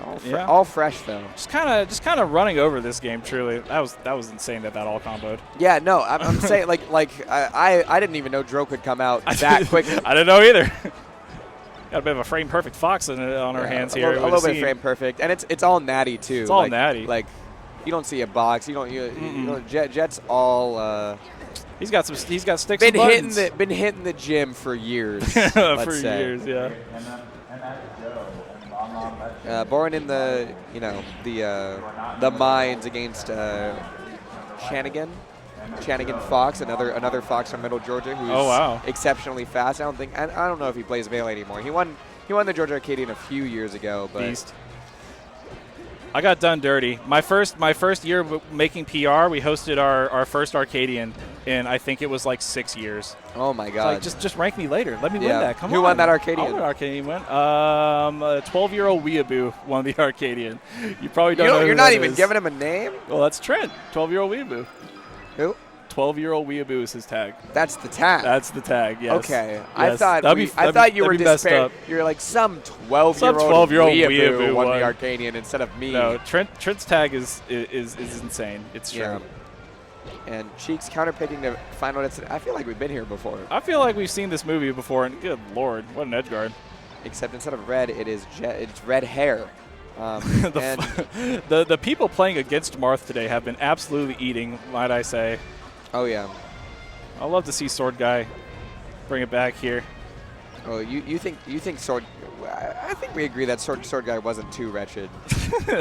the dog has given me more trouble lately. Yeah, naturally. And Cheeks right now just trying to lock in. Getting a little trouble given by the dog here as well. Oh, goes for a crazy shine. Yeah, he's just running at him. This is crazy. Oh yeah. Looks so disorienting to play against truly. Counter, love that. Go down there, not quite. That'll work though. And Cheeks standing on business right now. Trying not to. But Jet's locked in. It is locked in. Jet's a big locked in player. Waited for that short hop fair. Waited till after the fair. Whiff punished. Holding ground, hugging the ground. And also Jet's the kind of like sometimes when Jet full hops, like there's so many Foxes that full hop drift in, just like the full, just going straight up and down. Ooh. And oh my God, Jet's a little cracked. He's turning on the Jets. That's for sure. Yeah, it's just all over him. Just all over. It just looks so uncomfortable to play against. There we go. There's that CC grab. Love that. Oh, catches the double jump there. That'll be a stock. Needs a big grab. He's not survived the invincibility. Oh, there you go. I knew Cheeks would get it. There we go. Really good movement to avoid the invincible Fox. Love to see that as well. Right, now we're getting sharked. Now I'm off stage. Got the ledge though. There we go. Ledge dash up tilt. Ooh, didn't quite get the re-grab. Ooh, great dash attack. Up throw. Not quite. Jet, like every time Jet is actionable, I see a move or a movement. Oh yeah, all the time. He's doing the something. Character is not turning red. He's pressing a button. And Jet wants to get, you know, we might not get Crike or Kalvar if Jet and Kitty SC have anything to do with it. That's true, yeah. It is get true. A Jet Kitty SC, that would be kind of cool. Jet's got it looking pretty good against Marth right now. I gotta say. Oh yeah. Of course, not to directly compare Cheeks and Kalvar. Kalvar can't even understand the amount of achievements that Cheeks has over upstate South Carolina. Naturally. Really a warrior. Never been to a melon melee. Melon melee. I haven't been either. You heard of that tournament? I have not. No. It's a really cool, very loud. Very loud. Actually, Melon, that venue just closed. It was like a lakeside basement venue. Oh, that's beast. But they would host punk shows there, and they were like, what if we had the melee show at the punk show? And they would all just be playing at the same time. But yeah, that's sick. And Jet just, I mean, Cheeks, you know, standing for himself right now. A little shorten. A little shorten for fun. Just for to feel fun. something. For fun. I mean, come on. Oh, he's just waiting. These little weights are so brutal because he's been running him over this entire set, and then once he mixes into the weights, then it's so hard to deal with. A lot of mental pressure. Ooh, okay, Cheeks. That was a great find. That's going on Twitter. That's a going on Twitter. That's a going. Down throw. There we go. Yeah. Oh, it's over. Spam that. Yeah. It's Counter. over. Go out there? No? Okay. And Jet right now staring the devil in the eyes. Got shield grabbed. Great dash back. Dying. Forward air. Definitely not going for this down tilt. Yeah, just get the other one. There we go. Love to see that. Jet's gone. Maybe tried to wave dash forward there. I'm not sure. Another chance at life. We'll see how Jet deals with it. Gets hit by a nair in place. And if you're a Marth player, dealing with that high percent early is exactly what you want. You don't want to let the dog character get too high percent, otherwise it just becomes a problem. Right, and another edge guard. Shine's brutal. Oh, and not hitting the up smash there, but and that's another grab for Cheeks. See if he can take it all the way. Got his double jump We'll back. see. It's looking not unlikely right now. Still a great percent. Great percent for Fox to be at. A lot of things are going to start comboing for Marth here. Yeah, 59% is pretty retro. Pretty juicy. There should be horoscopes for different percents. Not quite the right percent. I believe that combo's at around 55 up throw into forward tipper. Forward smash, whatever. It's we know what it means. At least almost know the percent. And there you go. Cheeks takes a game. Cheeks takes a quick game. Definitely brought that back a little bit. Love to see it. Fighting for his life. Wearing the SpongeBob jersey, hitting the. Oh, I didn't even see the SpongeBob jersey. Oh yeah, it's the Sweet Victory shirt. Hell maybe not a jersey. Maybe jersey is a jersey. Yeah. He's on Team SpongeBob. Yeah, I'm on Team SpongeBob. I'm on Team SpongeBob. We're going to. Oh, I forgot Yoshi's the name of the stage for like 5 seconds. I turned off. I like talking reset. about the that Y? was crazy. The Y. I'm going to the Y. Yeah, I'm going to the Y. Here we are. I'm going to the Y. I'm saying hi to the elephant. I don't know his name. I'm saying hi to the he's a fly cool guy. guys. He's a cool guy. I don't know what he's doing back there. there. There's fly guys in the Y. A lot of dudes on this stage. Oh. And yet we're fighting. Oh my God. Fox. Big tipper. Fox dying right now. Fox is dying a little bit. This is going to be rough. Randall's helping out though. Oh yeah, Randall a Y regular. I've never been to the Y and not seen Randall there. That's true, He's the life of the party. Life of the party. He's hanging out. But good spacing we're keeping up here. Jet kind of not locked in right now, and Cheeks is capitalizing. Yeah, definitely. Cheeks definitely slowed down the pace of the game like significantly, and I do think that is benefiting him like a lot. Down air? Oh, not quite, but still hits the up B. Oh, okay, yeah. But doesn't hit that up B. Yeah. There we go. But Cheeks, you know, they call it Cheeks Yoshi's story. That's what they call it, in South Carolina. I keep telling them not to call it that because it has no rhyme or reason or ring. But we can call it something different. You know? Yeah, a little catchier. You know. Oh my lord! God, JetBBL as a classic Fox Cool combo. Absolutely absurd. Went for some pretty crazy tech there. There we go. Down air. Oh, okay, that works too. I don't even know if down air. Up air. There we go. Commits to absolute ruckus on the Ultimate side right now. Ultimate really loves their game. I love that about them. Yeah, I love that. They also just love their friends. They love their everyone friends. mistakes it for love of the game. It's actually love of the friends. They do hate their game. Let me they clarify. frankly do hate their game. I hear a lot of complaining. Wall jump that's shot. going to be a 3-1 for JetBBL. Still some Sheik's signs of life there. for Cheeks, yeah. Oh yeah, and signs of life for Cheeks in losers. Because Cheeks is a losers bracket player. Cheeks, you know. That's where he thrives. That's where I thrive. I don't even know what name they're saying over there. They're yelling something. They're having fun. They're having a blast. Melee's chilling. Yeah, Melee's quite chill. Where are the Cheeks? Why aren't we cheering for Cheeks like this? Why aren't we cheering for Jet like this? Up next, it looks like what's queued is Kalvar versus NASCAR Amy. NASCAR Amy famously drives a Supra. You know what that is? I'm not a car guy. I'm sorry. I have no. There's a lot. There's some people in the chat right now who like a Supra is like a very nice car. Well, she's called very NASCAR nice, Amy, like so. racing car. Like if you're a car head, if you're really into cars, yeah, Supra means a lot. Oh yeah.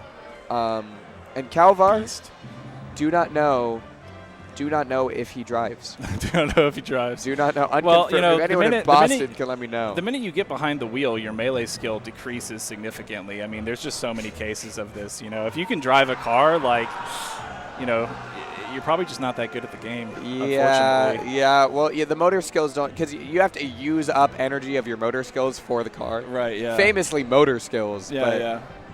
Melee should be occupying that entire brain space. Yeah, you know, when you're going across the screen, you really are driving your character, and if you're also driving a car, I mean, you're kind of splitting time between those two things. Right. I think we talked to a sports psychologist about this, and he said the same thing. He said the same thing. Yeah. Stop driving. Stop driving. Stop driving. It's hurting you. Please stop. But we're gonna sit down. She has such a cool little box. Oh yeah. Oh, it's a very cute peach box. Oh yeah. NASCAR Amy, everything peach. Has like a designer peach bag. That's beast. Pink, Love that. Pink box. Plays peach in the game. Very stylish. Very stylish. I was playing NASCAR Amy earlier this weekend. Had the green peach with the brat tag. Nice. Yeah. And, yeah. You know, very topical. Very cool. Topical right now. So hot right now. Kalvar. Don't know if Kalvar has listened to Brat.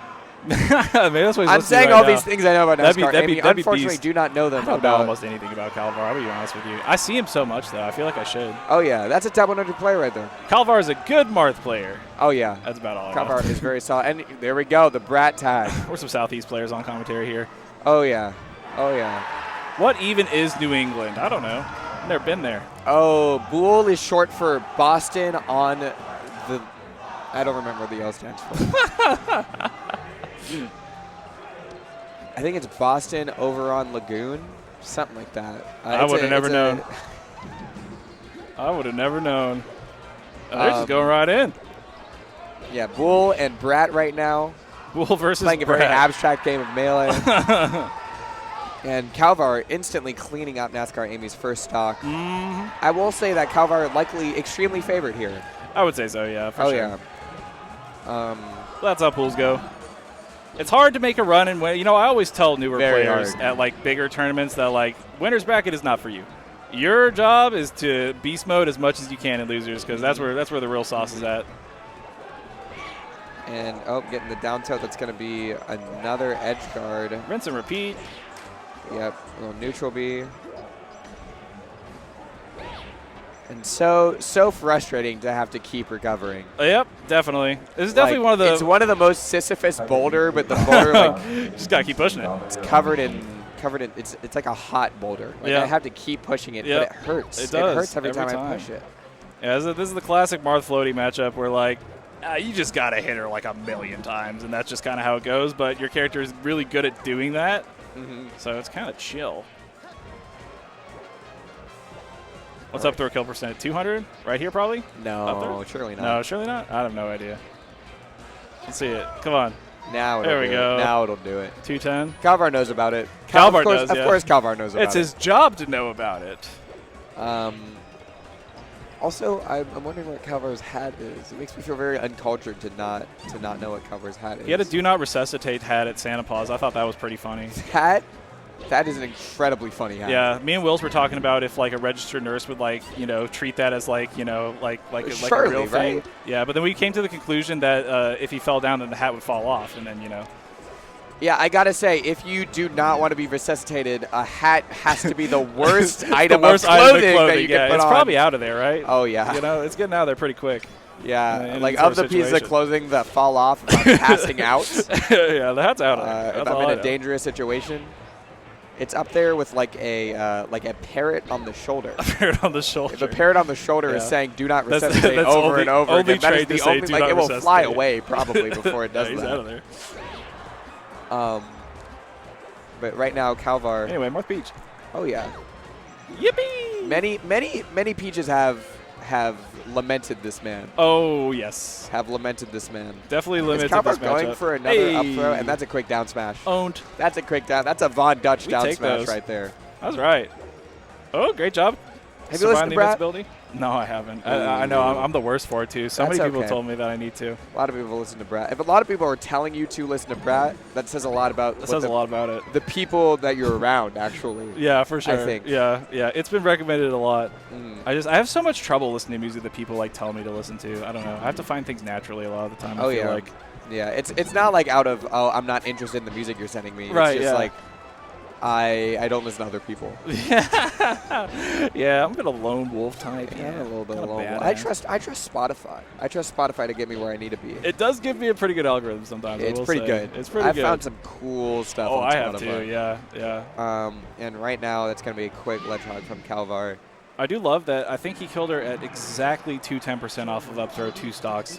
So he very clearly knows the exact percent to up throw at. That's funny. Yeah. Nascar Amy's fit right now, clean. Very she clean. looks great. Her hair looks great. The Peach looking pretty clean too, but unfortunately the zoning work from Kalvar has been quite frankly brutal. Yeah, and Marth maybe F smashing me. I'm sitting here moisturized, unbothered. Grinding in my hustle area, if you will. I'm grinding. It's all part of the bigger picture. Exactly. It's all part of the bigger picture. Ooh. Yeah, just a lot of sword hits. This is definitely a matchup that changes a lot when Peach has a turn up as well.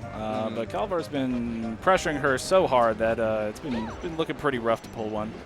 Right, and turn up feels so important because Peach's entire ability to whiff punish Marth is just like turn-ups help so much. They do, yeah. It's so ridiculous. They give her a hitbox outside of her normal zone, and her normal zone loses to the sword. So,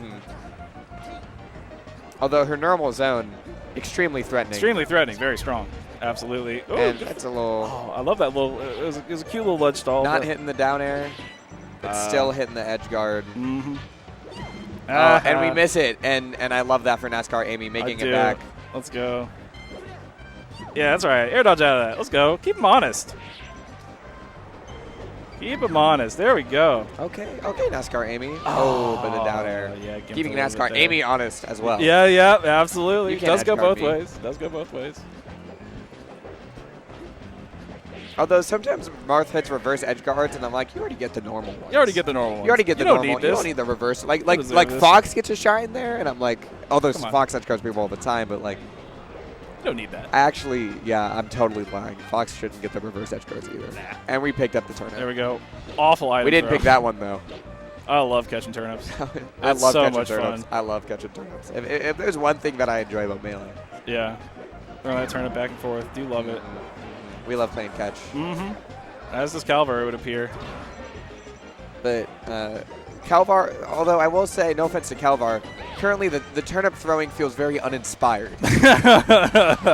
yeah, he's just kind of lobbing it. Good catcher, but like I would like to see some, like some Z drop stuff. Something creative with it. I saw the little Z drop stuff on the platform on the left there for a second, but You gotta get a little crazy with it sometimes, you know. Oh, that'll be no jump. Should be pretty simple here.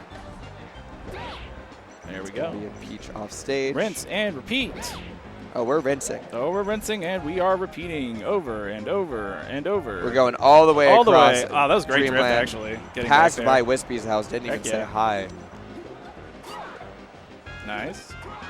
Got that ledge. Let's go. Okay. That was NASCAR amazing Amy. recovery. Amazing recovery. Amazing reversal. Must be yeah. said. No, NASCAR Amy. It's also like these top 100 players, like playing for so long and all this, like A lot of it's a very experience. respectable performance. Mm-hmm, absolutely. Anything like in these sort of matchups, I think anything that you can get where you're like, yeah, I beat you in that situation. You might have won the set, but I got you in that one spot. Right. It does feel good. At least for me, it feels good. Oh I yeah, think. it feels pretty good. It's gonna be another game for Kalvar, probably heading back to Dreamland. Oh, most likely. Peach, not sure if she's colonized that kingdom yet. Not quite. Mushroom Kingdom famously. Mm-hmm. Dark undertones for sure. Dark undertones. Oh yeah, we're doing a lot of boycotts because of the mushroom. the underworld goes crazy. I haven't had a fire flower in ages. Oh, great air dodge. Love it. Oh my God, Kalvar with another F smash. And now we're starting to side B. I was running side B. Now we're starting feeling to a little side goofy. B. Going up, Peach getting juggled back off stage on Dreamland. Oh, I guess the weird hitbox. And that's going to be a quick Yeah. tipper.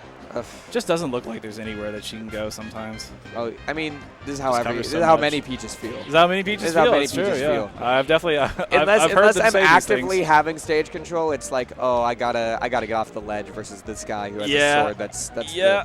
that's the size of my entire character. Right, yeah. It's just a little rough. She's definitely prioritizing pulling turnips a little more, which I think is definitely good. Yeah, there we go, get it out. But again, like I said, he's just covering so much of her space that it can be really rough to do that and not get punished. Coming back. Oh, and again. Oh my goodness, she's alive. Crazy. Marth right now. Getting the workout in. Show Toad. Love to see it. Toad getting some action. Jumping this much would be really hard in real life. It really like, would. That's where Your fighting legs- games, that's where like traditional fighters kind of have a point. It's Yeah. like jumping is like really exhausting and you actually can't do that much out of it. Meanwhile, like Marth can jump and it's like do the craziest sword like thing of all time. Melee players or melee characters be doing some acrobatics. Really, really crazy. I wish I jumping could do Sheik back air in real life. It just seems impossible. And Amy right now, ooh, the turnips are becoming toads. And no catch, Kalvar. No, not catching the turnip. yeah, not we're not playing catch today. after my heart. Yeah. Budweiser, can you come to the mainstream production desk? Budweiser, can you come We to see the a Stitch. mainstream Let's get production crazy. desk? Okay, and yeah, a Kalvar, little too low. Kalvar cleaning up right now. A little bit. Hopefully not a sweep this game. What a dash attack call out. also.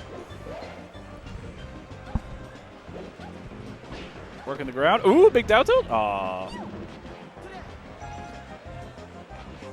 It's going to be... Ooh, and got a the little tipper. pivot. Shout out Not Kevin quite Toy. killing, but we're in the rinse repeat. We are indeed. Once more. In the cyclone, once again. Poor Peach just keeps floating on back down. Mm-hmm. Nice.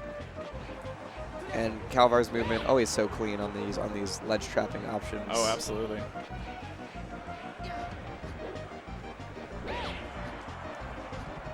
NASCAR Peach, NASCAR Amy, NASCAR Peach. I mean, NASCAR one Peach. day. She's iconic enough. She'll Surely, get there. surely. She'll get her own Mushroom Kingdom. Yeah. Get a little car going. All right, that'll It's be going to be a it. 4-stock from Kalvar to end it. NASCAR Amy. Still in it. Still in it, though. Yeah. Still in it, though. Still in it. Still chilling. Wasn't her first set. She beat the chiropractor in the first round. Very cool. Not sure if that was a, the chiropractor controversial profession. I don't know who that is. I don't know who that is either. I don't know who that is. But something I do know about is KML Tournaments. They're doing some production at this event, I believe. But they're the premier Smash production crew out of the DMV. For a lot of the Smash players that say mvlvchi, it's DC, Maryland, and Virginia. Got to include the DC. That's the most relevant part. At KML Tournament on all socials. And if you want to hit them up for production at your tournament, KMLtournaments@gmail.com. It's on the screen. And the live production for your event, like just having a camera, following the players around, having an experienced techno director. Absolutely. It elevates the player experience. It does. Because you in the crowd are like watching these players just like go so deep. It's like one of your best friends just like playing against, I don't know, Junebone. yeah, maybe. And it's such an experience. It is. It's such it's a awesome. fun experience. Yeah. So shout outs. So shout out to KML Tournament, doing the Lord's work for not just the Smash community, but gaming in general. Absolutely. And also a pretty cool logo. Pretty cool logo. Junebug is going to fight Moist Cola. Oh, Cola. We'll see Cola. Cola sponsored Well. by, I think Cola might just be Moist and not a mogul. Yes, I believe he's just Moist. Yeah, I think only one of the fathers loves Cola. It is funny how they structure their org. It seems very... Yeah, it's very 21st century polyamory. Yeah. It's a very 21st century polyamory. They do a lot of sharing. They do a lot of sharing. This will be cool. I've never actually seen Cola play. However, as we've established earlier, do know he's pretty good. Yeah, Cola pretty good. I've known Cola since the Salt 1 days, but Cola been playing the Smash in the Smash scene for such a long time, and playing Melee a little bit, on and off that whole time too. Yeah, for sure. Like people think like Cola's just now like picking up Melee and such, but like he's been on and off of it, since he was like 14 years old. Absolutely, yeah. Junebug, the same thing though. Junebug's been dabbling in all the Smash games since he was 14 years old. Wild. He just happens to be about 10 years older than Cola. Junebug's run, I think it was Double Down, where he was just going Dr. Mario for fun and ended up just making it super deep, like beating top players, was one of the funniest things I think I've ever seen.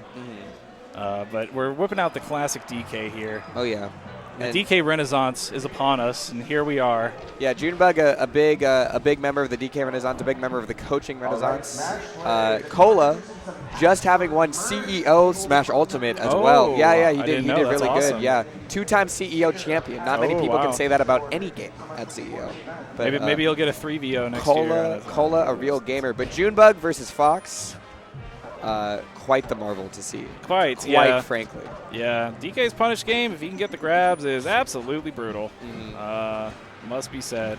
Just an absolute icon of a player. I do think that with most of Melee's development in the recent years being too defensive tech, we'll see more of characters like DK that punish so heavily off of grab but just struggle to get it.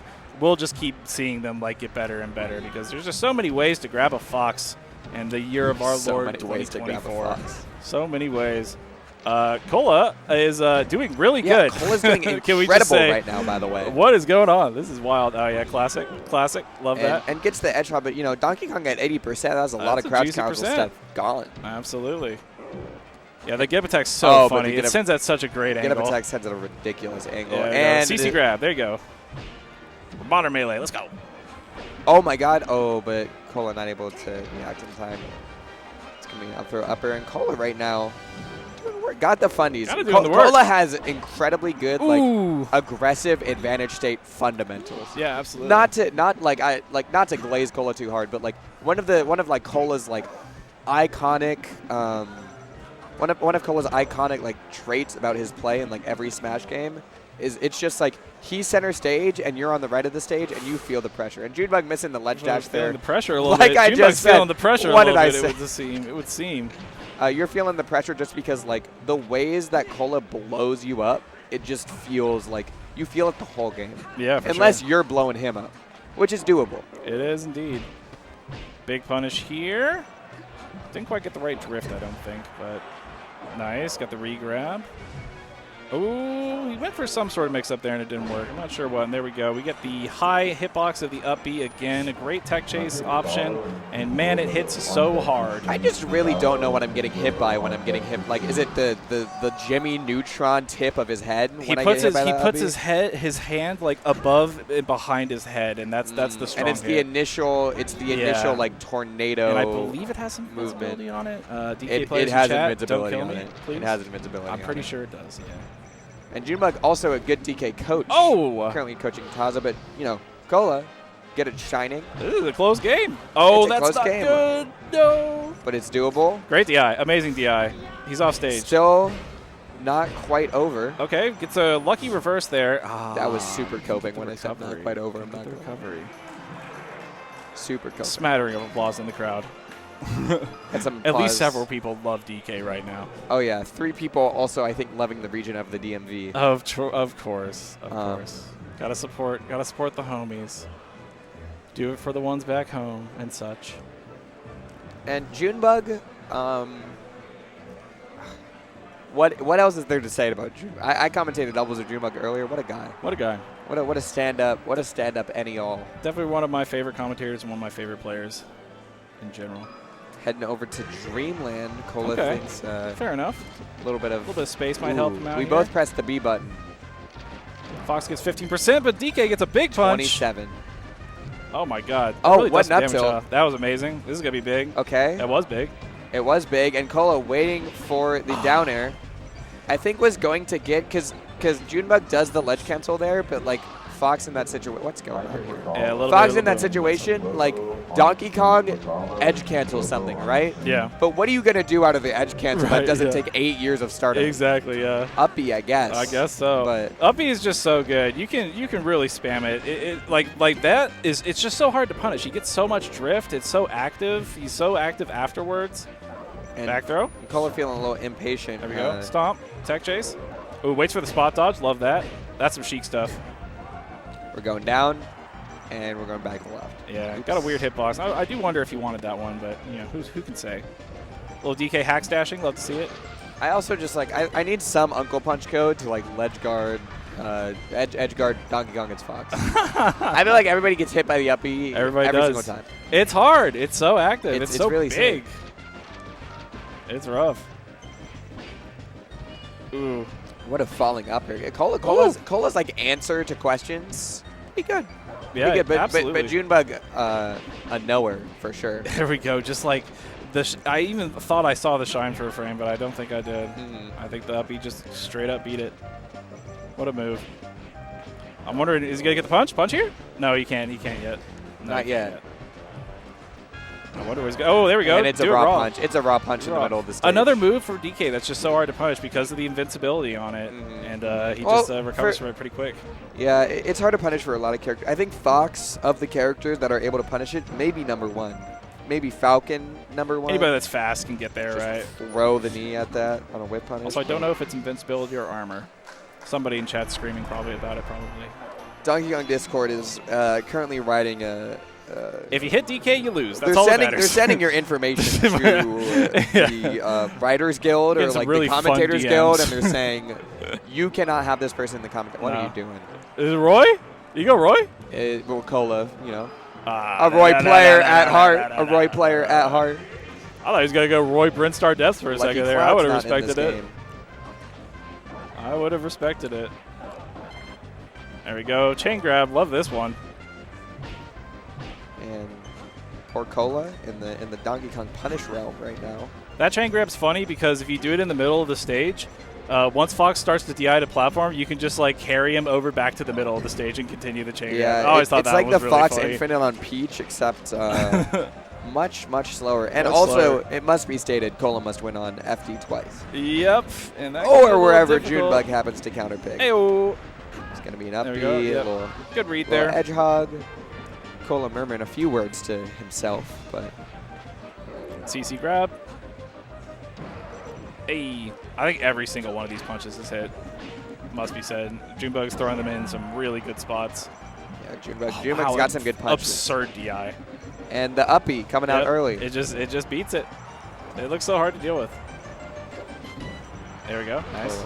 He's also starting the uppy further away from ledge to avoid Fox's invincibility. So very smart, very smart. Junebug, smart guy.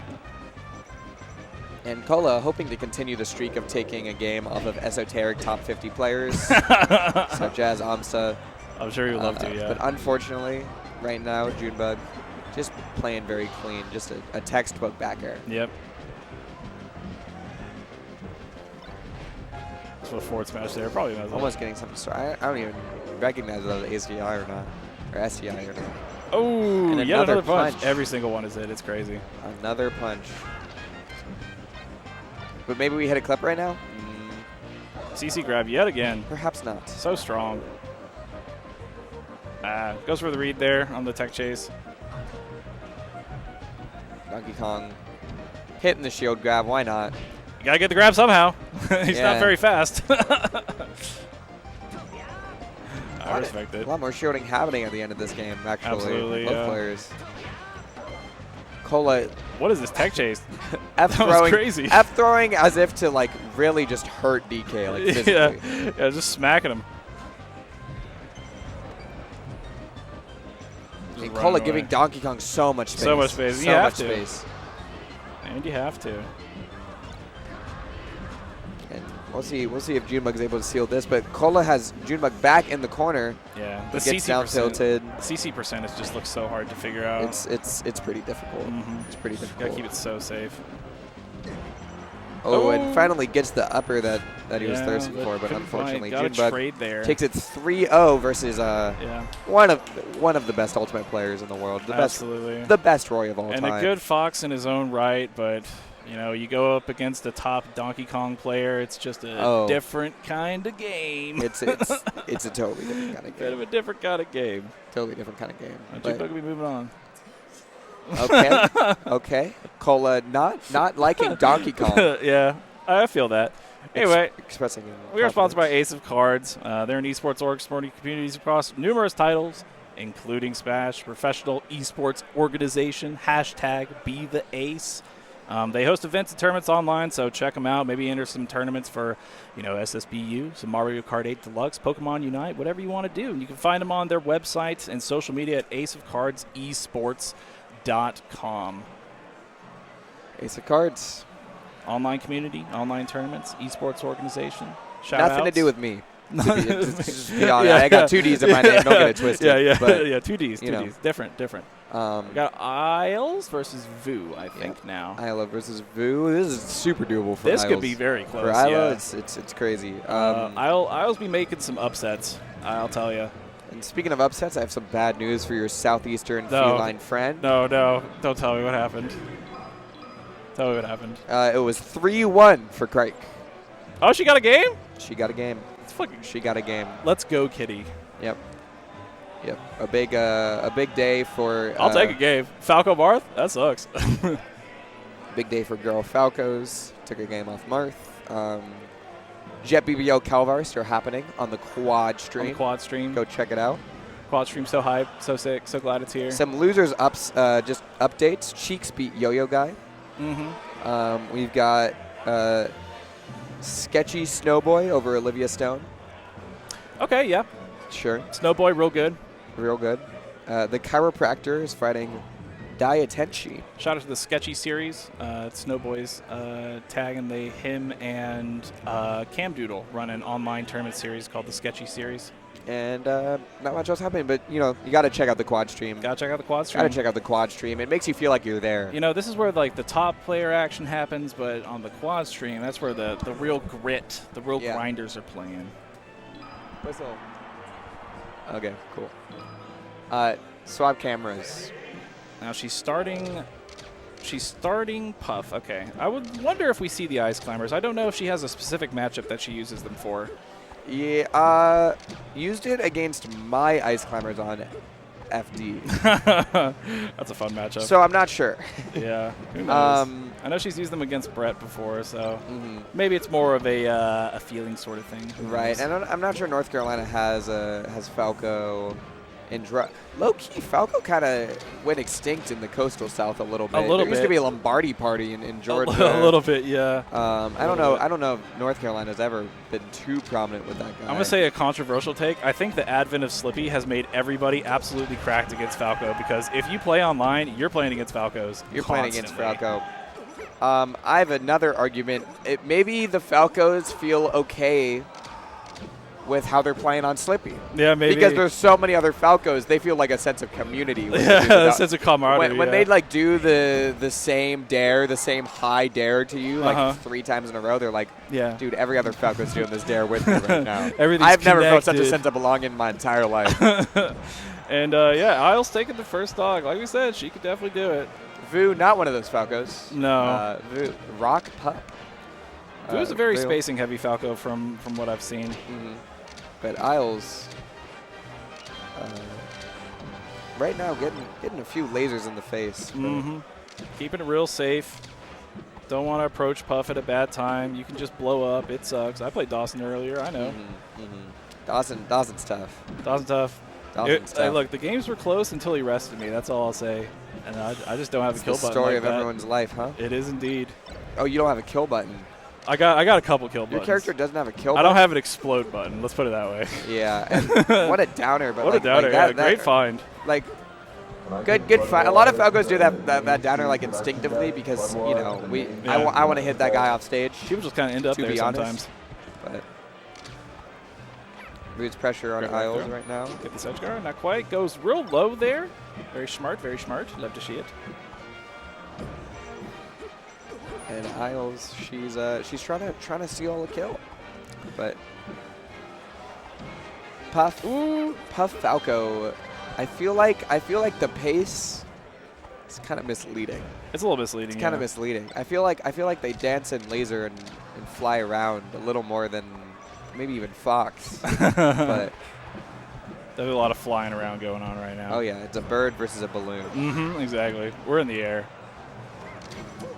Isles cleans it up. There's always the threat.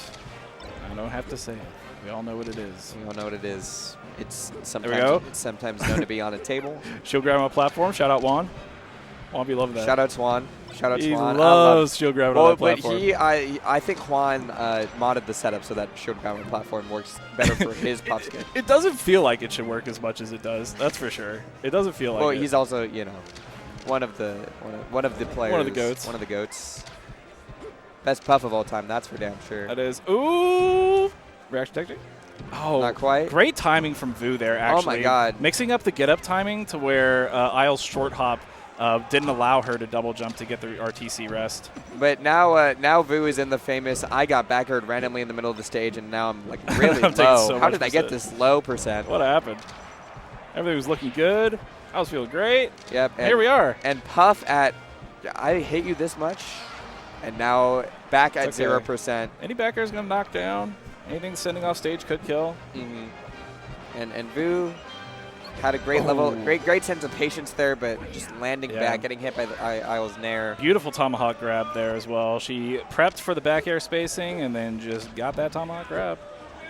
And Jigglypuff, sometimes a little twisted on last stock on Fountain of Dreams specifically. Sometimes. This is a scary percent as well. A lot of things are going to combo into rest. Ooh. Why did I think that was going to be? I know. I kind of saw it too. What is going on? Yeah. And Vu feeling it too. You can tell in the demeanor of the Falco in game, but mostly keeping the composure still. Oh, I really liked that up smash. Like if the platform was like an inch lower. Yeah, it could have worked for sure. Could have popped up. Oh, and the tournament winner holding out on the tournament winner. Close games. Those hurt. Those do hurt. Vu making a little colon slash face a little bit. Yeah, just a little bit. Just a little bit. Little smirky smirk going on. Another update. Kalvar 3-1 over JetBBL. Now Craig Kalvar is probably going to be our next set. A little Marth ditto, but right now, Falco. Right now, Falco Puff. I do love this matchup. This matchup is very, very fun. It looks very fun. The Falcos seem to not like it very much. Oh no, the Falco conglomerate. I can't imagine they do. As my secondary Falco, I love playing it though, but that's because I got nothing. Secondary on the line. Falco versus secondary Puff might be one of the best one of the best after party activities you can do. Oh, absolutely, yeah. But I got nothing on the line, right? So like, that's why I love it. Oh yeah. I also feel like usually it's like 3 Falcos, like 3 people are doing their secondary Falco, and then someone sits down, and sometimes it's like a Puff main. Like it's the 1-2 Puff main that goes to the locals, and they're like fighting all these Falcos. Look at all the birds. All the birds sitting down. I always feel I always think it's funny whenever I sit down to a setup that's like all spacey, and I'm like, all right, hey, what's up? I'm here to kill the vibes. All right. Well, a good trick if you're an Ice Climbers or a Puff player is to find another Ice Climbers or Puff player, and just in terms of pure game time at the major, you two sit down at the setup, nobody's sitting down. Nobody wants to fight. Yeah, nobody wants somebody to who might want to fight Puff is not going to want to fight Ice Climbers. Right, somebody might want to fight Ice Climbers, they're not going to want to fight That's a great strat. That's a great strat. I think you got to figure it out there. Shout out to Bison M. Also a South Carolina. One of the South Carolina Jigglypuffs. We got a strong start here from Isles. Really funny down smash. It looked intentional, which is very wild. Isles right now trying to make get her way back to the center of the stage. Drop shield just a little before. And all of these confirms from Isles just feels so close. Like she has a lot of Vu's habits and spacings right now. It's just like.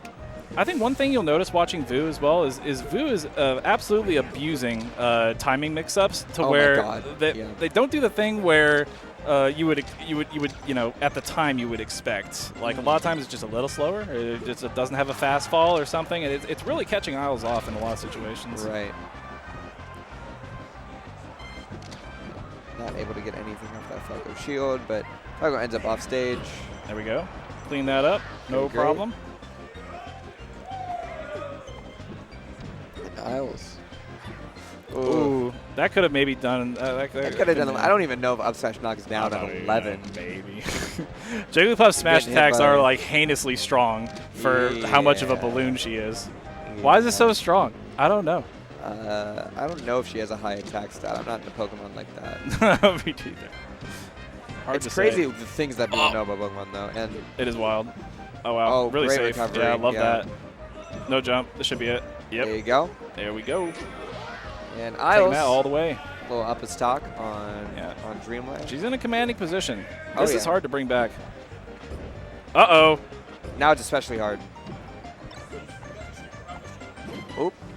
Oh. Gonna send Falco off stage where birds for some reason don't want to be. Yeah. Doesn't make a whole lot of sense, but this is the life we live. You know, Smash Melee, Mario's in the game. And it's very hard position for Falco to claw back in. But, you know, Vu can do it. Vu can do it. And we'll have to see. Everybody's keeping it real safe.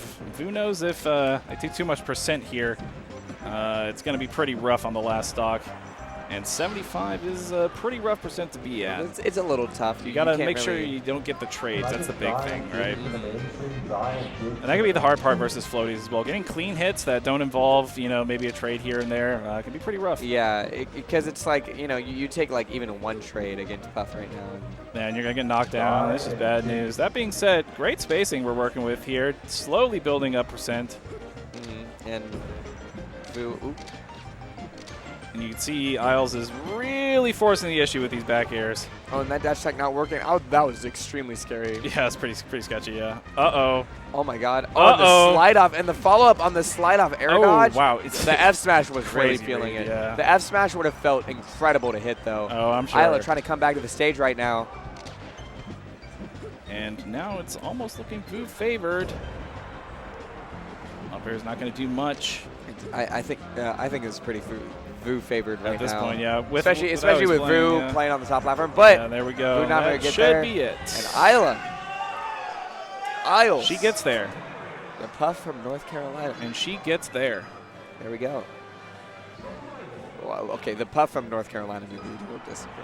Yeah. There's another puff. There's a couple of them I hear. There's a couple of them. It used to be like 4. Now we're down to like 4. The craziest story that I think I heard about North Carolina's PR is that David used to be a Fox main and then proceeded to switch to Jigglypuff and like choose to play that many Puff Dittos. Well, I think that's crazy. There's more to the story There's more in to that David was famous for being good against Puff. Oh. Like David was the naturally. Puff Fox. Like didn't lose to Puff in tournament for years. Naturally. But ended up switching. Now he chose the craziest has life a very possible. cool. If you look up on YouTube, David Puff Evil, you can find like a very fun compilation of David beating Puff players. It's a very fun video. Everyone should watch it. But it's a very different era of North Carolina Melee. You're watching Patchwork. You got to get some culture about North Carolina Melee. Where it's just David's Fox just destroying Jigglypuffs. Yeah. Really, really, really vintage Puffs too, like Aglet and Smash Pop SquarePants and High Five. Names that maybe a triple-digit number of people know.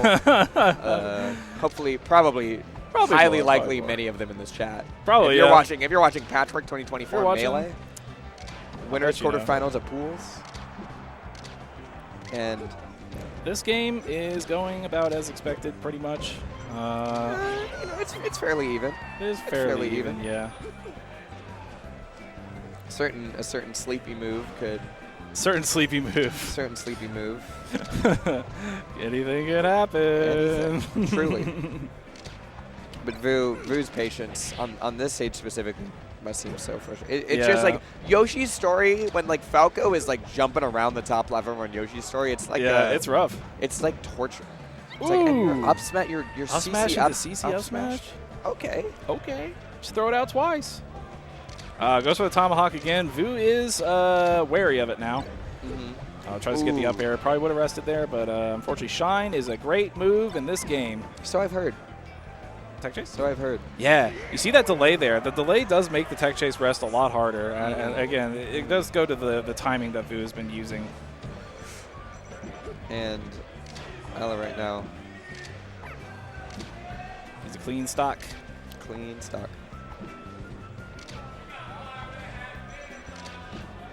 Oh, yeah. Yeah, really loving that top plat. Loving the top plat. As you really should if you're Falco here. There we go. And I'm not spending 6 jumps to get up there. Yeah, exactly. Yeah. I'm waiting right down here. I'm floating back and forth. Absolutely. And Vu right now up 2-1, but where is Isles picking?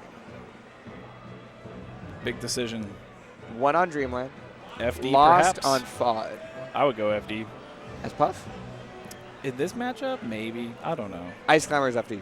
Ice Climbers FD would be Ice fun. Climbers FD, run it. I just like the top platform has been given so much love. I feel like taking it away. That's fair. I mean, FOD is the FOD is twisted for Puff sometimes. Definitely. And Isles is a master of the platform tech chase rest as well. We haven't seen too many, but she is extremely good at it. Oh, yeah.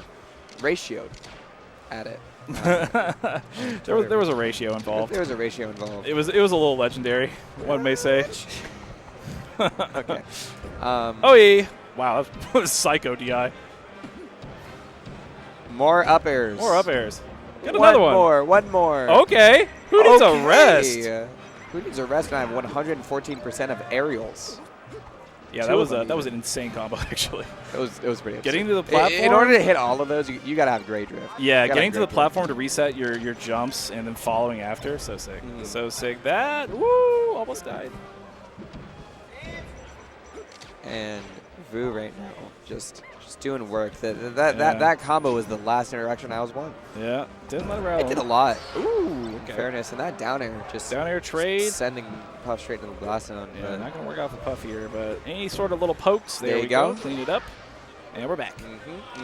All right, Isles. I want to see a game 5. I would love to see a game 5 here. This has been a great set so far. Yep, and Jigglypuff loves a game 5. Oh, Jigglypuff This loves is huge a for game Vu. 5. It's huge for Vu. 3-1 for Vu. Yeah. Oh, what a blessing. What a dodge. Yeah. The Puffs do thrive in the chaos. And so safe. Oh. So safe. Keeping it so safe. So safe. And Isles, starting to hit something, but it's all straight hits around here. Ooh, and an up air. Shocking that combo. Yeah. Falcon get up there. Didn't combo, but Falcon it probably get up comboed. It probably comboed. That's all the hit stun's always more than you think on Falco down here. It is always. What more are the than you hit think, stunniest moves? Yeah, one of the hit stunniest moves of all time. For sure. Many have said this. Doing little spinnies. And another up air. Little shine spinnies in the magnifier. Love to see that. And this stock is huge if we take it before Vu does. Yeah. And more downers. We're just pressing that up. Yeah, Vu is and really that pressing misses. these What leads. a height for that up B. Absolutely, yeah. Yeah, Vu presses these leads really well. It has been the kind of the story of these games. And being able to kill Puff off the top with the up air there, and like these downers on FOD when the ceiling's so high, just like really saving Vu. The choose talk's taken with that. Yeah. Falco's watching at home. Have you seen Vu jump at Puff and down air at any point in this? Because I haven't. I've seen reverse hit downers a lot, or like a full hop down air. I've definitely on the left. I've definitely seen an advantage state, but in neutral. Oh heavens no. Heavens no. I just saw it. Heavens no. We hit the top platform. The top platform has been hit by downer at least twice as much. At least, yeah. Like at least twice as much as please come up here. Property damage, actually. Please, yeah. Good trade there. There we go. Okay. Got some cheers in the crowd. The crowd getting a little rowdy. We got some chirps. Didn't take too much off that rest punish too. We'll take that. 28. Who cares? Oh my God. Oh. Isles had that. Isles had that. Went pretty hard for that kill there. Didn't end up really costing Vu. And right now she's it's a little spooky. Yep. Of course. It's a little spooky. It's a little tense. But nothing Isles can't handle. Nothing Vu can't handle steal. either. Keeping it real simple. What a light shield. That was a good light shield. Yeah, that was smart. And it's a bagger. GG's. Very close set. GG's. Vu advancing. Great showing from both players. Not quite top 24 yet. Has a big gorilla in the way. Yeah. Honestly, if you're a Falco player that struggles in the Puff matchup, that was a absolute textbook example of just staying safe the entire time. Staying safe. Staying disciplined. Staying super disciplined. Absolutely. And if you thought that matchup had a lot of stray hits, Ooh. get ready for Kalvar. Yeah, we got a lot. Except these hits send them very far. Yeah, very far. Yeah, and also very crazy. Just truly a matchup of almost purely DI mix-ups. It feels like sometimes. But neither of these players go ices for Marth, right? I don't know. There might have just been a blind pick requested. I feel like Crike plays ices for Sheik, maybe. Maybe. It would make sense. I know he does. I don't know what he would play in this matchup, but like Marth Ices is pretty even, right? Sort of. It is pretty even. Maybe slightly more favored, depending on who you ask. It's pretty even, and these two got a very similar vibe going on. Yeah, and we will see the Marth Ditto. Like, no two people today. It would be very funny if that RR was a railroad hat, and then we got the Route 66 hat. And it's like literally cars versus. We love transport. That's how you know one of them's from New England and one of them's from Maryland. Yeah, because one of them has transport and the other one doesn't. Yeah. Definitely a different vibe. No, although these two have a very similar vibe. From a different place, right? Yeah, for sure. It's like the Maine lobster roll versus the Maryland crab cake. You know, in a lot of ways, they use a very similar crustacean. They both wear a hat. They both have a beard. Mm-hmm. And they both play Sword Guy. T-shirt. They both play the Sword Guy. Yeah, this could probably go either way. I don't really know who I would even give this to in favor. And just to clarify, Crike is the white Marth. Crike is the white Marth, and Kalvar is the black Marth. How do you feel about the white Marth skin? Do you like the white Marth skin? What's your opinion? Nope. I don't like it either. Tacky. People talk about the red cape. Who Tacky. cares? Who cares about the red cape? He bought that outfit on Sheen. But black Marth, those are Rick Owens. But that is a Rick Owens full fit. Red Marth is like Amazon basics type stuff. You know what I mean? Zero class. And Green Marth, you're just trying to be special, you know? Green Marth, yeah, you're trying to be a little special. I think you got that in military surplus. But I don't know how he found a cape at the military surplus. It was definitely bootleg, but whatever. We're doing bands. Oh, we're doing bands old school. I respect it.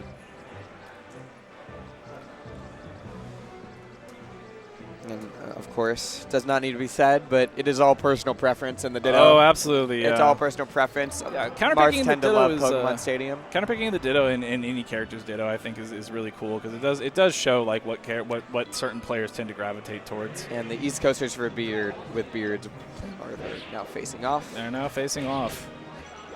Immediately, we're getting about what we paid for. Yep. A couple down tilts, a couple nairs. Down tilts, forward airs, nairs. We'll see grabs pretty soon, probably. Do you have preference on cuisine here? New England versus Maryland? Are you familiar with either of their games? I know. Not really, to be honest with you. Okay, yeah, that's fair enough. Maryland has Old Bay seasoning. Which is helpful for the world. Helpful, yeah. In general. And Crike losing the first stock pretty quickly to Kalvar. Great CC grab. Okay, up air there. Interesting. Goes for a crazy back air. Goes for a crazy kip. It didn't really work, but didn't work out. But you got to go for it. You gotta throw it out. It hits at least like 33%. You actually just throw a downer out in the Marth. It hits about 33% of the time. And you're feeling great if it does. That's for sure. Oh yeah. Another F smash. It could be an edge guard. Ooh, great ledge grab there. Crike right now has to deal with Invincible Marth. Oh my god, Invincible Marth in the Ditto feels incredibly frustrating. I love rolling versus Marth. It's so fun. Oh, you have to. And I love it. I love it when the Marths roll versus each other, so that they realize like they know what we have to do to get past your sword. Yeah, rolling out a Marth to like mess up their dash dance spacing is just a timeless classic, truly. Oh, yeah, truly. And yeah, get him off that ledge. I want the ledge. Oh, what a shield! Great ledge dash. Marth ledge dash must be said very hard. I would say out of all the characters that can ledge dash, that one's pretty hard. It's pretty hard. We both spot dodged in front of each other. Synchronized spot dodge. It was a beautiful moment. They're really doing a moment. dance. I hit your shield. There was an invisible ceiling. And there's a lot of moments that happened there. A lot of things happen sometimes. Hit the Polaroid. We got halftime. Halftime. Gotta love halftime. Halftime show's over. All right. One of them got port 4. Kalvar got port 4. Kalvar got port 4. I don't think they fought for it. Probably not. I don't think they fought for it. I don't know. Let's go so high off that. Just can't get up there.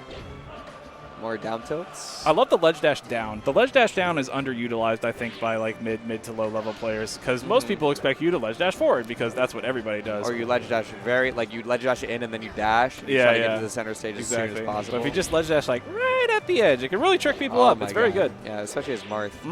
Absolutely. You're sort of so big, like it'll reach over there when you're going. Exactly. Yeah, you still cover a lot of space, you know. Tournament winner kind of works out. Oh, big down tilt. Oh no. Yeah. That was unfortunate. Tough. Especially because you just got the jump and now they're dodge off stage. Yeah, it was in a very advantageous spot into pretty even here. Not able to maintain the corner pressure and it's a little dicey.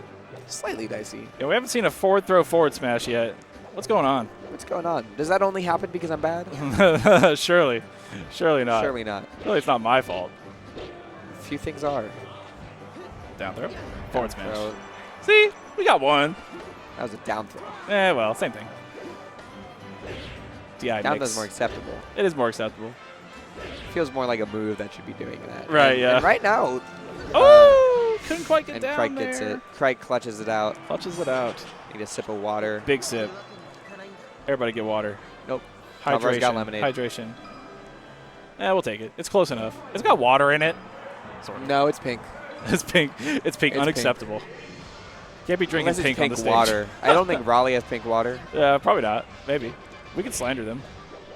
Raleigh, North Carolina? Yeah. I don't want any Raleigh Yeah, offs. don't want no beef. No. I'll beef with Carey. That's fair. I don't like Carey. You don't like Carey? No. Yeah, they're kind of just like No, I don't like Duke. Just kind of stuck up, you know. Yeah, It's I don't kind of like a problem. Duke's basketball team. They're annoying. That's a good reason to have beef. Yeah, Wow, there these you go. tournament winners just kind of work out. That's kind of crazy. Yeah, it's one of those. It feels like the Peach tournament winner. It's just like, oh, you're up there. Yeah, just kind of. I guess so. I guess so. Marth wants the ground so bad. Yeah, these up throws are just leading to nothing. It's very interesting. Marth yearns for the ground. He does indeed. Forward throw, pivot, forward smash. Off the top. Love to see it. That's what I've been waiting for. The jab. Marth jab is so funny. Deceptively hard to punish. Forward smash. Ooh. Great Amsa. Love Amsa that. attack. Great recovery, too. Didn't that be there? Just used the height of his little charge side B. And ooh. Yep. Reversal on the up B. Great early up B. A little bit of gimp. Wow. Tried to read the roll there. We did go over earlier. They love rolling through each other. Seems like he might have. Oh, keep this juggle going. No jump. This is going to be rough. This one's hard. Just not quite the refresh he needed there. Not at all. And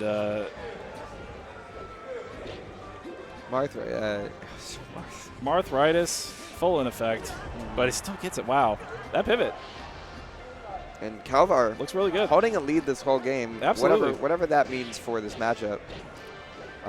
It does feel like Kalvar game plan on Final Destination. Yeah, very It feels solid. good for him. It was a very good choice. Yeah, I Very think so, tasteful. yeah.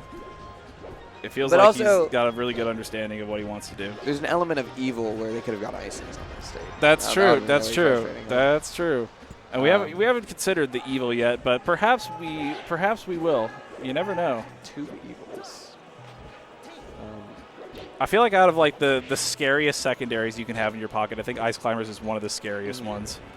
It's pretty terrifying. It's pretty terrifying. But you're saying this as a Sheik player. Yeah, I have to be terrified naturally. Yeah, you have to be terrified of two perfectly innocent people with hammers. I've never seen a pair of two people with hammers that are up to something like Yeah. good. Like, because if there's two people with hammers, that's like not enough to build a house. That's right. That's right. What are they doing with those? It's just I feel like you're suspicious, either truly. building a house alone or with like a Yeah. few people. Uh-huh. Two people with hammers is suspicious. It is very suspicious. Two people with swords is you know. Yeah, that's just a duel. We got the half and half cookie right here. Goes by a charge forward smash. I do respect it. I respect the hell out of it. I love a good charge forward smash. Put a little mustard on it, you know, get it out there.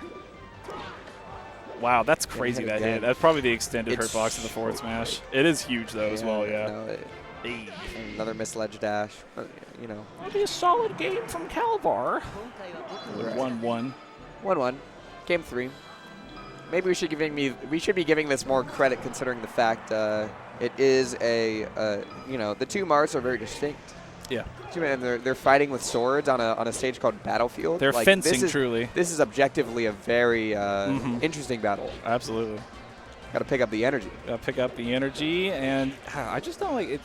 They're forward. Well, basically, they're up throwing because they want to shark the jump, right? Because once Marth doesn't have a jump, you can just hit him forever, right? I agree with doing it on like the principle. Yeah, for sure. You just get such a big punish. Whereas, like, if you get like the DI mix on like the forward throw or the back throw, like you don't really get much until kill percent. So, but gets the platform tipper there. Oh, goes back down for it. Love that. Great mix. That'll be it. Oh, great mix. And Kalvar kind of felt like Kalvar was doing amazing in neutral. Felt like Kalvar was doing amazing advantage. Kalvar, the momentum really taking control. Really physically shifted, but Crike right now has something to do about it, and that's a down tilt. Down tilt's the double jump. Go. And that'll be and death. Kalvar just leaned the hell in. Oh, he did. That was a lock-in moment. I've been standing on business So this whole locked time. in. I got to lock in. He's so locked in. Well, they both are, to be fair. And we're shooting in front of each other. Nair beating out neutral B there. Interesting interaction. Yeah, as I said that Kalvar had the momentum, Craig started to. Yeah. Craig started to really go crazy. Wow, beautiful dash attack there. Slide off DI does not get covered, however, and we are in an edge guard situation. Goes down again. I like that up B. I do as well. That was so fun. Both of them are really going low for these edge guards, which they haven't done yet. So definitely trying to mix up their game to, throw their opponent off. But Kalvar not even close to making it easy for Craig. Make up a stock. Pretty healthy lead, but it can be gone in a flash, as is the nature of our beautiful game. Yeah, there we go. Another opportunity. Tried to shark the double jump there, but got down aired instead. Light blue pro controller with purple buttons. Please come to And somehow stayed in the corner throughout all of those moves. Just like a truly astounding. Truly. Oh, Marth do love the corner. Marth, yeah, people stay there. What are you gonna do? Nair to center doesn't do anything. No, I thought Not yet. I didn't quite see it. I didn't quite see the down air. There was a possibility, but not quite there. You always feel like it's coming. Yeah, I think I just wanted it. I think that's really what it was. Yeah. We get dopamine from watching Marth down air. So. We do indeed. Haven't seen many ducks this set. I'll say. It's a very organically appealing move. It is indeed. I swing my sword downwards and you go into hell. Yeah. Yeah, I do love a good dunk and down tilts the double jump. That'll yet again. I love a last stock. I love a last stock. Yes. Up throw goes just for the up tilt that time. A little lower percent. Spot dodges. Great grab in the corner. Not a great place to be. Goes for the early up B. It is covered by forward smash. That should be it. Took his time getting to ledge there. Clutches his chest. He knew that was close. Oh, yeah. It was super, super close. And it was like, that was a 2 stocks at a time type of game. Grabbing that ledge on last stock, I tell you, it is one of the most pressure terrifying things I think I've ever experienced personally. Especially against Marth. Yeah, right. His sword hits me. I'm just like, I just dissolved somewhere. Yeah. I don't even know where I went. I'm in the blast battlefield. What just happened? I was about to win the game. Everything's wrong now. There we go. We got some tech chasing. Shout out Logan. Shout outs to Logan. Oh, big reversal though. Yep. Yeah, lock in Kalvar. Get in there. Yeah, Kalvar's locked in enough. I believe. I believe. I think it's likely to be a game 5 though. I think so. Maybe we didn't spend all the energy on the last game. Oh wow. Set so back and forth. I mean that's how the matchup is, right? It is. That's how the matchup is. It's so vibe. There's so many vibes happening in the market. So many vibes. They're just too. So many vibes. Down tilt. Forward smash. Catches, I think that. Nah, he's got to jump. I can never tell. Yeah, could never tell. Oh! Getting the edge guard. Okay. Waveland off bear as a Sheik main. Love that. The walk back, and Craig again has the momentum, but this is exactly the position Craig was in last game. Super lost. Super lost that game. Gotta get down. Yeah, being above the other Marth is where you don't want to be at any point in this matchup. Let's see how it'll get down. There we go. Just opts to go down through the platform. And forward air. Ooh, there's the down air. A little low percent though. And able to hit the ledge. Ooh, Not this time though, probably. Marth killer. Marth killing? Marth? Marth killing. Marth killing. It feels Marth disrespectful. With Marth killer. Didn't kill the Marth with Marth killer, by the way. Just to clarify. Went for it though. Yeah. It's almost like the nuclear bombs of this match. Like, we as people should not be doing that to each other. Probably. Right. Yeah. It's like the Falcon forward throw, like up tilt cheese. You go for that? Like, come on. I actually am not sure. I've heard a lot of Falcon players say that is not real. That was like a completely made up lie. They really hated it though. That's all I know. Yeah. They really didn't like that one. Oh, wow. Amazing air dodge. Absurd. And gets down tilted out the double jump yet again. And probably the biggest lead we've seen, I think, right? More momentum for Craig. Tasty. Tasty. Sharking double jump. Ooh, got it. And we're in the air. And we're getting juggled. And we're down airing. And not quite just dead. Just barely got that Marth's ledge. up B goes so high, though. It does. still. Commanding game, commanding lead. Game. JV3 from Crike. And if you're trying to make a statement for Game 5, I mean, I can't really think of a better way to do it. That being said, Kalvar still has the counter pick advantage. So, and you know, on FD, he was looking extremely comfortable. So we'll see. We'll see if he's got another stage that he feels at home at, comfortable at, maybe. We'll see. We'll see. Really giving it some thought here. I would too. I would as too. well. This is my winner's life. Absolutely. I'm not playing again until tomorrow. I can take my time. Yeah, definitely. And we go to the closest to FD Pokemon Stadium, where I believe he lost Game 1, actually. Or did he win Game 1? Surely not. No, he lost Game 1. He lost Game 1. They went to FD Game 2. He lost Game 1F. I thought we might have a Mewtwo King situation on our hands. No, not today. And plus, these two would be chill about it. They're just two chill. Two chill vibers. Two chill vibers. Just swinging their swords around. Northeast Coast vibers. Not to be confused with, they're both on the north. Never mind. Yeah. And that will Kalvar, be a good stock. A little bit of momentum. Oh no! Oh no! You do not want to see that happen if you're Kalvar right now.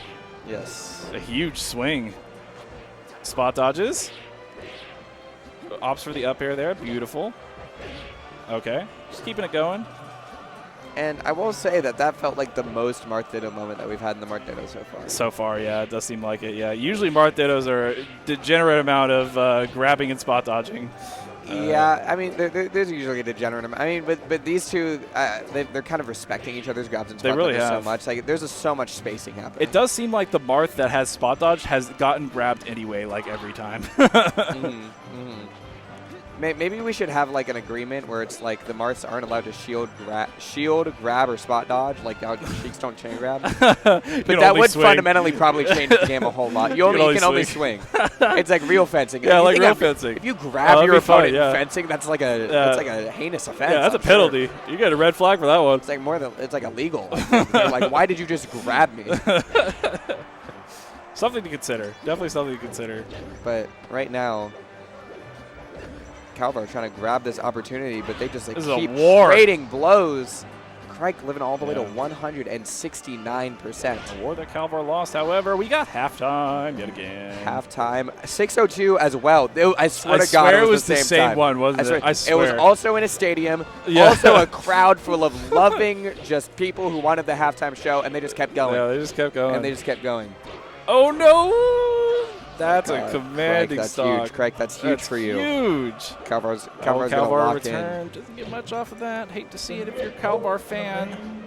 And Crike is moving confident right now. He's moving very confident. Crike is moving very confident. Spot dodges, gets grabbed anyway. What a story. Okay. Oh, like the amount of confidence in that drift and that double jump, it just, you can feel it. You can feel it. I'm sure Kalvar's feeling it right now. Definitely feeling a lot of pressure. Didn't poke. Oh my God, didn't land on the platform. DI mix up to and the that platform. Changes everything. Low key, that waveland changes everything. Low key. And now we got. It changes everything. Now we got a situation. We got a situation on our hands.